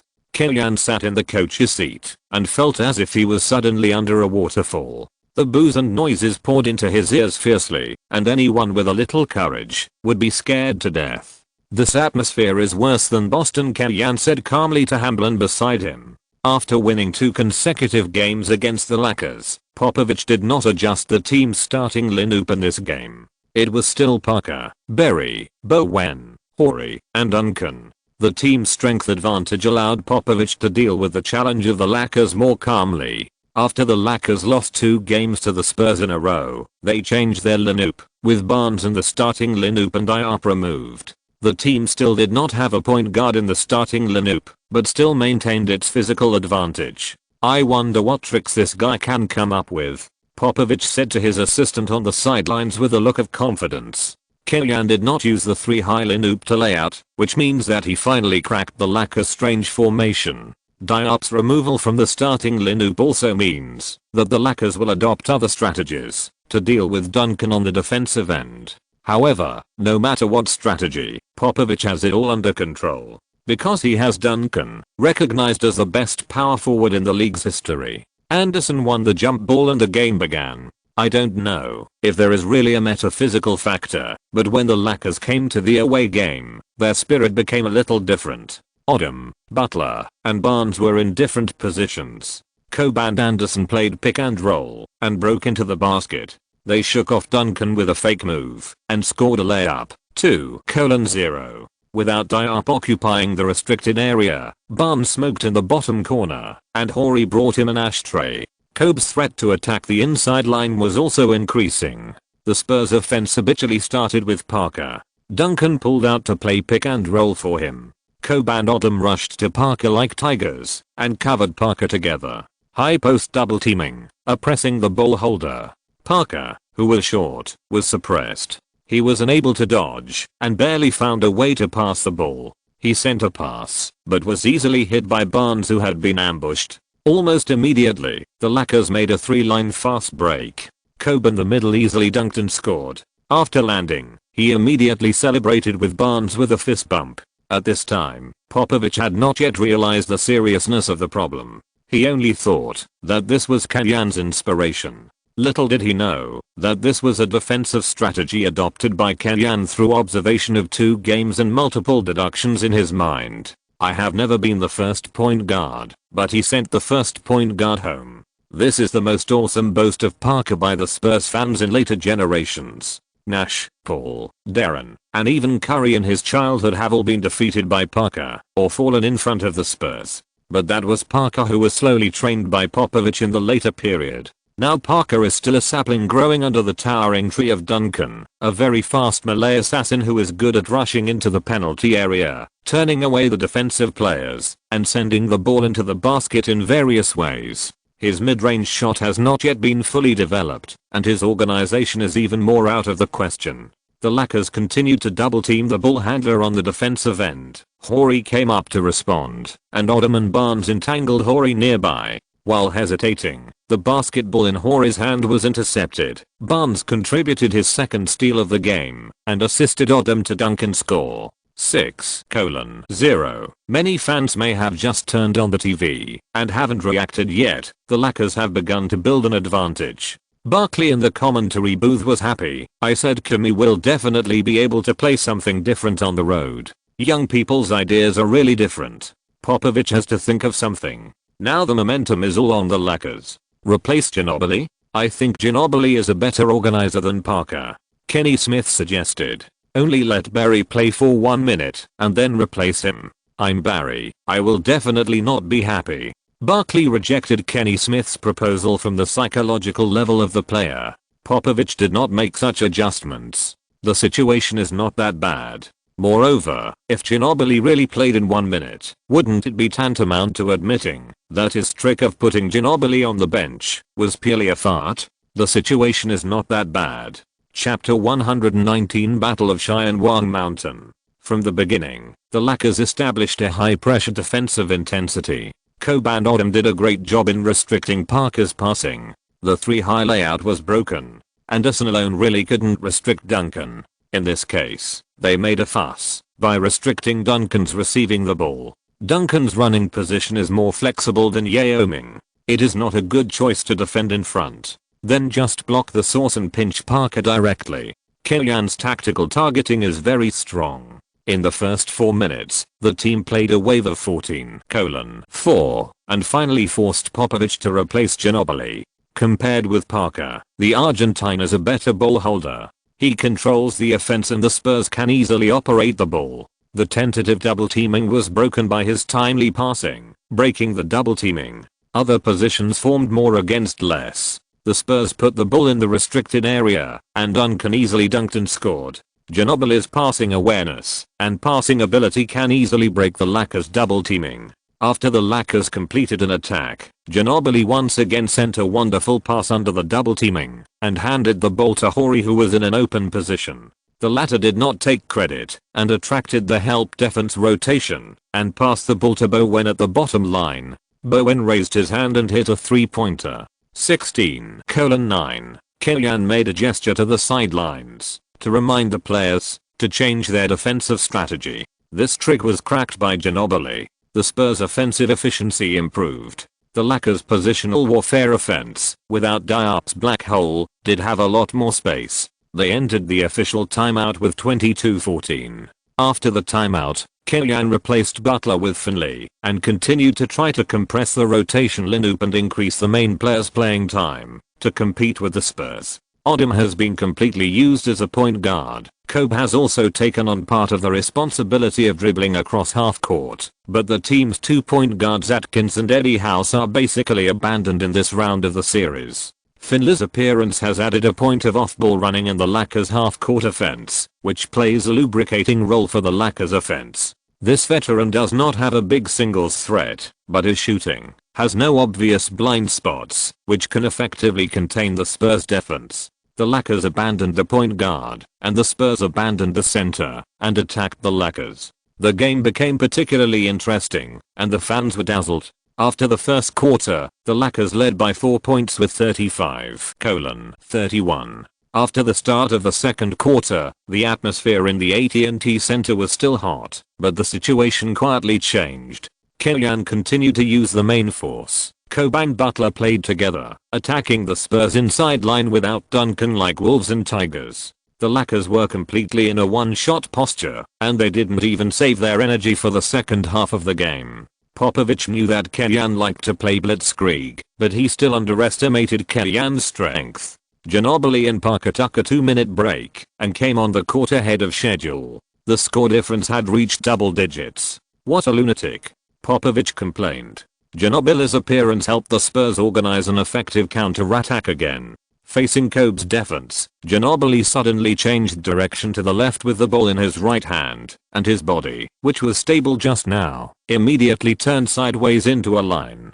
Kobe found the direction of the opponent's breakthrough at the moment before Ginobili broke through, and decisively chose to move to the right. Just after his right foot crossed the second half of the beat, Ginobili had come to his right side like the wind. Ginobili paused to the left, slapped the ball to the ground with his right hand, caught it with his left hand and suddenly dribbled horizontally. Then, he slipped to Kobe's left side again. He slapped the ball to the ground, took a big step forward, stepped into the 3-second zone, and jumped the ball with a very graceful posture. With a light flick, the ball drew a small arc and went into the net with a swish 37:45. Compared with Ginobili, Kobe's physical fitness is at a disadvantage. But after Ginobili completed the singles, Kobe was eager to respond and forced Devin Brown in the low post, but failed to hit. Kellyan on the sideline shook his head in dissatisfaction.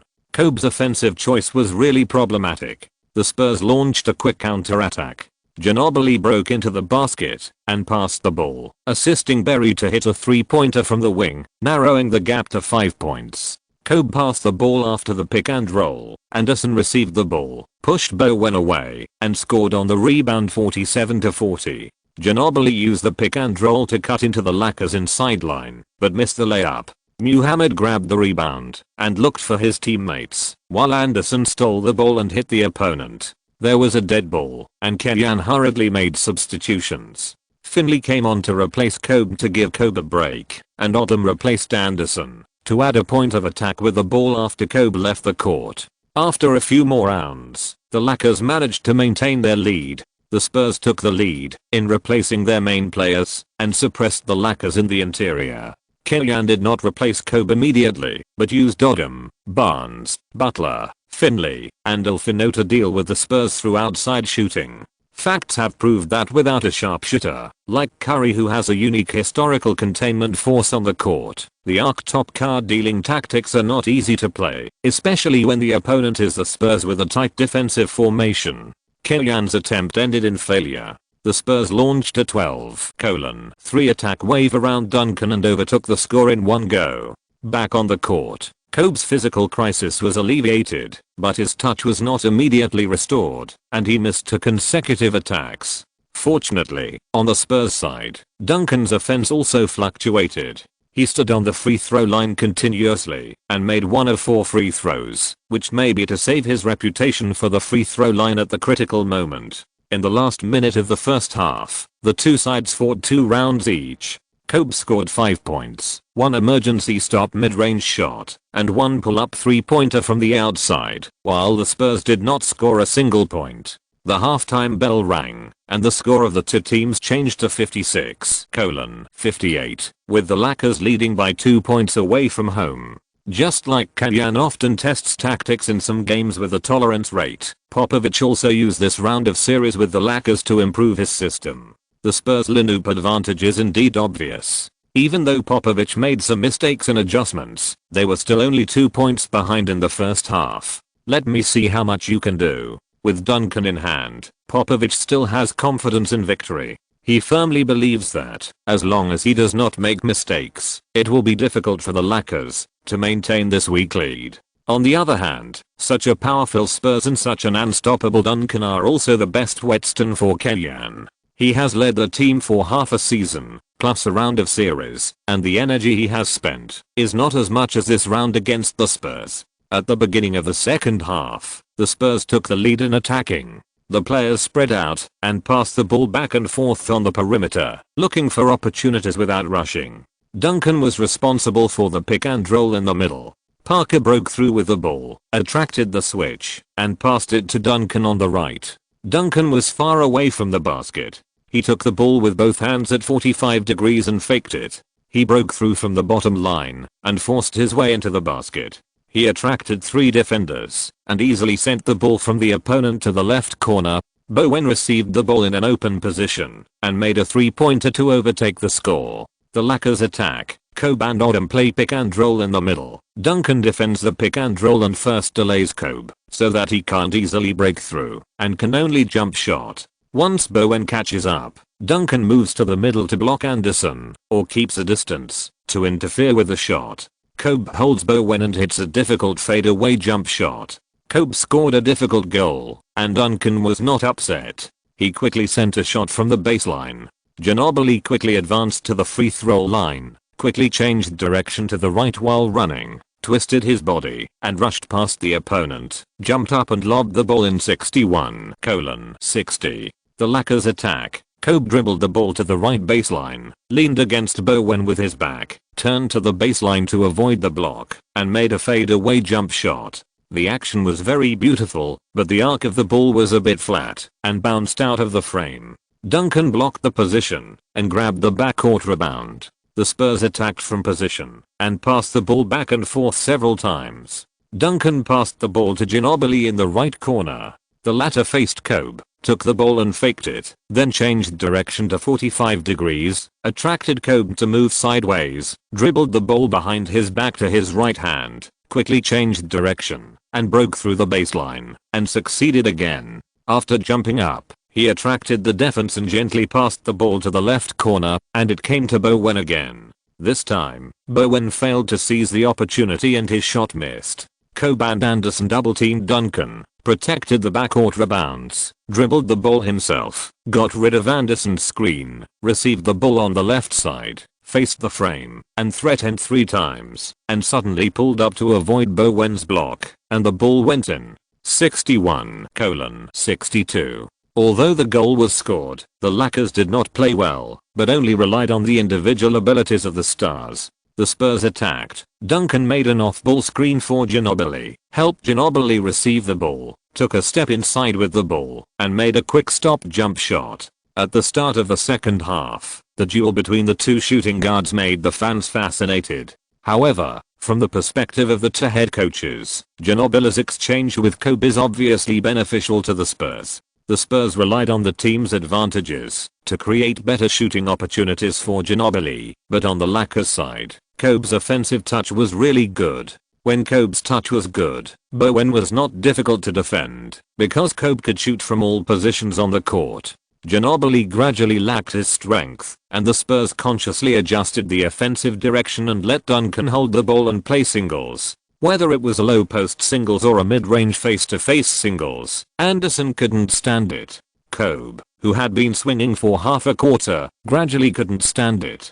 At the critical moment, veteran Finley stood up again. After Barnes came on the court as a substitute, Finley exerted his strength outside the 3-point line and made 3 3-pointers in half a quarter, including a 3+1, scoring 10 points. The Lakers entered the fourth quarter with an 8-point lead, and the situation was very good. CCTV commentators Angeli even exaggerated Kellyan's away advantage to the sky, making the young fans really think that away games are easier to play than home games. In Game 2, Finley exploded in the third quarter, replaced Kobe and continued the Lakers' offensive firepower, and made great contributions to the Lakers' final victory. Maybe history will repeat itself today. Popovich certainly won't sit still and wait for death. At the beginning of the fourth quarter, he replaced Duncan with Brent Berry, Ginobili, and Udry. The outside shooters opened up space, and Duncan in the inside went to the lacquer's reflection area and attacked the restricted area. Many people were misunderstood by the CCTV commentators and thought that Duncan's characteristic was stability and lack of scoring explosiveness. In fact, it was pure bullshit.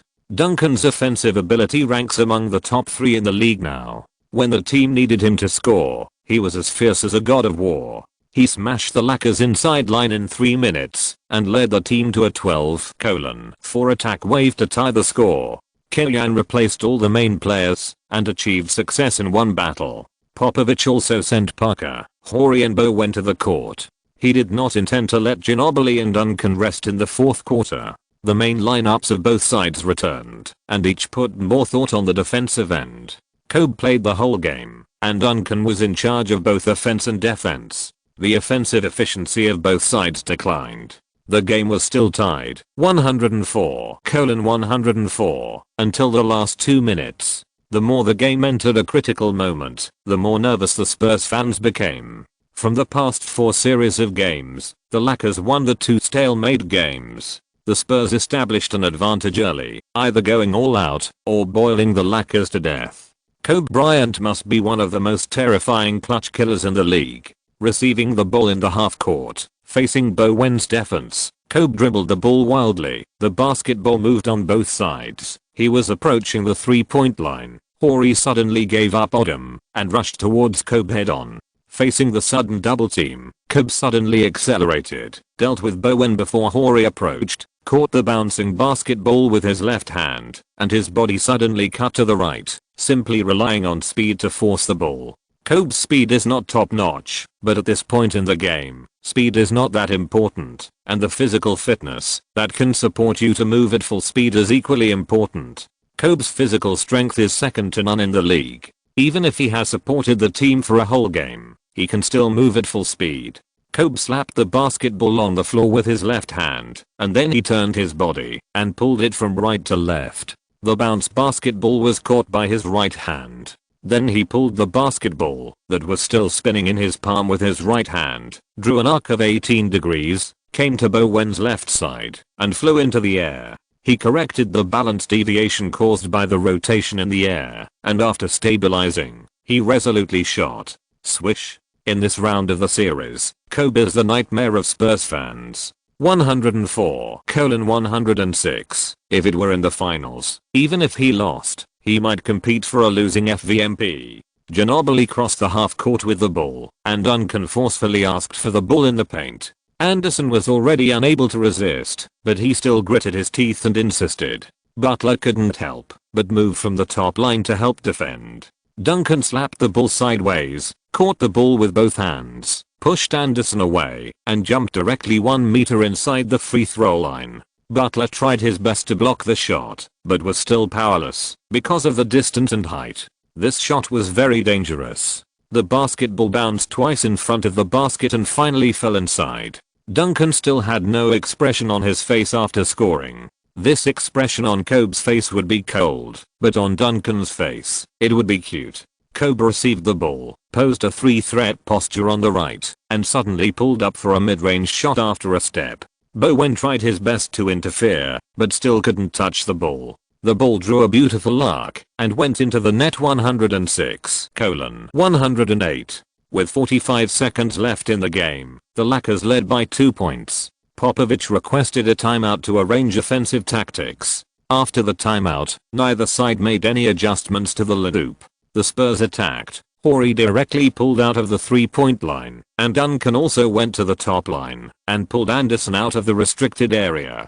Ginobili and Kobe were in the ball corners on both sides. Bowen slowly walked to the bottom corner. Butler didn't dare to let go of his 3-pointer in the bottom corner, so he followed him out. Parker made a gesture, and Duncan immediately stepped forward to the 3-point line, set a pick and roll, and firmly pinned Atkins to one side. Parker quickly went straight down the right side. Anderson took a step back, resolutely switched defense, and controlled the distance between himself and Parker, because Kellyan had told him that Parker was good at throwing shots. Butler left Bowen in the bottom corner to Kobe for help defense, and retreated to the restricted area to help with defense. Parker did not force the ball, but passed the ball directly to Bowen, who was outside the 3-point line in the right bottom corner without hesitation. When Butler was shrinking, he paid close attention to Parker's movements. When he saw Parker passing the ball, he immediately stopped, returned to the original path, and ran to the corner. Butler moved very fast, almost just a beat slower than the basketball. Bowen judged that Butler's center of gravity was forward, so he did not consider the option of catching the ball and jumping directly, but started to move his center of gravity before catching the ball. When the basketball fell into his hands, Bowen started directly, made a very small arc, and passed Butler, who rushed forward. Butler, who was out of position, watched Bowen pass by him, twisted his body, stepped on the ground with his right foot, and turned back to chase him. Anderson tried to fill in the position, but at this time, under him, Parker used all his strength to hold Anderson, ensuring that Bowen's layup hit the backboard and fell into the basket steadily. 108:108. There were 29 seconds left in the game. After the Lakers attacked, the Spurs had one last chance to attack. The Lakers attacked. Kobe dribbled to the left wing 3-point line. He was 3 meters away from the 3-point line. Odom immediately approached Kobe and covered for Kobe. Duncan chose to switch defense without hesitation, but at this moment, Kobe suddenly made a cross dribble. He first made a breakthrough to the left, then quickly changed the basketball to his right hand through a cross dribble, and then dribbled straight to the right bottom corner. Also because of the center of gravity in the front, Duncan was directly shaken by Kobe, but fortunately he did not rush forward much, and immediately pulled back his center of gravity, turned around and chased after him.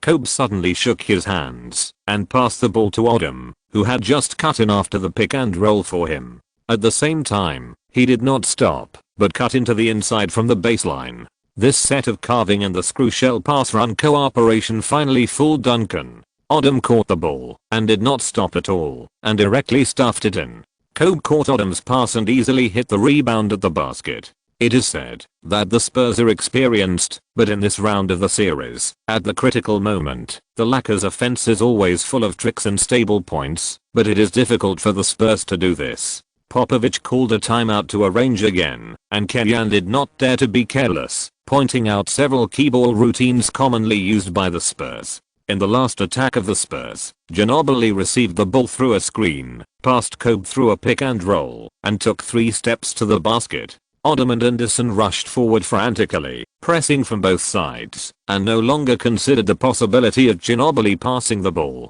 The game time was not enough for Ginobili to cooperate with his teammates. At this time, passing the ball was equivalent to passing the buck. Reaching out from between Anderson and Odom, Ginobili lifted the ball high and pushed it towards the basket. The ball lightly brushed the backboard, then fell into the basket, spun around on the basket, and once again miraculously turned the basketball that had half of its body in it out again. Snap, snap, snap. At this moment, in Los Angeles, in Shanghai, in Beijing, and in Suzhou, there must be countless fans who are excited and cheering. At the AT&T Center, and in the whole San Antonio, there are countless Spurs fans who are heartbroken. The highest and lowest emotions in a person's life complement each other. This is the charm of basketball. Chapter 120. The river is full of red in Fengbo Pavilion. I'm very satisfied with the performance of the players. Winning the 5th game is indeed a big step forward on the road to promotion. But we should not be proud and complacent about this. The game is not over yet and everything can still happen. At the press conference after the game, Kenyon suppressed his excitement and responded rationally. On the surface, he was inspiring, but in fact, Kenyon's heart was already undercurrent. If G1 and G2 had more or less tactical dividends, then after playing this decisive battle, Kenyon believed for the first time that the team could really beat the Spurs and hit a higher level of honor. Through his own constant fine-tuning to win this battle with Popovich, although the energy consumption was huge, the sense of accomplishment he gained was also amazing.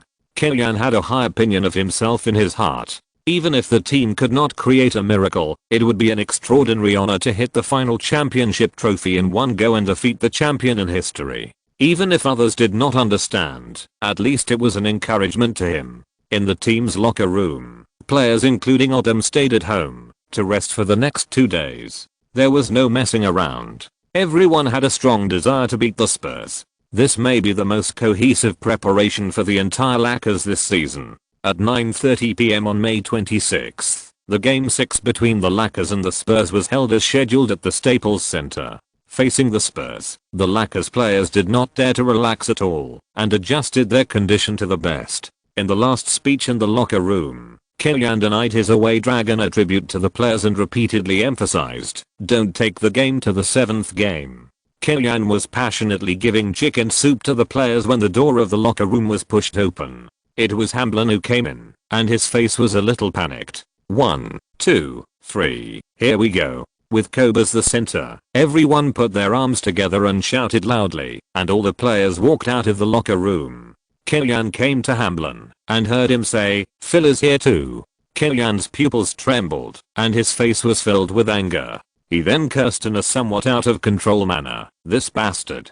Although Killian's departure from the team after the end of the season has not been announced, as a team insider and a time traveler, Killian can conclude that Phil Jackson's return to the Lakers has been finalized, and even Jerry Buss has negotiated a contract with him, just waiting for him to give up his position. There is no doubt that this is a great disrespect to Killian, but Killian has been forbearing. Kupchak ignored his trade proposal. The team's scout reports on this year's draft basically did not pass his hands, and the title of acting head coach was not taken off until the Western Conference semifinals. All of this is to show one thing: no matter what results Killian can lead the Lakers to achieve, he will not be the long-term answer to the Lakers head coach position. When he told Wanglefen that they might have a long-distance relationship next season, he had actually decided to leave the team after the season. He only hoped that he and the Lakers could part ways in peace, leave the Lakers with a glorious resume, and go to another place to become a formal head coach. However, Jerry Buss didn't even give him such a decent gift and actually allowed Phil Jackson to come to the Staples Center in advance when the team's series situation was very good.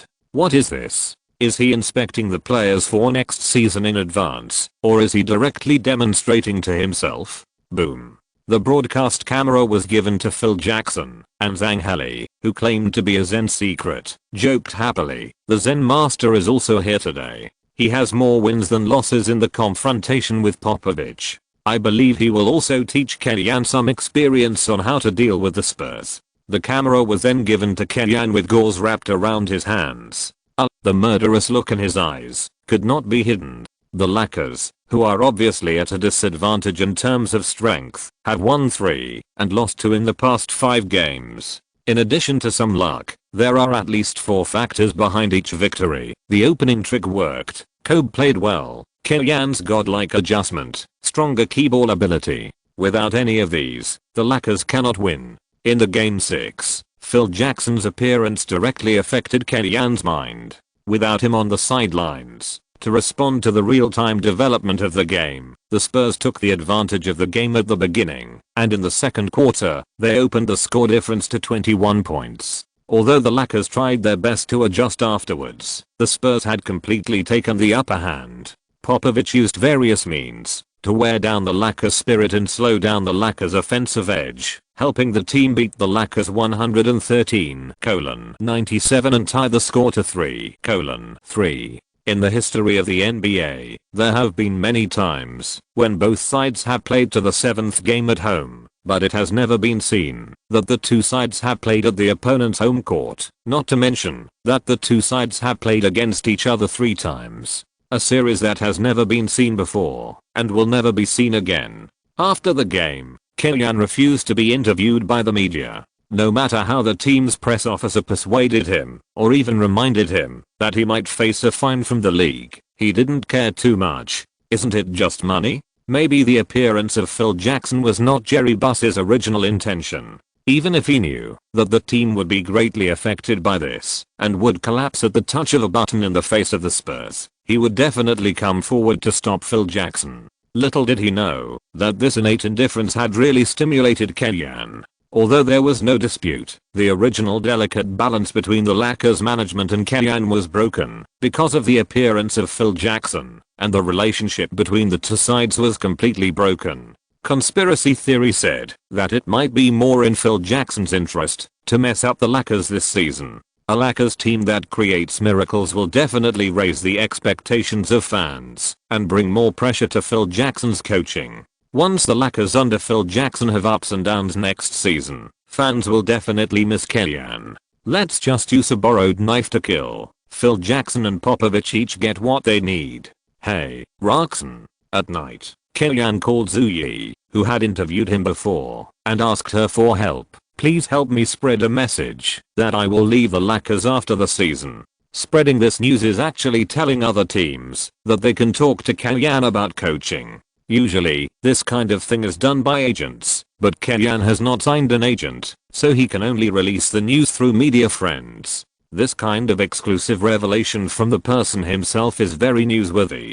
Zuyi, who had just woken up, was excited. Wow. That's no problem. Do you have a team you prefer to go to? I definitely have my own preference, but I'm not sure which teams need me yet. Let's spread the news that I'm leaving first. Kellyan wanted to say the management should not be too stupid, the city should be livable, and I won't go to places like Boston and Dallas, where discrimination is serious, etc. But these words are not easy to say out loud. What if only the Cavaliers invited him? Even if Cleveland is a wasteland, he would have to go, right? Okay, no problem. It was a win-win situation. Zuyi readily agreed. Don't forget what you promised me. You must give me the first interview when you become the head coach. Of course. Wait until I return to China in the summer. Zuyi acted quickly. It was still late at night in the United States, and the news sources revealed Kobe will definitely not coach the Lakers next season was on the front page of ESPN Sports news page.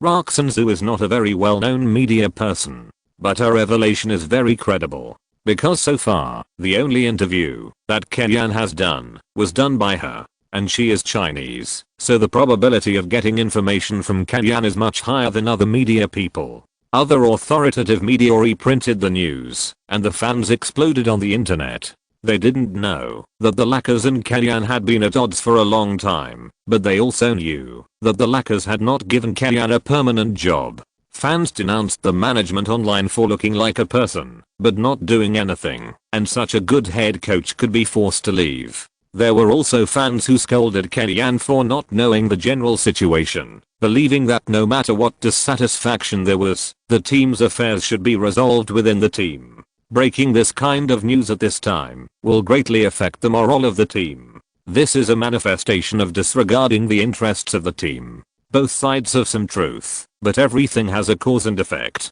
It is said that the first to provoke is cheap. It is not always the case that the honest people deserve to suffer losses. What is the sacrifice of the small self, the achievement of the big self? Then Kellyan should quit his job in the United States now and return to China to be an assistant coach for Jonas. This is called noble. Kellyan is not so noble, so in one morning, he received many calls, all inviting him to be the head coach of the team. The first person to call was Larry Sander, the general manager of the Hawks. As early as when Kellyan was an assistant coach, the Hawks had already set their sights on Kellyan and thought about asking him to be an assistant coach first and replace Stotts as the head coach of the team at the right time. After Kellyan's last attack on the Lakers management in March, the Hawks contacted him again, hoping that he would take over the team next season. At that time, Kellyan, even though he had already left the Lakers, still respected the Lakers and directly rejected the other party. So to speak, the Hawks have already visited the thatched cottage 3 times. This time, Kellyan did not refuse openly and finally gave a positive response. After I finish my last game with the Lakers, I will go to Atlanta to interview with the Hawks. This is a very positive statement. You are the only coach we interviewed, Larry Sanders said excitedly, as happy as a loser licking a goddess. The Orlando Magic, Portland Trail Blazers, and Milwaukee Bucks also received positive responses from Goddess Ken. The Los Angeles Clippers and Cleveland Cavaliers were declined by Kellyan for various reasons. At the press conference before G7, the media naturally asked Kellyan about his future. I hope this is not my last game with the Lakers. Kellyan's reply was equivalent to acquiescence. The team has a clear plan for the future. As a former member of the Lakers, I hope the Lakers can recreate the dynasty under the leadership of the new head coach. Killian's reply almost pointed out that the team's next head coach is Phil Jackson, and the two sides have already contacted in advance. Will the off-court news affect the team? Of course not. Whether it's me, the coaching team around me, or my players, our goal is to win, and this will not change. It's unknown whether the goal of others is to win, or to cause trouble. Killian is not an easy guy to deal with, and everyone knows this.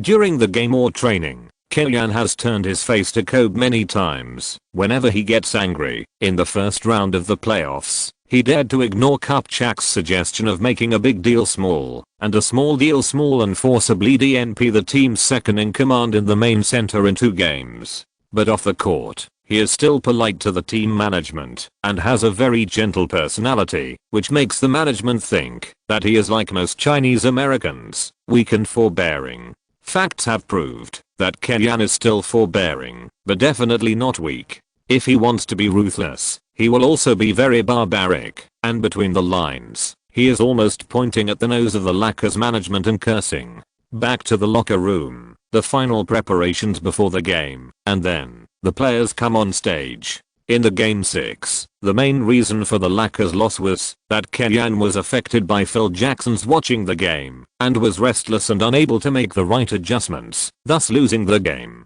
Killian was responsible for a considerable part of the loss. In this game, Killian, without Phil Jackson's seal, re-entered the game. At the beginning of the game, he frequently came to the sidelines and loudly directed his players, even at the cost of technical fouls, to create confusion and interfere with the performance of the Spurs players. His operation really made the Spurs players a little confused. On the Lakers side, Kobe performed well in the first quarter. He did not rush to attack. He made 4 of 6 shots in the first quarter, scored 8 points, sent 3 assists, and assisted Finley to make a 3-pointer at the last moment, leading the Lakers to a 10-point lead at the end of the first quarter, 24-34. In the second quarter, the situation suddenly changed. Popovich asked Ginobili and Parker, 2 breakthrough masters, to lead the bench together, suppressing the Lakers' rotation players.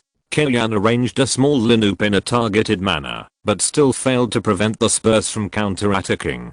Ginobili switched to the Argentine Jordan mode, completing a series of 5 on offense, which made the Spurs fans at home excited. Kobe returned to the court after only 4 minutes of rest. His touch was bad, and he missed 5 consecutive offensive rounds. He watched the Spurs overtake the score in the second quarter, 58-50. At the beginning of the second half, the GDP combination showed its power and scored 14-3 at the beginning, continuing to widen the score difference. Seeing that the score difference was about to reach 20 points, Kobe suddenly woke up and directly turned on the invincible hang in the second half of the third quarter, hitting all 8 shots, including 3 3-pointers. The Lakers also used a 21:6 attack wave to narrow the score difference to 4 points, and the suspense was retained until the fourth quarter.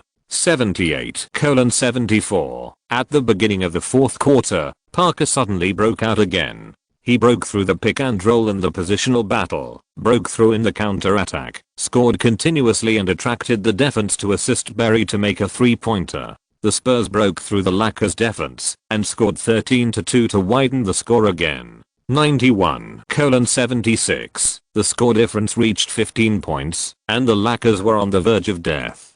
Killian changed the formation directly and replaced it with the swingman formation of Delfino, Finley, Kobe, Butler, Odom. Odom held the ball at the top of the arc, and the other 4 players did pick and roll without the ball and ran in and out. The swingman formation was very mobile on the defensive end, and the players on the offensive end were very determined to shoot. For shooters, when their thoughts were determined, their shooting touch came. The Lakers began to continuously erode the Spurs lead. At the critical moment, Duncan took up the Spurs offensive banner again and succeeded in consecutive singles in the low post, suppressing the Lakers' counter-attack. Kobe wanted to stabilize the situation with his own efforts, but he was unlucky. First, his forced layup, after breaking into the basket, was interfered by Duncan and failed to hit. Then, his pull-up 3-pointer after the pick and roll was ruthlessly blocked by Duncan. This block finally sounded the death knell of the Lakers season. The final score was 108-99, and the Lakers lost to the Spurs by 9 points. The Spurs narrowly passed the test and will challenge the regular season champion Suns, who defeated the Mavericks 4-2 in the Western Conference Finals. Killian stood on the sidelines, standing very straight, with a relieved smile on his face, and all the fans at the scene applauded him. Killian's strength is beyond doubt as he led the unfavored Lakers to force the league's strongest Spurs into a desperate situation. If both sides had equivalent resources, if Philkin Hui Jackson hadn't messed with Killian's mentality, if Killian had a calmer mentality after a few more years of experience, the result might not be certain. Killian hugged the players one by one, thanking them for their efforts for a season. What he didn't know was that the TV live camera kept switching around him, capturing his expressions and movements, and his image of a lone brave man with a slightly tragic color immediately appeared in front of countless fans around the world. After Popovich encouraged his players, he also walked up. "Congratulations," Killian said with a bitter smile. "Thank you." Popovich shook hands with Killian with both hands. He used this action to express his respect for this opponent. "I can learn a lot from being your opponent, honestly," Popovich said. "See you next season. See you in the next chapter." P.S. Up to now, the content of the first volume of Basketball Scientist has ended.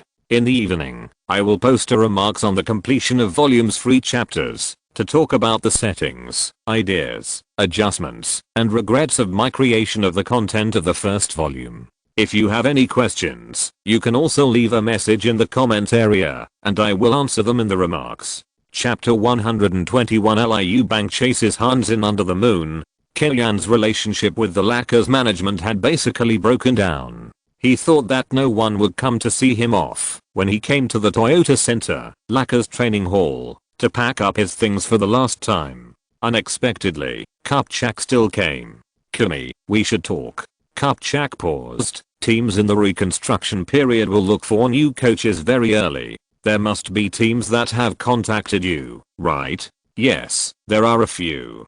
Killian looked down on Kupchak's ability, but he didn't have any bad feelings towards him. After all, he voted in favor of his appointment as acting head coach. Strictly speaking, he was also his benefactor. In fact, Killian also understood that Kupchak's position in the Lakers was also very awkward. Although he occupied the position of general manager, he was actually just an executor. Jerry Buss was in control of the overall situation above him, and Jeannie and Jim were scheming and fighting for power beside him.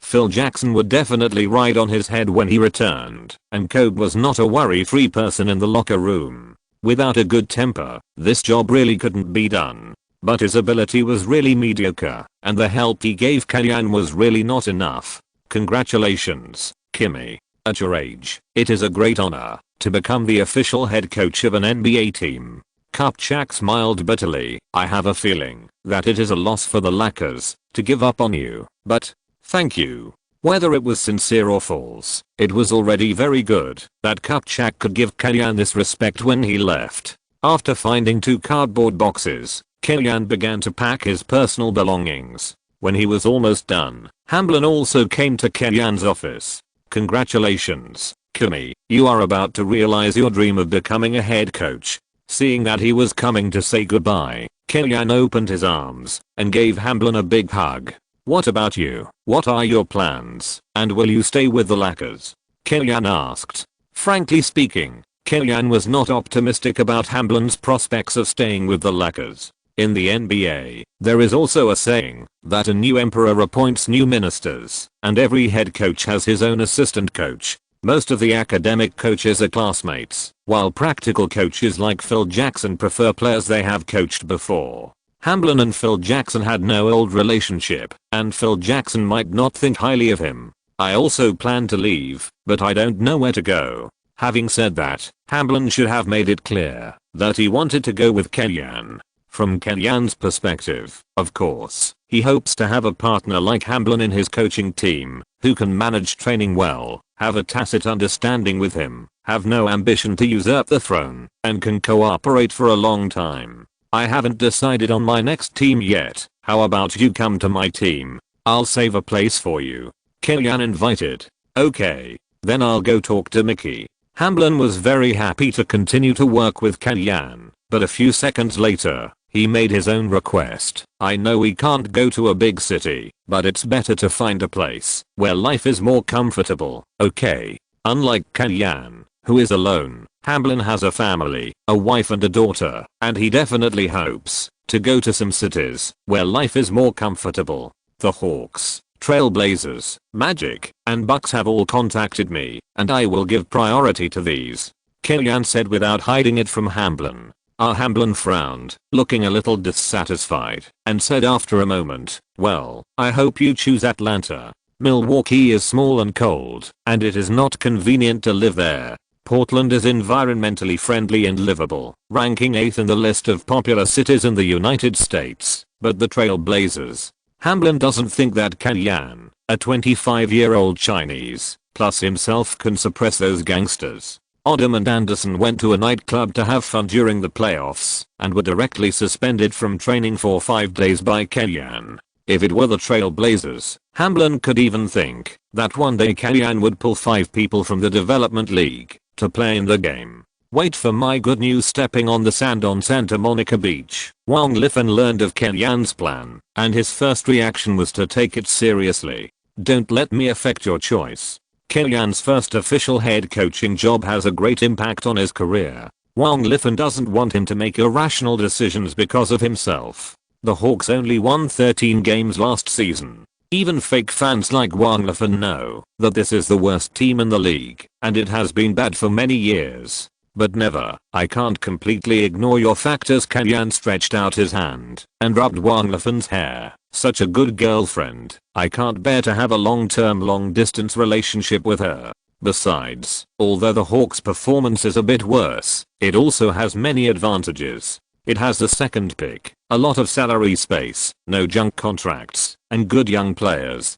Kellyanne continued. Wang Lifan didn't quite understand what Kellyanne said. She only knew that the Hawks were very weak, ranked last in the league last season, and hadn't made the playoffs for several years. In Wang Lifan's eyes, what Kellyanne said at this moment was all subconscious self-consolation after making an unwise choice. If someone who knows the business, the judgment of the Hawks prospects should be between the two. Not as bad as Wang Lifan understands, but not as good as Kellyanne describes. The Hawks do have a second pick, but the number of second picks that have failed these days can circle the earth. The last second pick to make the All-Stars was Francis. The Hawks do have a wide salary space, but who can they attract with their half-dead appearance? As for the good young players, Childress and Josh Smith, who is not a semi-finished product, talented, but also has a lot of problems. Only Kellyanne, a time traveler, directly drew an equals line between the second pick and Chris Paul, and dared to say that the Hawks have potential. To be honest, Atlanta is like 80% to 85% of Los Angeles. Life is very convenient, the climate is very comfortable, and there are many Chinese people there. Unable to persuade Kellyanne, Wang Lifan did not say much, and instead introduced Kellyanne from the perspective of an Atlantan. After all, it is one of the top 10 cities in the United States, and it is even known as the capital of the South. Atlanta is very livable. After Wang Lifan's introduction, Kellyanne immediately understood why Hamblin supported him to go to Atlanta, and that life there was still very comfortable. Let's go to Atlanta. The next day, Kellyanne arrived in Atlanta. The Eagles attached great importance to Kellyanne's arrival. General Manager Sander personally led the team to pick up Kellyanne at the airport, which made Kellyanne flattered. The first impression gave him more points for the Eagles. With Hamblin's expectations on his shoulders and the idea of staying with Wang Lifan forever, Kellyanne's first choice in his heart was the Eagles. In addition, the importance shown by the other party made Kellyanne give more points to the Eagles in his heart. If the Eagles can reach an agreement with Kellyanne on the team building ideas, then Kellyanne's next 3 stops will basically be freeloading. I think the Hawks have great potential in the new season. The team has many outstanding swingmen. All they need is an outstanding backcourt engine to bring immediate results. I have a very suitable point guard candidate, and it is not difficult for the Hawks to get him. In addition, Boris Dio is also a player I must keep. He is a very important chess piece in my tactical system. We know your preferences, so after the Lakers proposed a trade request for Dio to us for the second time, we did not agree. We would not agree at any price. Larry Sander continued to please Kellyanne. Everything seemed to be in tune. The first half of the interview went very smoothly.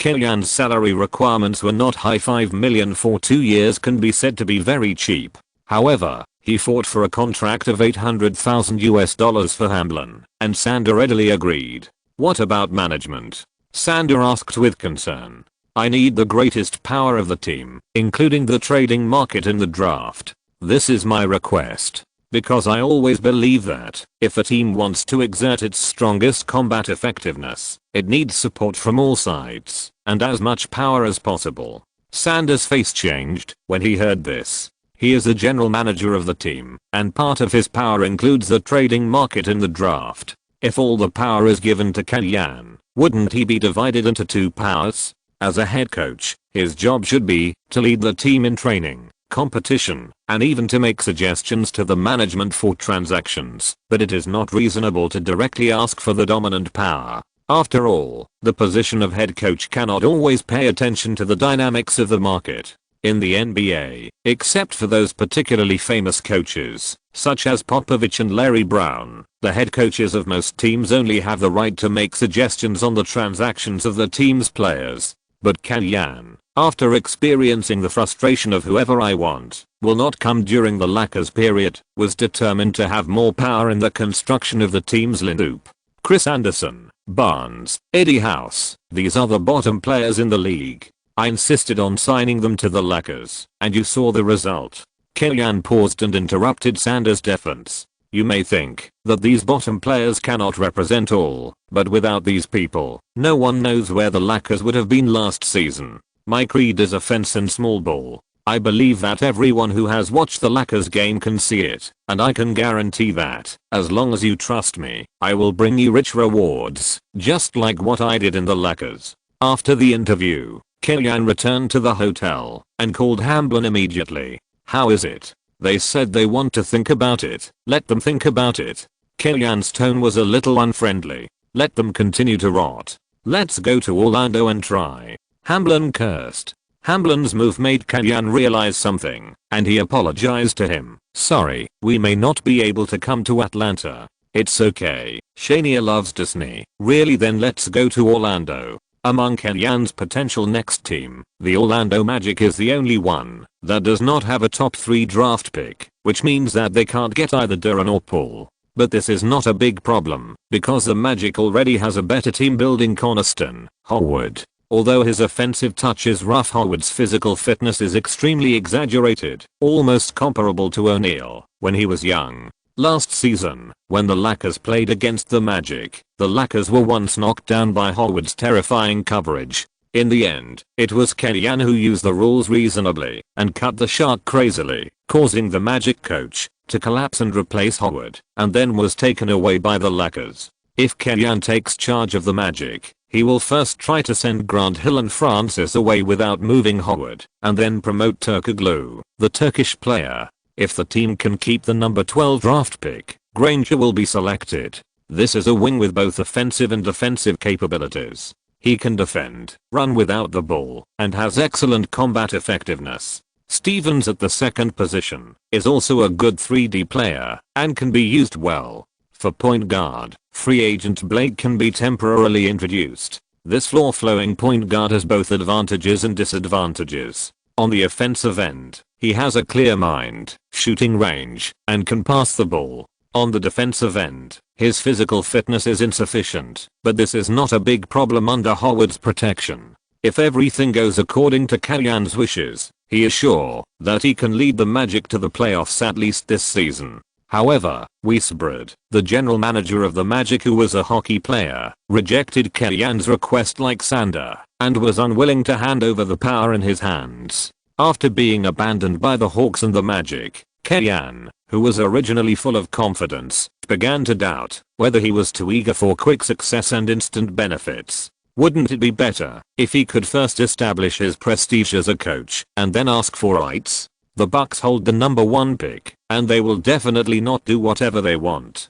The Trailblazers general manager, or busy, is a relatively strong general manager, and it may be more difficult to ask him to give up his rights. When he came to Milwaukee, Kellyanne was also thinking in his heart that, if he couldn't reach an agreement in Milwaukee, he could only make concessions in the last stop, Portland, to ensure that the Trailblazers brought Paul or Deron with the third pick. When his vision is further proven, he will be more confident to ask for more rights, or change jobs again. Just when Kellyanne lowered his expectations, and was ready to at least ensure that he got a job first, he received a call from Larry Sander again, inviting him to Atlanta again. "Kimmy, we have carefully considered your proposal in a meeting." Larry Sander's tone on the phone was not particularly friendly. "If there are no other special requirements, I think you can take time to come to Atlanta, and we can discuss the details of the cooperation in detail." Kellyanne was a little confused. What does this mean? The Hawks agreed? It's like when you go to an interview for a job, the interviewer's reaction on the spot is to shake his head frequently and finally give you a reply of "go home and wait for news." You think it's cold and interview everywhere, but a few days later you are notified that the company meets all your requirements. Kellyanne didn't know that during the days he left Atlanta, Hawks owner Anthony Ressler scolded Larry Sander's head. As early as half a season ago, the Hawks began to pay attention to Kellyanne. Refusing to trade Dyer to the Lakers was to prepare for Kellyanne to come to the team. Now the opportunity has come. Kellyanne actively flew to Atlanta and put forward his own ideas for the future of the Hawks. Sander actually asked people to go back and wait for news without passing this test.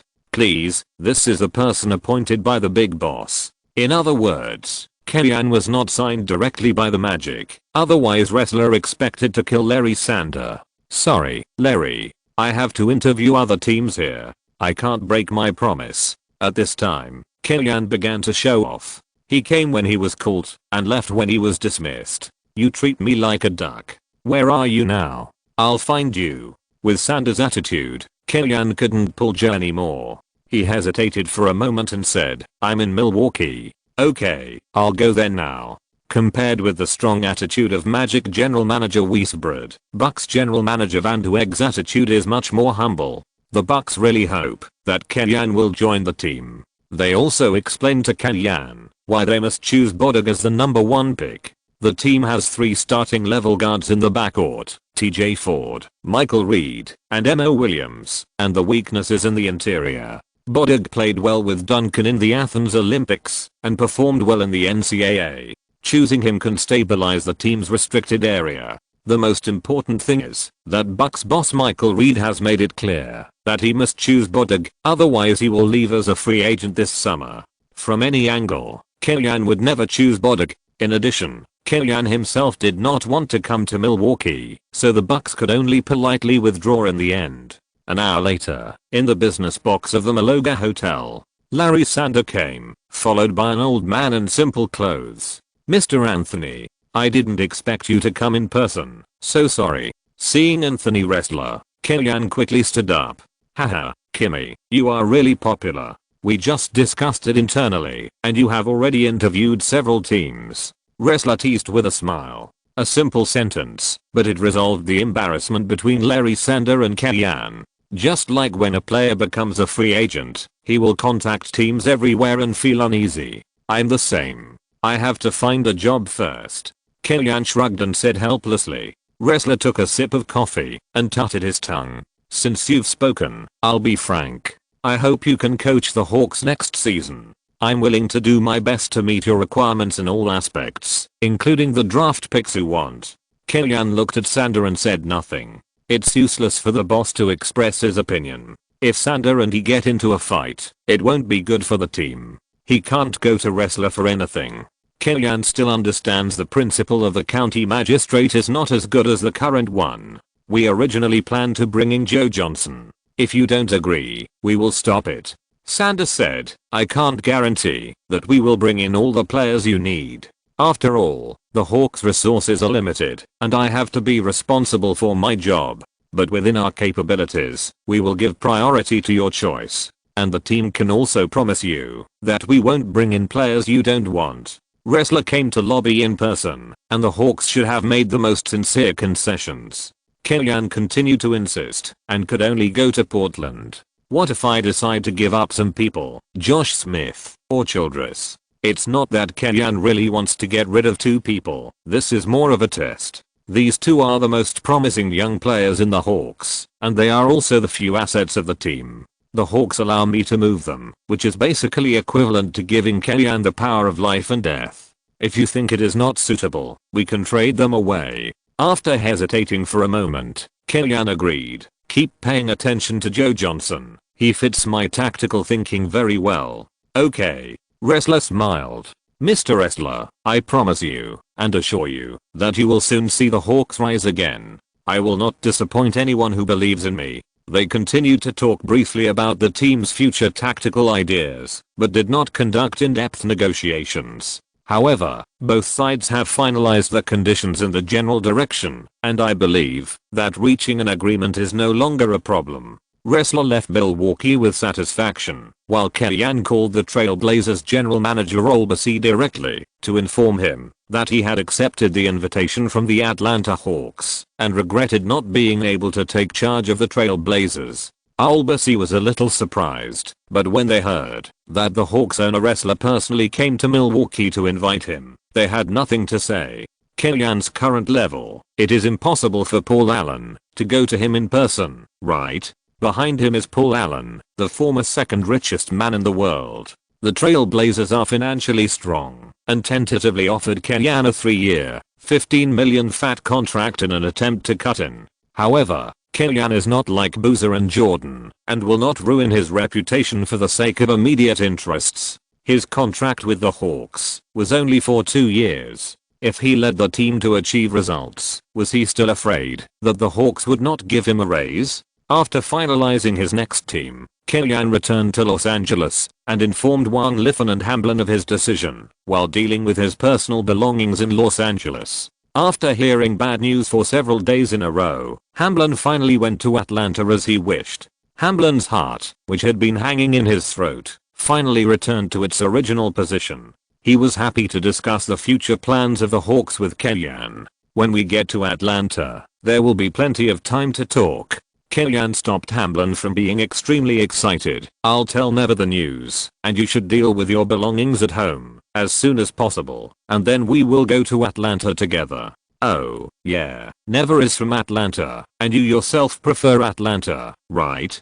Hamblin thought of something and said, but she still has 1 year of graduate school courses, so we still have to be in different places. Kellyanne suppressed his pride and said, it seems that we have to stay in Atlanta for a long time. Skirt number 475,067,859. Chapter 120 to crazy team building ideas. Early in the morning, in the press conference hall of the Phillips Arena, Kellyanne, dressed in a suit and tie, appeared at the press conference. The hundreds of reporters gathered at the scene immediately flashed their spotlights, all aimed at Kellyanne, who came with Larry Sander. Kellyanne came to the rostrum with a confident smile on his face and sat down in the middle with the team owner Wrestler. Dear journalists, I'm honored to officially announce to you today that we have invited the scientist in coaching, Kobe, to take charge of our Atlanta Hawks. As Wrestler spoke, the spotlights at the scene flashed even more dazzlingly, all aimed at Kellyanne and Wrestler at the scene, and completely regarded the others around them as invisible people. We hope that in the future, Kobe can lead us out of the predicament and to the peak. I believe that he can realize his ambitions in the Hawks. Wrestler's words immediately attracted applause from everyone at the scene. Then the staff brought 2 contracts to Wrestler and Kellyanne respectively. They had read the 2 contracts before and there were no problems, so they quickly signed their names on them. After that, the 2 exchanged contracts and signed 1 name each. After signing the contract, the 2 shook hands solemnly, and thunderous applause suddenly rang out at the scene. Then it was time for free questions. Kobe, the Eagles did not perform well last season. The team only achieved 13 wins and 69 losses under the leadership of Terry Stotts. What made you decide to take over? You should have other options, right? On the surface, this question was derogatory to the Eagles, but in fact, it did give Kellyanne the opportunity to express his loyalty to his new team. Kellyanne smiled slightly. The poor performance of the team last season is not the responsibility of Coach Stotts alone, but everyone seems to be used to firing the coach when there is a problem and dare not let other people in other positions take responsibility. Okay, this is the ecology of the league.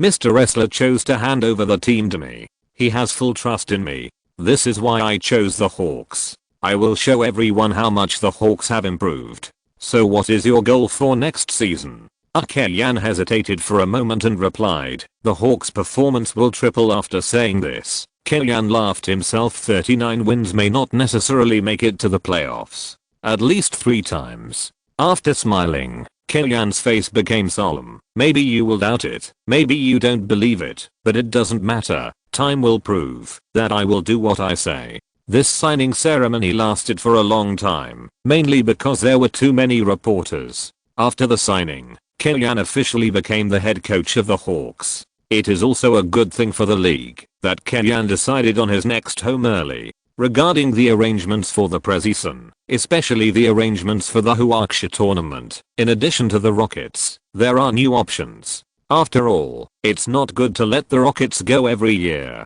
Not long before the draft, Kellyanne spent 2 days to temporarily solve the housing problem. The management held a meeting to study the goals of the draft. As the actual helmsman of the team's Linoop construction, Kellyanne needed to lead this meeting. The team's chief scout Bradley showed enough respect for Kellyanne and asked, Kimmy, I heard you say that you plan to use the second pick to choose a point guard.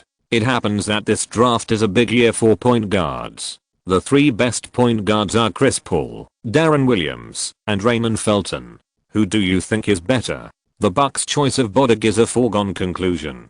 Van Dueg even did not hide the interviewee Kellyanne, which shows that the Bucks don't care about the news at all. The Hawks, who hold the second pick, can choose whoever they want among the 3 point guards. Just focus on Chris Paul. I don't intend to waste your energy and distract you on others.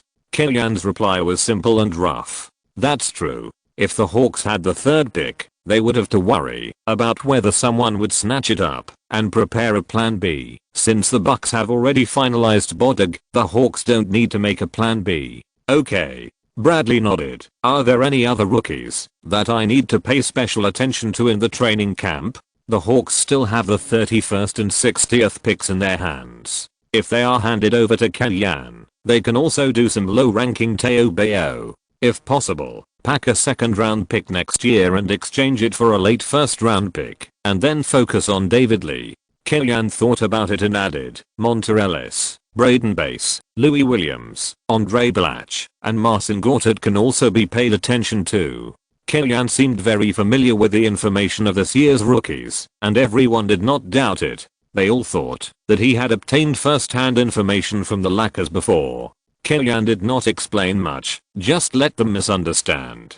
The finals were still in full swing. The wheel of history was slightly deflected by Kellyanne's appearance. The Spurs defeated the Pistons 4-2 in the finals. Perhaps the duel with Kellyanne further catalyzed Popovich's progress. The game did not enter the 7th game, and the Spurs took the championship trophy away directly. The Lakers pushed the Spurs to the 7th game, and even led 3-2 at one point. It can be said that the only team that almost defeated the Spurs in the entire series of the Spurs, which also made the fans look up to Kellyanne. Looking back, Kellyanne's battle with Popovich was indeed exciting enough. However, Kellyanne himself did not think that the Lakers would be the runner-up, because the gap between them and the Spurs was the smallest. This is nonsense. Even if they were the runner-up, what would happen? History will only remember the winners. In the head coach's office, Kellyanne was drawing on the tactical board alone, and from time to time he would look around to familiarize himself with the new environment. The office area of the Hawks is much smaller than that of the Lakers, and the facilities are relatively pale. It can only be said that there is a reason why the Lakers are so attractive to talents. With a bunch of swingmen, the Hawks' tactics in the new season are mainly run and gun. Finally having the opportunity to build a team as he pleases, Kellyanne's ideas are even crazier than D'Antoni's last season. Boris Diaw and Josh Smith, 2 forwards of the Hawks who can play 3 or 4 positions, will be directly placed in the interior by him in the new season. to play the roles of organizing center and all-around power forward. To be honest, after 2 seasons in the team, the Hawks have not found the manual for Diaby. Give him the ball. His offensive ability with the ball is average. The coach arranges him to attract defense at a fixed point. His shooting is very poor, as if he dare not shoot. He is not sure of open 3-pointers, and his defense is not good. If Kenyan had not repeatedly pointed out that he wanted to reuse him, Sander would definitely send him away this summer. But in Kenyan's system, Diaby will appear in the center position, and some of his seemingly unstable points may become advantages that suddenly appear. He has the league's top basketball IQ and organizational skills. He can send the ball to the most threatening position, can directly advance after grabbing the rebound, run back and forth, and has the threat of shooting from the outside. Not to mention the defensive end. On the offensive end, in Kenyan's system, Dio will be a plus version of Odom. As for Josh Smith, he may be the most valuable asset of the Hawks now. Smith has super physical fitness, basically at the level of dunking, high defensive enthusiasm, all round, and worth training. Whether playing positional warfare or fast breaks, he can play a role. Kenyan plans to train him in the way of Marion, mainly through empty cuts, fast breaks, and second chance scoring. The Hawks' offense and defense transition rhythm in the new season will be very fast, and players like him will easily shine. Of course, in order to truly become an all-star player at the level of Marion, Josh Smith needs to polish his defense. It is not that you can become Marion just by having physical fitness plus meeting Nash. It is only a matter of time before Paul joins. If the Hawks can successfully sign Joe Johnson, the backcourt partnership of Paul and Joe Johnson will be second to none in the league. Joe Johnson has experience playing with Nash, can play singles with the ball, and can also run without the ball. It should be relatively easy for him to get along with Paul. The lineup on the field has 3 ball holders, Paul, Joe Johnson, and Dio. At the last small forward position, Kenyan tends to get a 3D player with strong off-ball ability, but this type of player is not easy to find.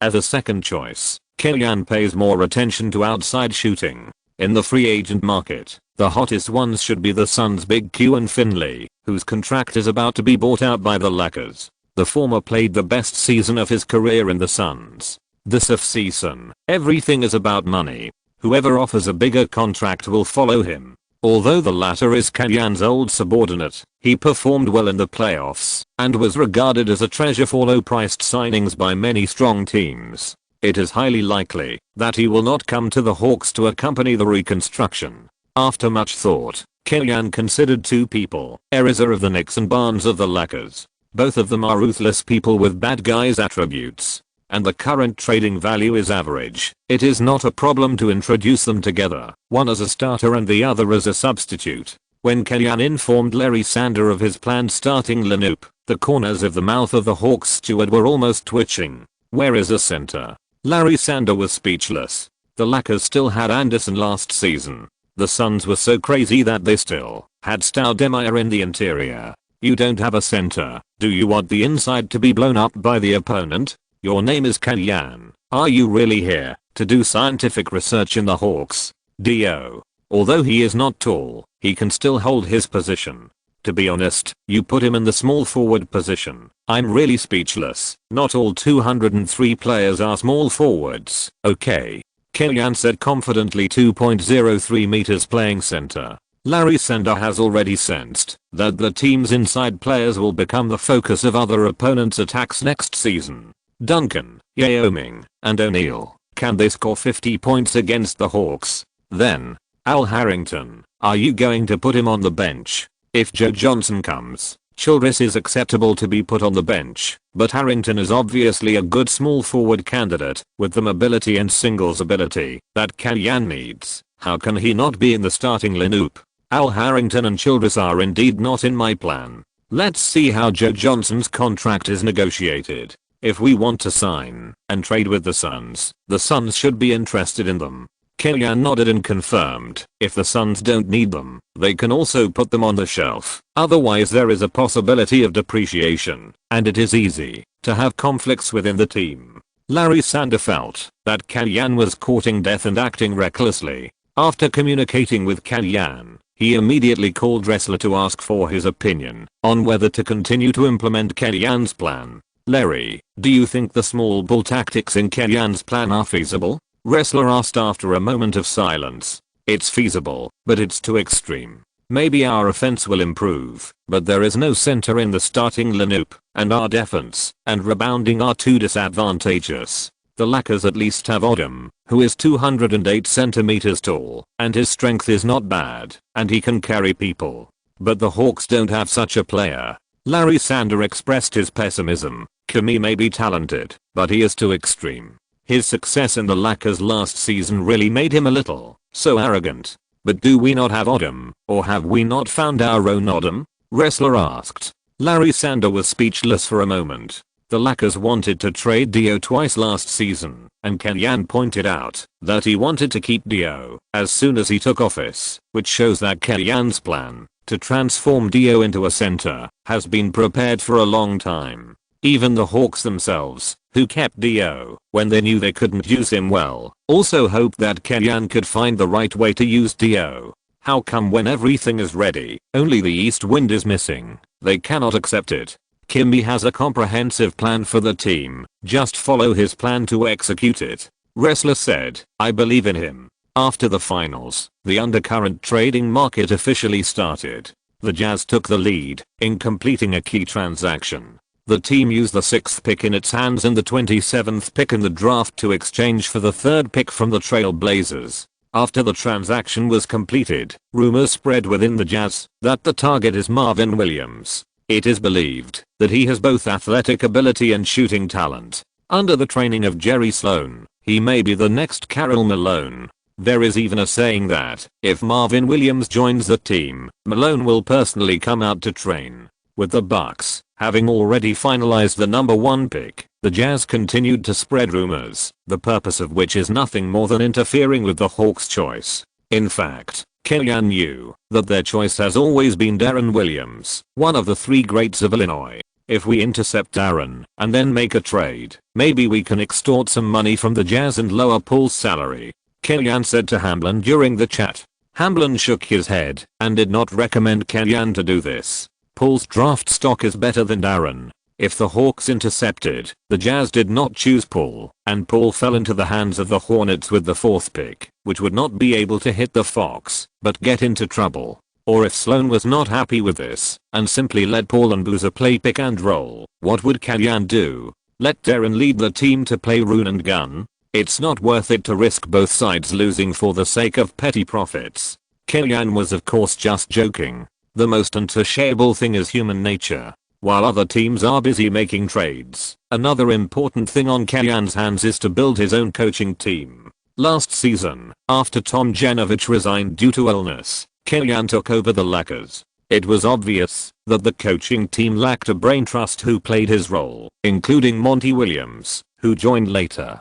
He did not have the ability to help Kellyanne with tactical adjustments and could not point out Kellyanne's problems. This was also the reason why Kellyanne was under great pressure in the playoffs. No one can lead the team to win alone, whether it is the players or the head coach. Someone must help him. But Kellyanne's reputation is not enough. No one is willing to serve as a deputy under a 25-year-old young man. In addition, the Eagles' performance is really bad. Anyone who can find a job in other teams is unwilling to work for the Eagles, which makes the team's recruitment work difficult. In desperation, Kellyanne planned to go to Salt Lake City in person to ask the national father-in-law Hornacek to come out and see how the 10-year-old Abby is doing. Before Kellyanne set off, his girlfriend Wang Lifan came back from Los Angeles and postponed his visit to the national father-in-law and took him to visit his own father-in-law first. In the United States, as long as you get a specialist doctor's license, your social status and income have reached the middle class. Wang Lifan's father, Wang Ziniao, is the chief physician of cardiothoracic surgery at a hospital in Atlanta. He performs hundreds of operations every year and earns nearly $1 million a year. Therefore, Wang Lifan's family does not live in Huaxia City, but in an upscale community in Atlanta. Carrying the gifts bought on the way, without calling Wang Lifan, he went directly to the door and rang the doorbell. It was Wang Lifan who came out to open the door. He was dressed very homely, with a t-shirt, hot pants, slippers, and his hair tied into a ponytail casually. However, as soon as they met, he pouted and complained, "It's a bit late. Is there a traffic jam on the road?" "Never. How can you talk like that?" A middle-aged man's voice sounded, and then he came out. Wang Lifan has been with Kellyanne for a long time, and speaks casually, but from the perspective of an elder, he certainly does not allow his daughter to be so rude. "Uncle, hello." Kellyanne bowed slightly and said, "Sorry, I'm late." "Not late." Wang's and Iao nodded, and let Kellyanne in. Kellyanne said, "I've been in Atlanta for a short time, and I'm not familiar with many places. I can only buy some gifts nearby. I hope you don't mind." It was not the first time they met, and Wang's and Iao had already recognized his relationship with Wang Lifan, so Kellyanne was quite relaxed. "Kellyanne is here. Please sit down." "Never." Go and pour water for Kellyanne. "Come, Kellyanne, have some fruit.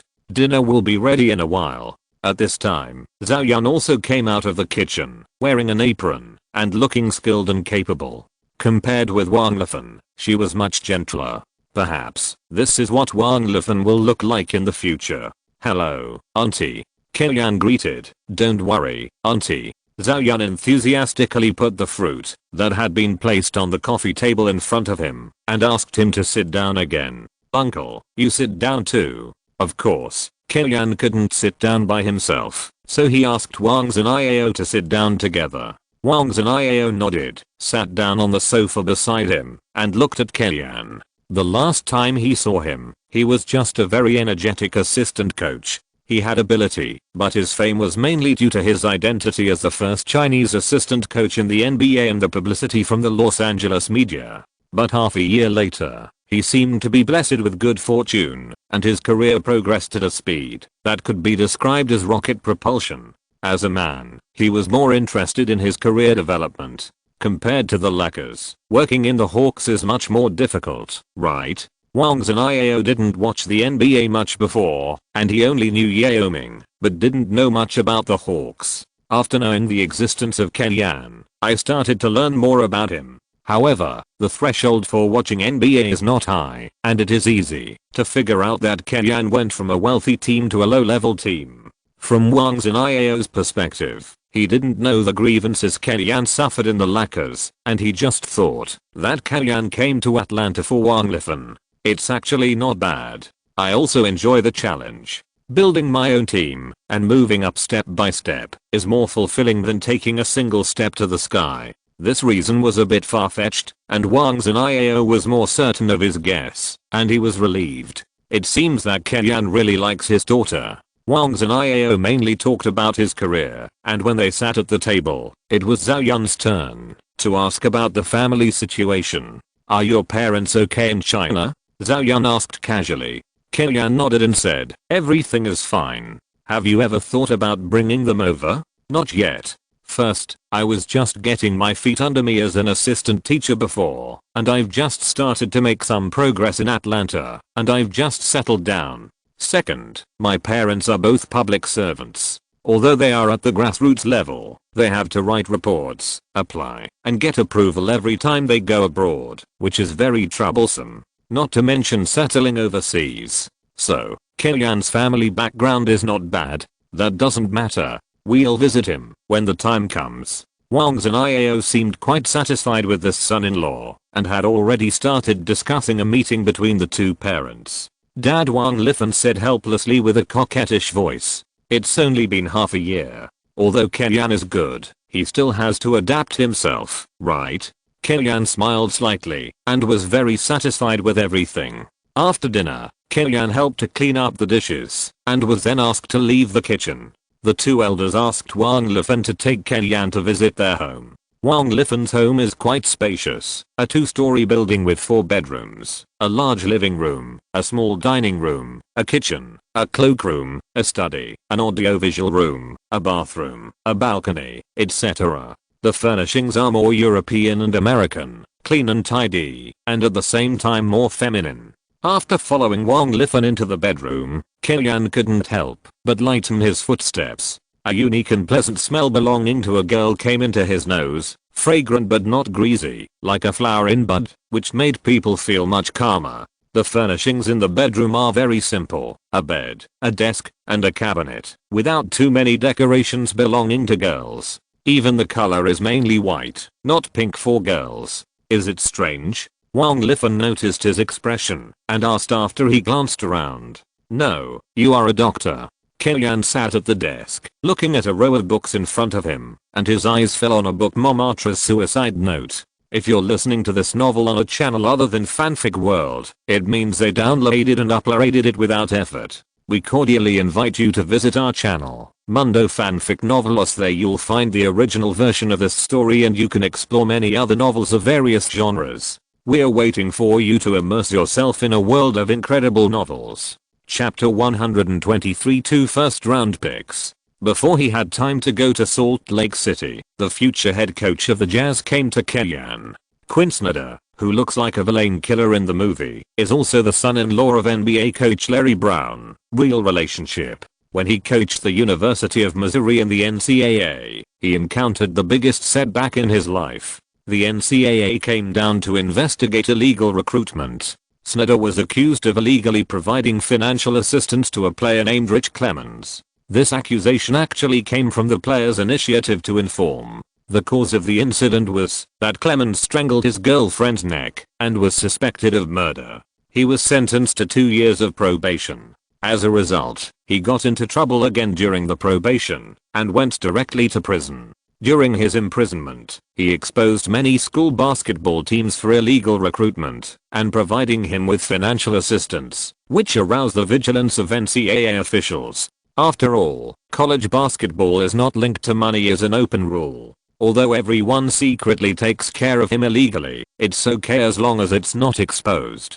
Once it is exposed, the judicial department will intervene. The school leaders blamed Snyder for the school's reputation and made him constantly receive summons from the judicial department. The fact is that Snyder only called Clemens, who was alone, home for dinner on Christmas Day and gave him several sets of sportswear and shoes. This is nonsense. The NBA also has clear regulations that bosses cannot give players money in violation of regulations. After winning the Christmas game, Buss also gave players watches. Why not investigate him? The charges were dropped, but Snyder's personal reputation was greatly affected, and his relationship with the school also had a rift. After resigning, he thought about trying the NBA. It happened that the Hawks were recruiting, so Snyder came to try. Only people with such bad reputation are willing to come to Kellyan. Like Kellyan, Snyder is also a typical academic head coach. Unlike Kellyan's madness, if Snyder is to be labeled, it may be balanced.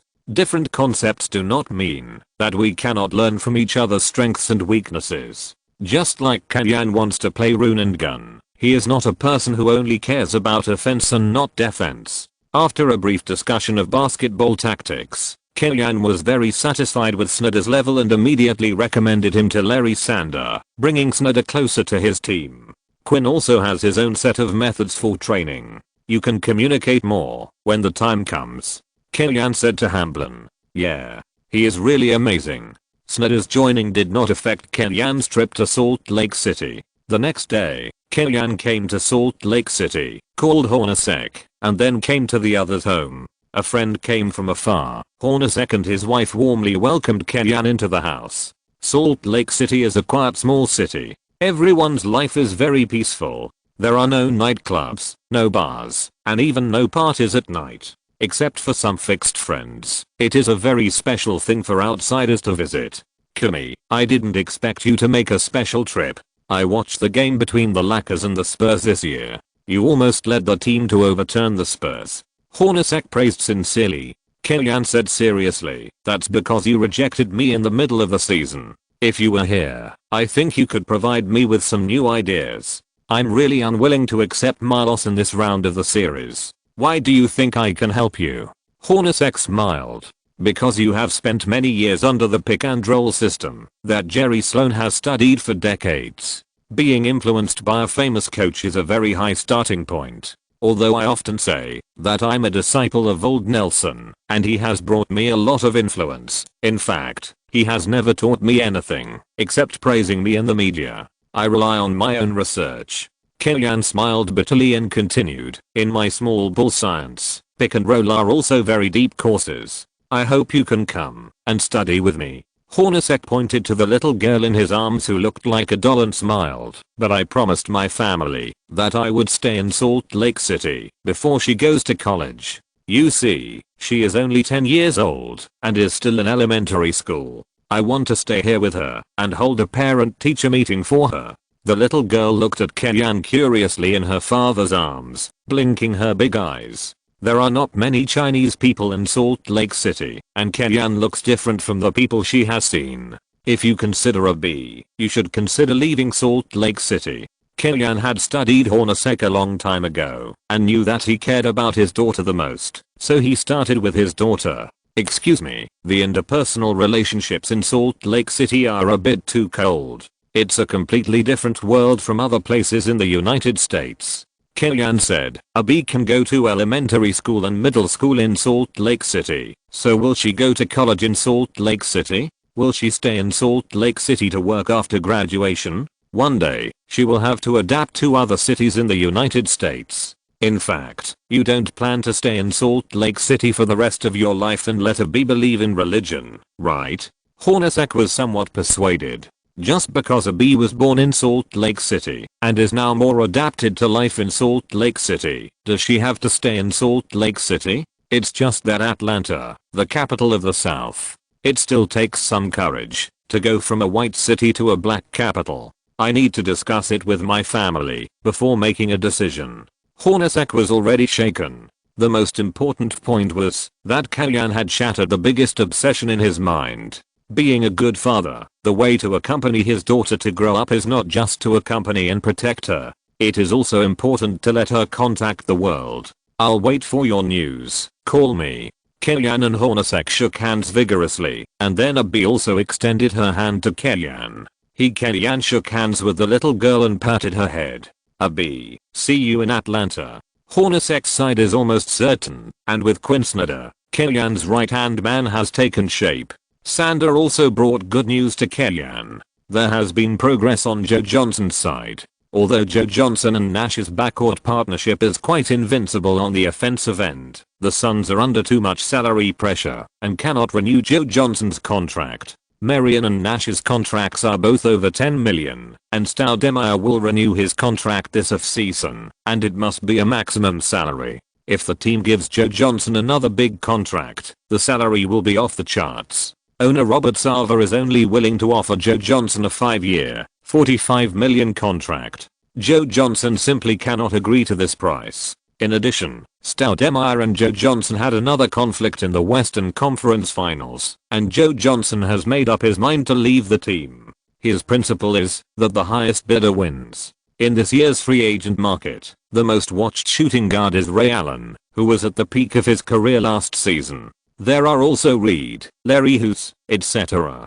Joe Johnson is probably ranked 4th, mainly because his data last season was only 17 points per game, and it was obtained under the Suns' run and gun system. The Hawks skipped the top 3 picks and directly pursued Joe Johnson, offering a 4-year, $52 million offer. Joe Johnson asked for $75 million for 5 years. Not only did he want a high salary, but he also forced the Hawks to sign and trade with the Suns. A 5-year contract is fine. Joe Johnson is definitely not a player in his contract year. I can call Michael to discuss the sign and trade, but you have to push down the price. His market is not that good.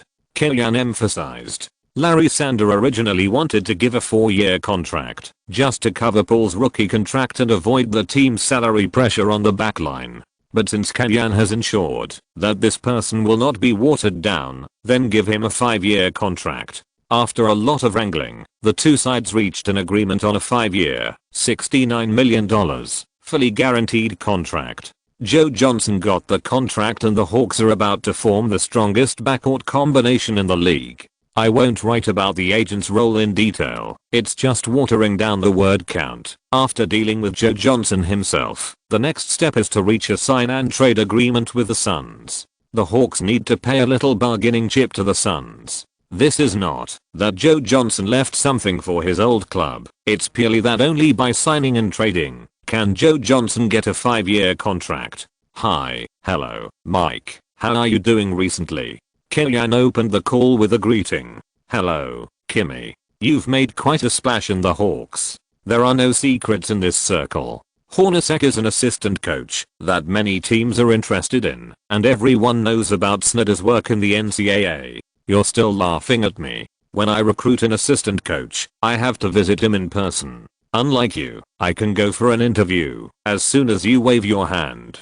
Kellyanne also joked with D'Antoni. Haha, I'm recruiting again now. Are you still coming? D'Antoni said, and then changed the subject. What do you want to talk to me about? Tell me. Joe Johnson's matter. How about we do a sign and trade? What do you think? D'Antoni was silent for a moment, obviously a little unhappy about this topic. Shouldn't the general manager talk about this? Kellyanne said, you don't need to play this game with me, right? Let me be frank, I have to keep Boris Diaw and Josh Smith, and everyone else can be discussed. The lineup I finally put together is all gone. D'Antoni was so angry that he cursed. It's not targeting Kellyanne. Joe Johnson will be given to anyone.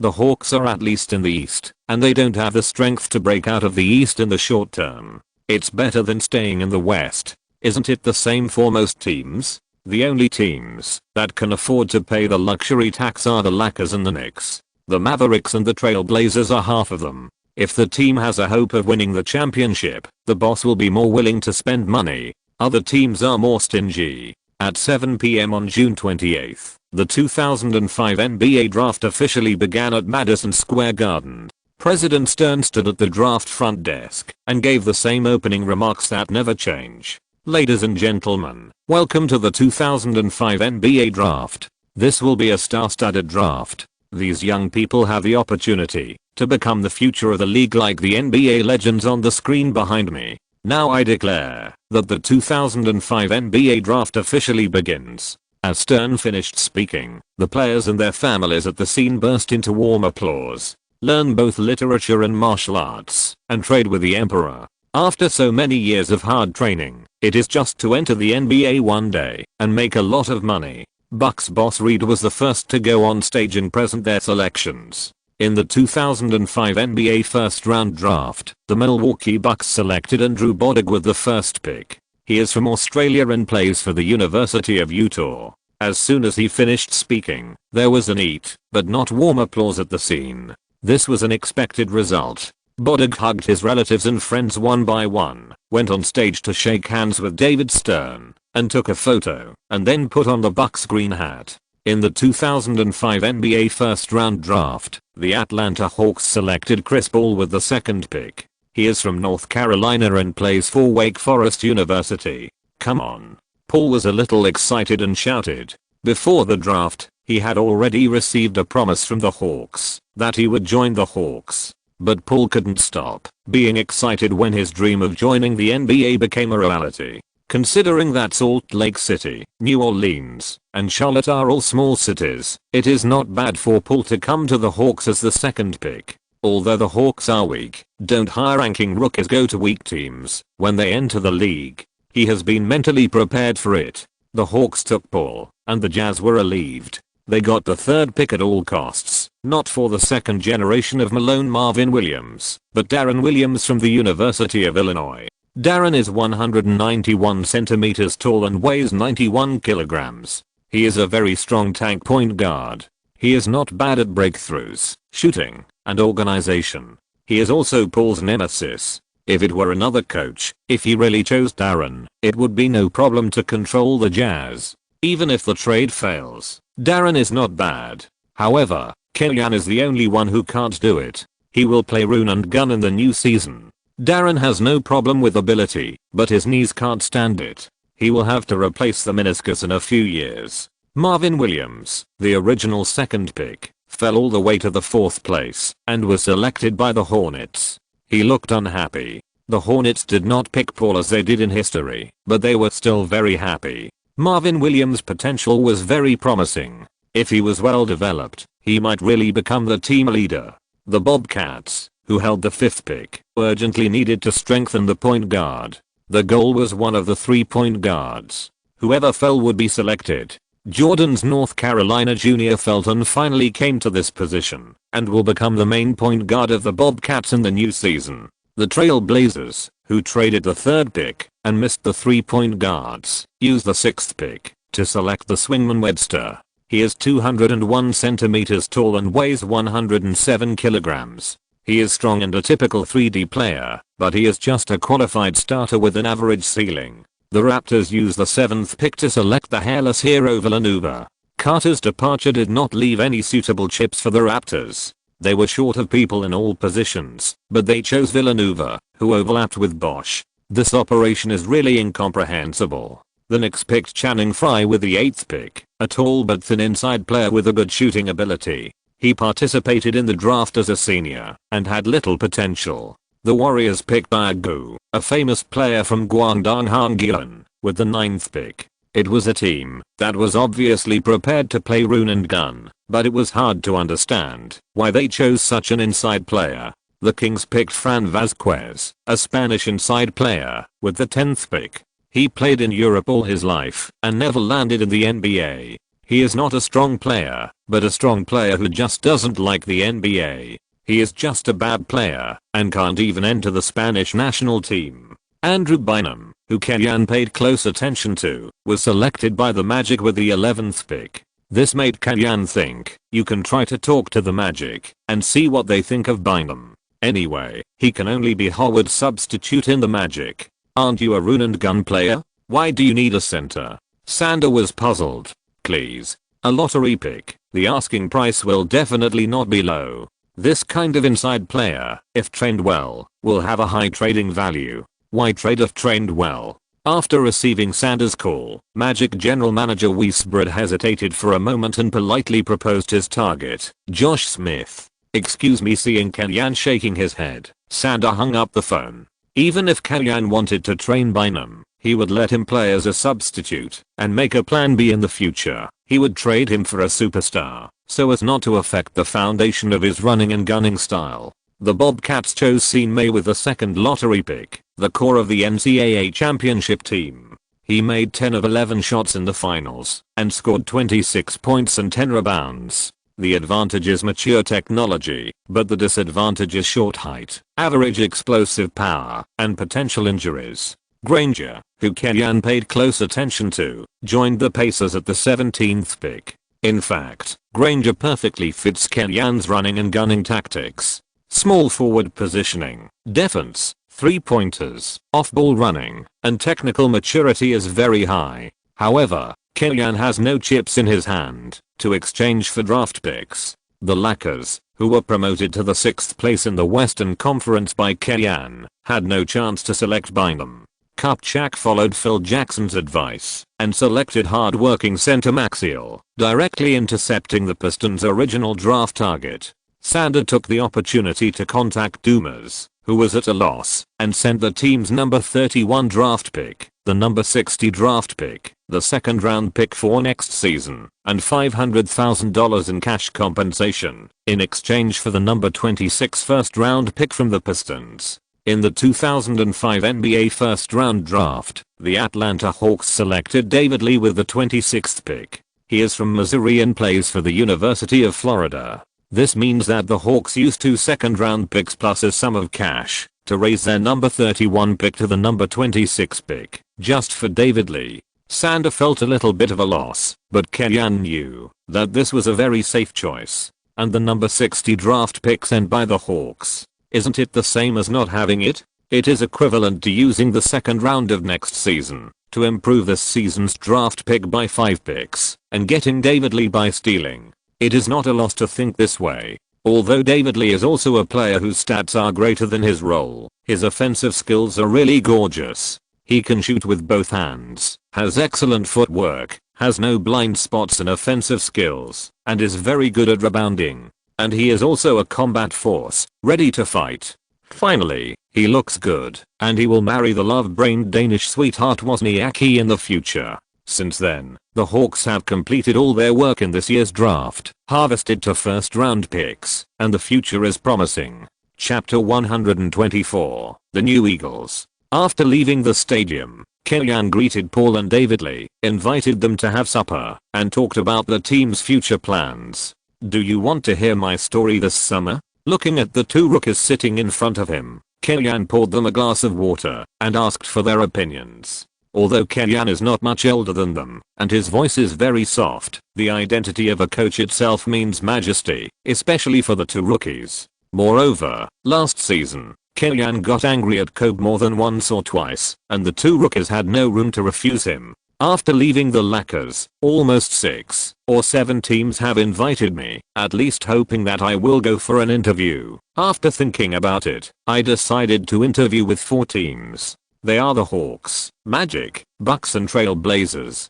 Kellyanne finished speaking and looked at Paul. "Except for the Magic, the remaining 3 teams." Paul's brain is very flexible, and he immediately understood what Kellyanne meant, and a happy expression appeared on his face. A team with the top 3 picks. He must be the core of Kellyanne's tactical system. "When I first came to the Hawks, we didn't reach an agreement. Some people thought I was overstepping the boundaries and asking for too much power. Then I went to the Magic, and then the Bucks. Van Dueg told me, the Bucks will not choose anyone but Bogut.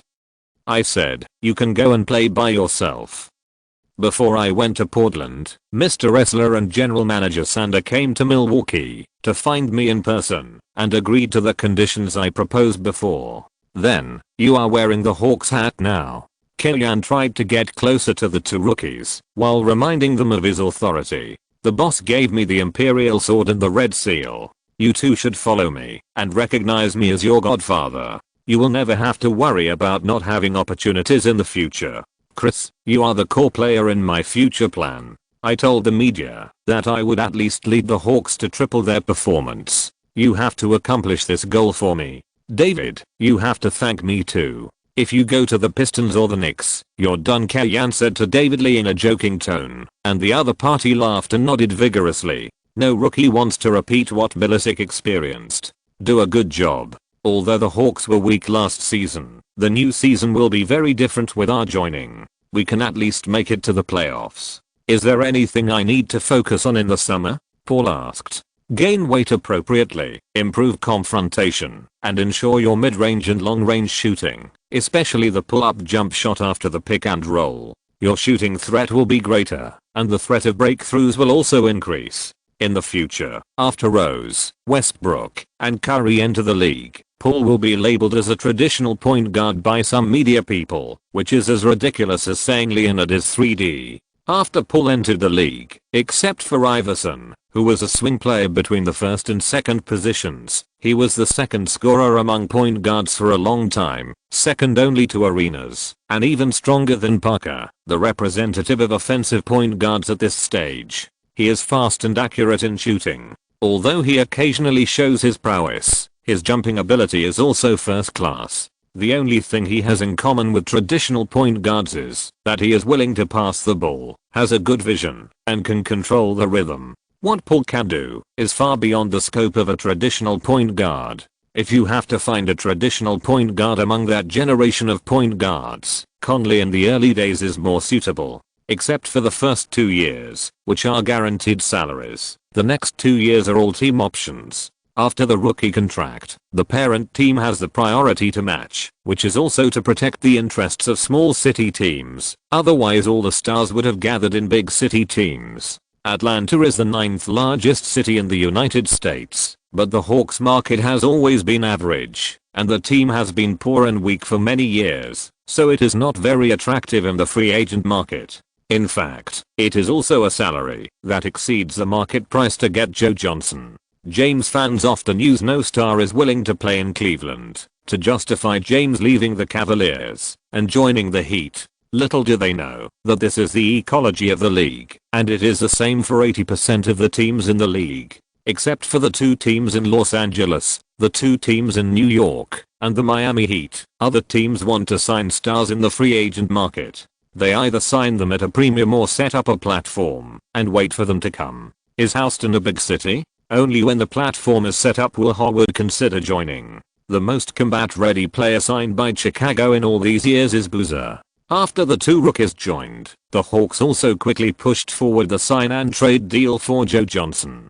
Stoudemire was injured for the entire 2005-2006 season, and the Suns had a vacuum in the interior. The Hawks were determined not to let go of D.O. The Suns chose Harrington between Childress and Harrington, and also took the Hawks' 2006 first-round pick.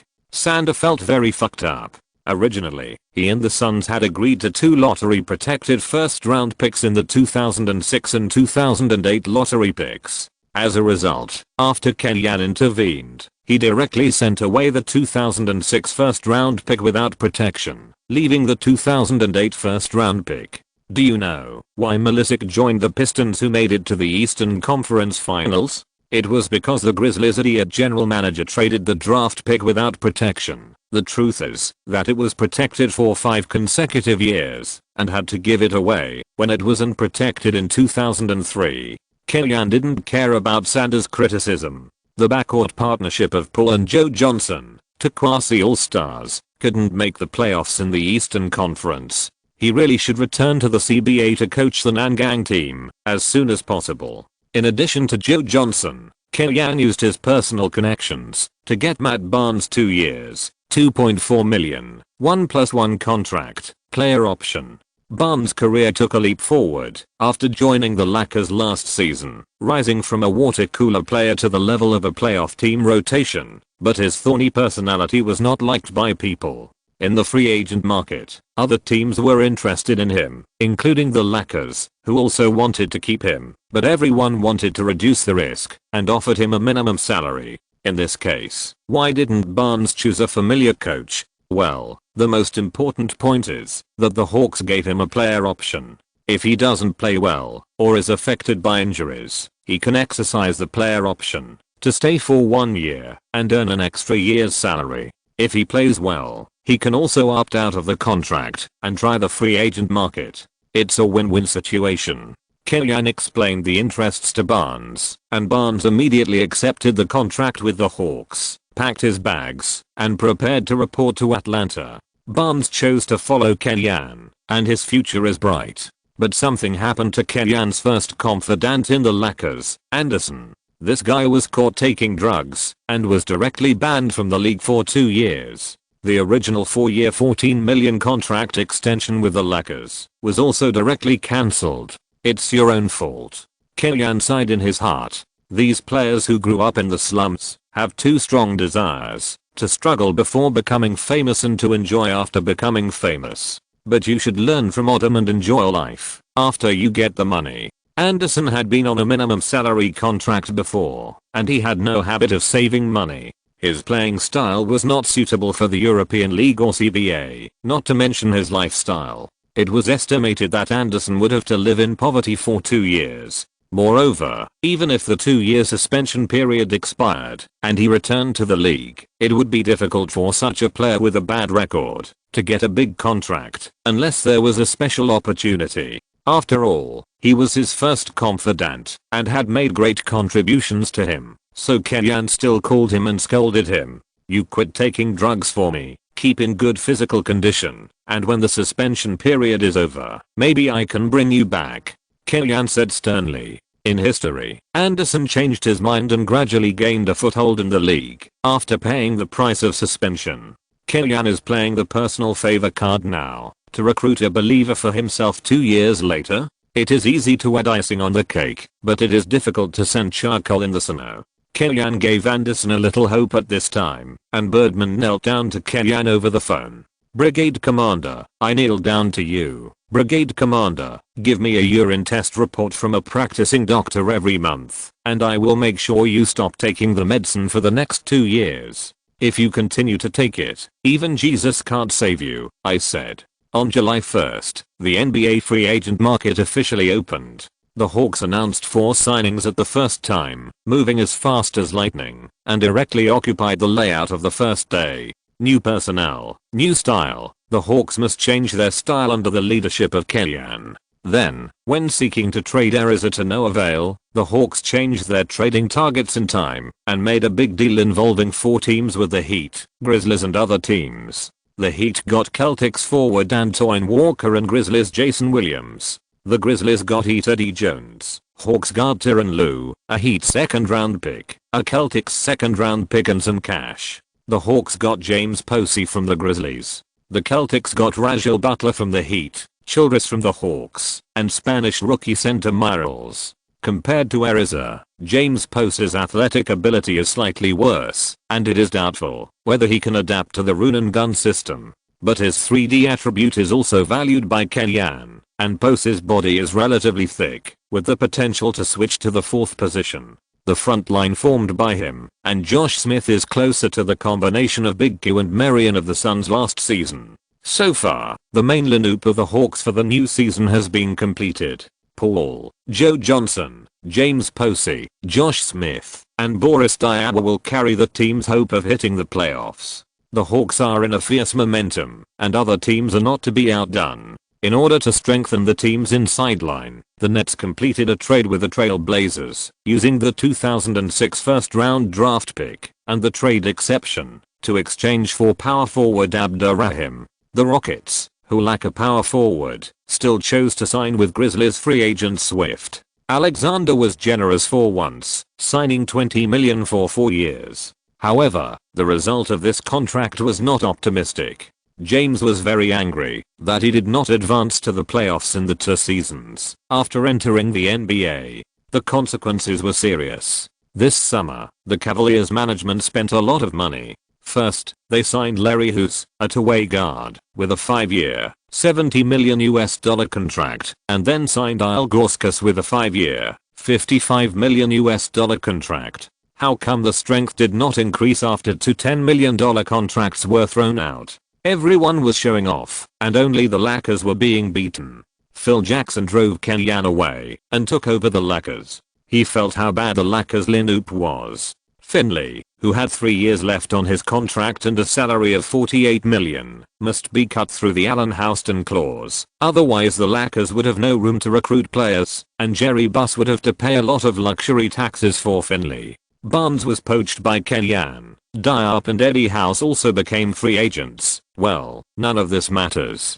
Anderson's suspension directly caused a vacuum in the starting position of the Lakers inside line, which was not very good to begin with. Although the team added rookie Maxiel, a defensive inside line with decent strength, he is a rookie after all, and he is short in height, so it is difficult for him to defend the team's restricted area.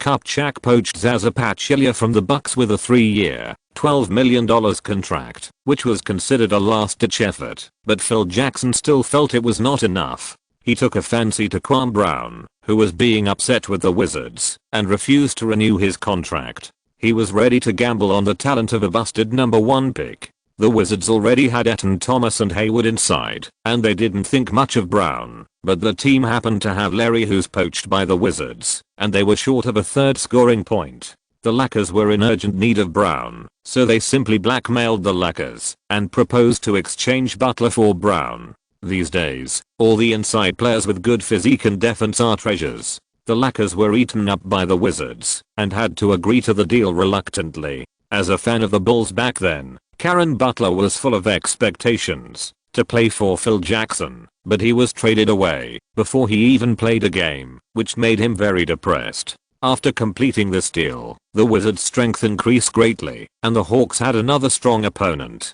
Back to the Hawks, the team continued to attack and used a 2-year $3.5 million player option contract to get Eddie House, who was also a former member of Kenyan. The Lakers signed Smush Parker in the free agent market, and with Atkins, Eddie House felt that he had no place, so he turned to Kenyan, who made him play more comfortably. Kenyan wanted to sign Diop, but as a popular meat shield, Diop was looking for a more generous contract. The Mavericks raised the price to $12 million for 3 years.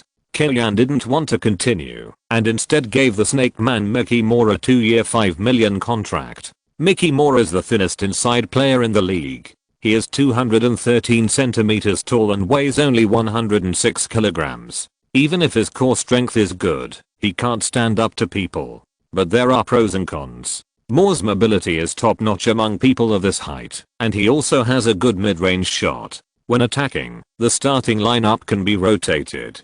Josh Smith, Boris Dyer, David Lee, Mickey Moore. None of the four can carry people, and Kellyanne also feels a little panicked. But meat shields are really too expensive these days. Jerome James, who played well in the contract year, got a 5-year $35 million contract from New York.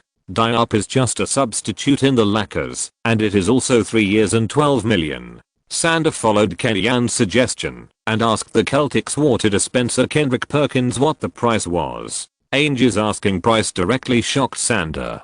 After searching for a long time, there was no suitable candidate. Finally, Kellyanne found one from the undrafted players, a good friend of Chinese fans, Chuck Hayes. So far, the Hawks' 12-man roster is barely complete, leaving 3 vacancies for the selection of suitable players after the Summer League. Attached is a Hawks 12-man roster: PG, Chris Paul, Royal Ivy, Eddie House SG, Joe Johnson SF, Josh Smith, James Posey, Matt Barnes, Dota Smith PF, Boris Dyer, Chuck Hayes C, David Lee, Mickey Moore. At first glance, the team's inside line is simply unsightly, but the actual situation is not that bad. The team itself is based on running and gunning. Not to mention that the Suns in history also let DO players an organizing center, and the effect was very good. Take the Nets, which is a playoff team in the Eastern Conference, for example. The starting combination of Kostick plus Jason Collins is no better than that of the Hawks. David Lee and Chuck Hayes need to represent the team in the Summer League. Quinn Snyder will lead the team and shoulder the important task of helping the team to discover the lost pearls. Kellyanne himself, after a continuous busy schedule, got a long vacation. He can stop his busy schedule and recharge himself. Even if he returns to China, Kellyanne still has to remotely control the work of the team. He also agreed with Snyder to send emails as soon as there is something, hold a conference call every night, and communicate in time. Before leaving, the last person Kellyanne met was Wang Lifen. In fact, Kellyanne wanted to take Wang Lifen back with him. After all, he ran into Wang Lifen's parents once and visited them again, which was very sincere. Moreover, he can only return to China once a season. If he misses this time, the next time will be next summer. Both his parents are civil servants, and it is very troublesome to go abroad and go through formalities. But when the two met, Wang Lifen prepared gifts for Kellyanne's parents and asked him to take them back. How could he ask for it? Compared to gifts, I think my parents want to see you more. Kellyanne grabbed the gift, his hand frozen in the air, and tried one last time. Pursing his lips, Wang Lifen said his eyes a little vague, how about waiting a little longer? Okay. Kellyanne could not hide his disappointment, and Wang Lifen came over and gave him a kiss immediately. Honey, I know I disappoint you, but I really want to finish my studies before dealing with things in life. I also have my pressure. It doesn't matter, I understand. Kellyanne put the gift away. Then you arrange the courses this month, and when I come back, let's go out for a walk. Of course, I'll make the travel plans. Chapter 125. The Alliance's trend is in your hands. After getting on the plane, Kellyanne quickly turned on his computer, plugged in a USB drive, and began to study the lineups of the league teams this season and the situation facing the Hawks. Let's talk about the East first. The Miami Heat and the Detroit Pistons are still the teams at the top of the food chain. The Heat are led by 2 superstars. Last season, they lost too much blood in the trade of O'Neal. The weak strength of the role players and O'Neal's injury made them regrettably lose to the Pistons in the Eastern Conference Finals. This season, the team made a lot of signings during the offseason. The addition of White Chocolate Williams, Gary Payton and Antoine Walker greatly improved the team's role player loop. An obvious weakness of the team is the small forward position. They pursued James Posey and Michael Finley without success and missed the opportunity to strengthen. The current choice is that either Pat really continues to dig out a treasure in the waves, or he can only use Antoine Walker or Jason Capono. The former can play 3 or 4, but most of the time he is still at the 4 position. If he returns to the 3 position, his speed is a hard flaw. The latter is the most extreme among white shooters, with a 3-point king level shooting skill, and other functions are slightly greater than 0. Objectively speaking, Pat Riley's devilish training can squeeze the potential of players. Killian doesn't think it's strange to train anyone from the bottom of the league. The Heat are still very strong in other positions and have a high tolerance rate. The Pistons were poached by the Knicks this season with a high salary. The championship coach Larry Brown, but they immediately invited the famous Coach Sanders as a supplement. It is hard to say whether the coaching level has risen or fallen. The team's starting lineup has not changed this season. The important rotation players Hunter, Arroyo, and McDyess on the bench have also stayed in the team. The addition of Mitchell Cato and rookie Amir Johnson has accumulated enough manpower in the team's interior. In the future, if the Hawks want to strengthen their inside line, it should be more promising to buy from the Pistons. For example, Milicic, who has no hope. If the 5 Tigers all stay in the team, the Pistons' playing style should not change much. They are also Killian's most helpless opponent. As confident as Killian is, the opponent he least wants to play against is the Pistons. The one who really eats and sleeps to play against Paul is Billups, who shoots 3-pointers from the outside and relies on his big but to eat and plays casually. Except for the Heat and the Pistons, the strength of other teams in the East is at least 2 levels lower. This is not an exaggeration. The strong West and weak East in the league does not mean that the head teams in the East are not strong enough, but except for the head teams, the following teams, when facing these 2 teams or teams with the same ranking in the West, are basically all beaten up. The Nets are the most promising team in the next round. Their core players are the most mature. Kidd, Carter, and Jefferson had the 3rd highest winning rate in the Eastern Conference last season. Although the cancellation of the trade of Raheem caused a flaw in their inside line, in the Eastern Conference, except for the Magic, Pacers, and Raptors, which are built around inside players, the other teams are the Bulls and Bucks. In this case, their weaknesses are not weaknesses. Next is the Pacers, which was destroyed by the Auburn Hills Palace incident last season. Artest's comeback has restored some of their vitality, but it is doubtful whether the team can regain the spirit they lost. Moreover, beating fans is something Stern cannot tolerate. It can be predicted that the Pacers will not be treated well by referees next season. The Wizards led by Arenas, Jameson, and Butler, the Cavaliers led by LeBron James, the Philadelphia 76ers led by Allen Iverson, and the Bulls with a balanced lineup are all pretty good on paper. At least in the eyes of the media, they seem to be stronger than the Hawks. As for the Hawks, most people think that the Hawks under Killian's leadership give people hope, but he and this Hawks team need to grow. Everyone is optimistic that the Hawks will improve compared to last season, but they are not optimistic about their impact on the playoffs. A careful study shows that the overall strength of the Eastern Conference teams is weak, which is also related to the fact that all members build the team with outside players as the core. Last season, the Lakers led by Killian, Anderson plus Adams inside combination was considered weak in the West. If this is copied to the East, it will be more than a well-off level, and it can be considered middle class. But this is also good.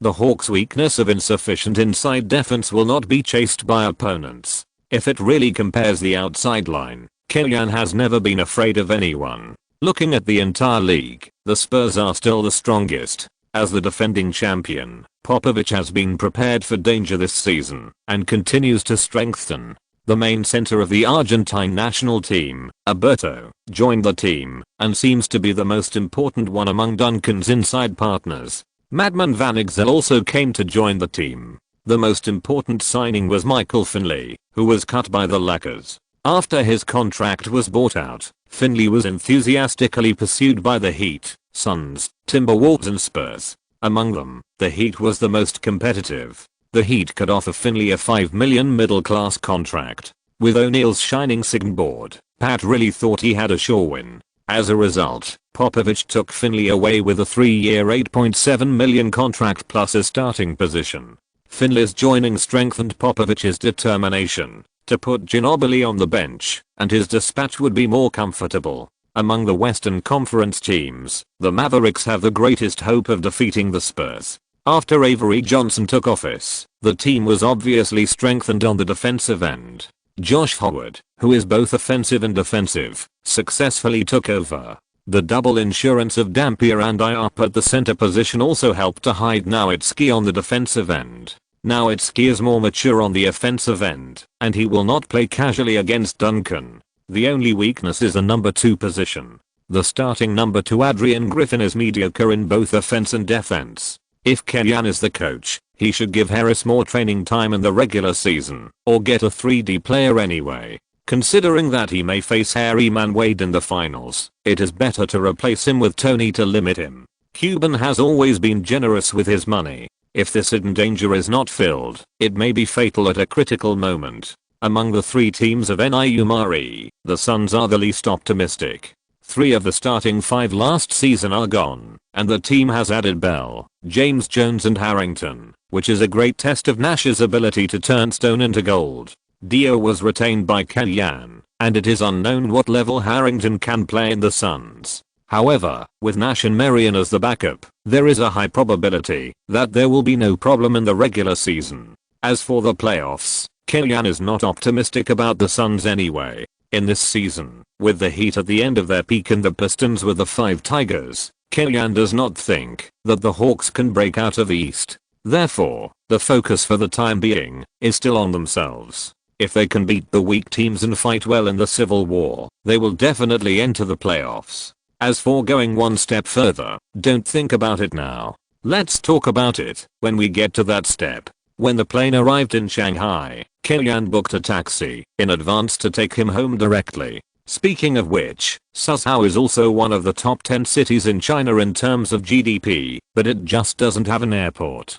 Kellyanne came back from abroad and had to transfer from Shanghai. Looking at the strange and familiar scenery outside the window, Kellyanne was in a daze. After getting off the plane and taking a 2-hour car ride, it was almost dark before he saw the familiar house with 2 people standing at the door. Kellyanne breathed a sigh of relief and smiled. "Dad, Mom, I'm back." Kellyanne's father is Kejing-hu and his mother is Yuan-yu. Both of them are public servants.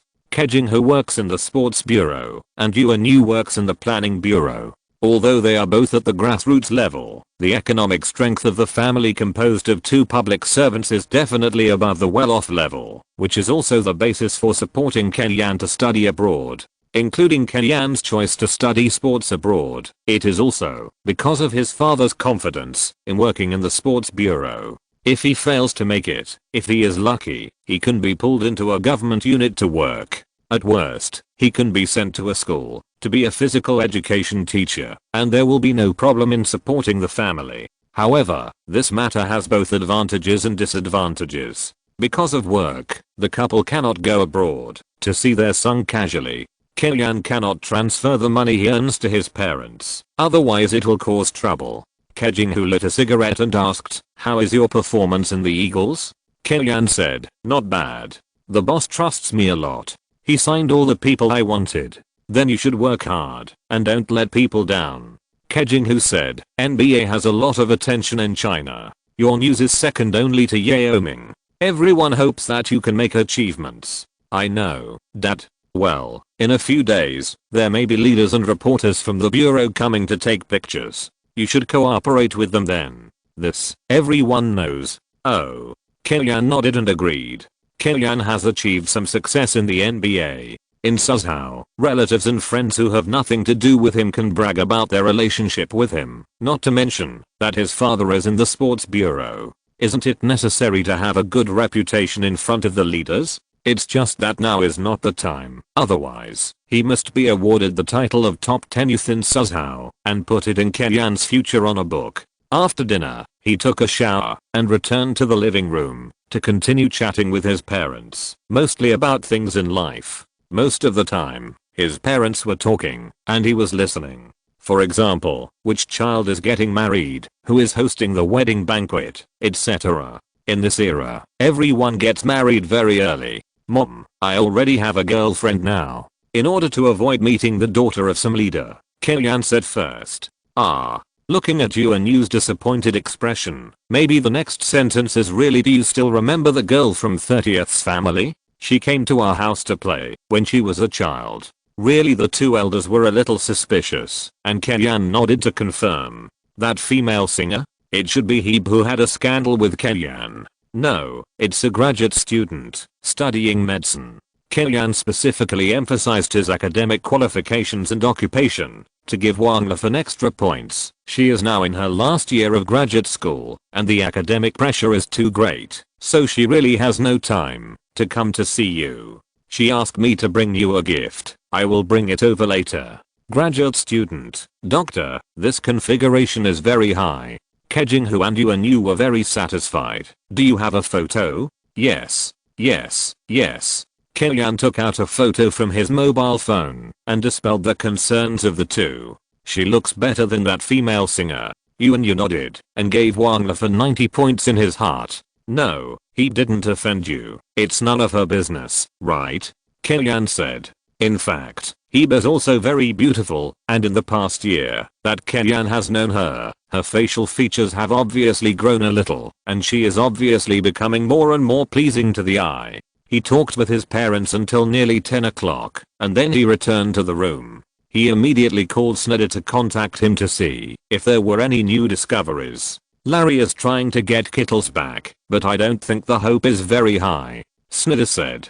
Kittles, one of the members of the 96 Golden Generation, has been a key player who has twice reached the finals with the Nets. He is an accurate three-point shooter and has a thin face. He is known as the mosquito shooter and thin monk. Because he is thin and can't put on weight, he has difficulty in fighting and is often injured. Last season, he played only 22 games for the Clippers and was reimbursed for the season. The back and forth injuries have worn away his passion for basketball, so he has already planned to retire. Kittle's career peaked when he played run and gun with Kidd in the Nets. He was good at both three-pointers and fast breaks, so it was no problem for him to adapt to Kellyanne's tactical system. The disadvantage is that he is fragile. No matter how strong a player is, it is difficult to play a role without a guaranteed attendance rate. However, it is not a bad thing to have such a predecessor who has played rune and gun to teach and guide. Kellyanne does not exclude his joining, but he does not force it. While arranging Snyder to continue to pan for gold in the sand, he also wants to get a list of free agents and print it out to see if there are any players who can fill the list. Looking at the information over and over again and adjusting to the jet lag, Kellyanne didn't know when he fell asleep. When he woke up in the morning, the first name that caught his eye happened to catch Kellyanne's attention. Roger Mason, a player who once occupied the main shooting guard position of the Spurs after Finley retired, has a very outstanding advantage, that is, three-pointers. A shooter with good physical fitness should not be reduced to being unsigned until now, right? Kellyanne called Bradley, a scout of the Hawks, and asked him to pay special attention to this player and arrange a tryout if possible. Roger Mason, right? Okay. After Bradley hung up the phone, he quickly retrieved Mason's information and sent it to Kellyanne. After seeing the specific information, Kellyanne also figured out why Mason fell into this situation. After entering the league in the 2002 draft, Mason played only 17 games for the Bulls in his rookie season and was reimbursed for the season. In the second season, he was traded to the Raptors, played only 26 games, and was reimbursed for the season. In the 2 seasons, Mason played 43 games for the team in total, which was more fragile than Kittles. The Raptors simply cut Mason. He went to Europe for a year and performed mediocrely. Then he returned to the NBA to continue looking for a job and try out everywhere. If Kellyanne hadn't had a keen eye for such a player, he might not have dared to bet on it. With better luck, Kittles and Mason would be injured in turn. If they were really unlucky, Paul and House would play as double point guards in the rotation lineup. Anyway, it's a run and gun game. Nash and House often play together, and Paul's defense is much better than Nash. After resting for 2 days at home, Kellyanne's complexion is much better than when he just came back. The soil and water of hometown nourish people. Although there are rest days during the season, as a head coach, especially a head coach who has just started his career, he can't be idle at all. His mind is full of things, fearing that he is not doing well enough. Kellyanne still has to fall in love. Although Wang Lifan thinks that she is a girlfriend who doesn't need to spend too much time with her, this is just talk. The two of them have less time to spend together, so Kellyanne has to improve his impression points in a shorter time and strive to home run as soon as possible. Every time he goes on a date, He has to be more attentive, and he can't always come to Staples to watch the game and eat. However, with the photo with the leaders of the Suzhou Sports Bureau on the newspaper, Kilian's comfortable days are over. First, the leaders of the Provincial Sports Bureau invited him to visit the provincial team and meet with the coaching staff of the Nangang team to exchange experiences. Then CCTV got Kilian's contact information from somewhere and called him to interview him. Finally, the Basketball Association invited him to be a guest at an event on promoting the quality training of young basketball players. After spending a few days at home, Kilian started to fly around again. End of this chapter. Thank you very much for reaching the end. Don't forget to like. Looking for more exclusive content and immediate access? Subscribe to our Patreon. Remember, every like, subscription, or donation encourages us to continue. Thanks to everyone. See you in the next video.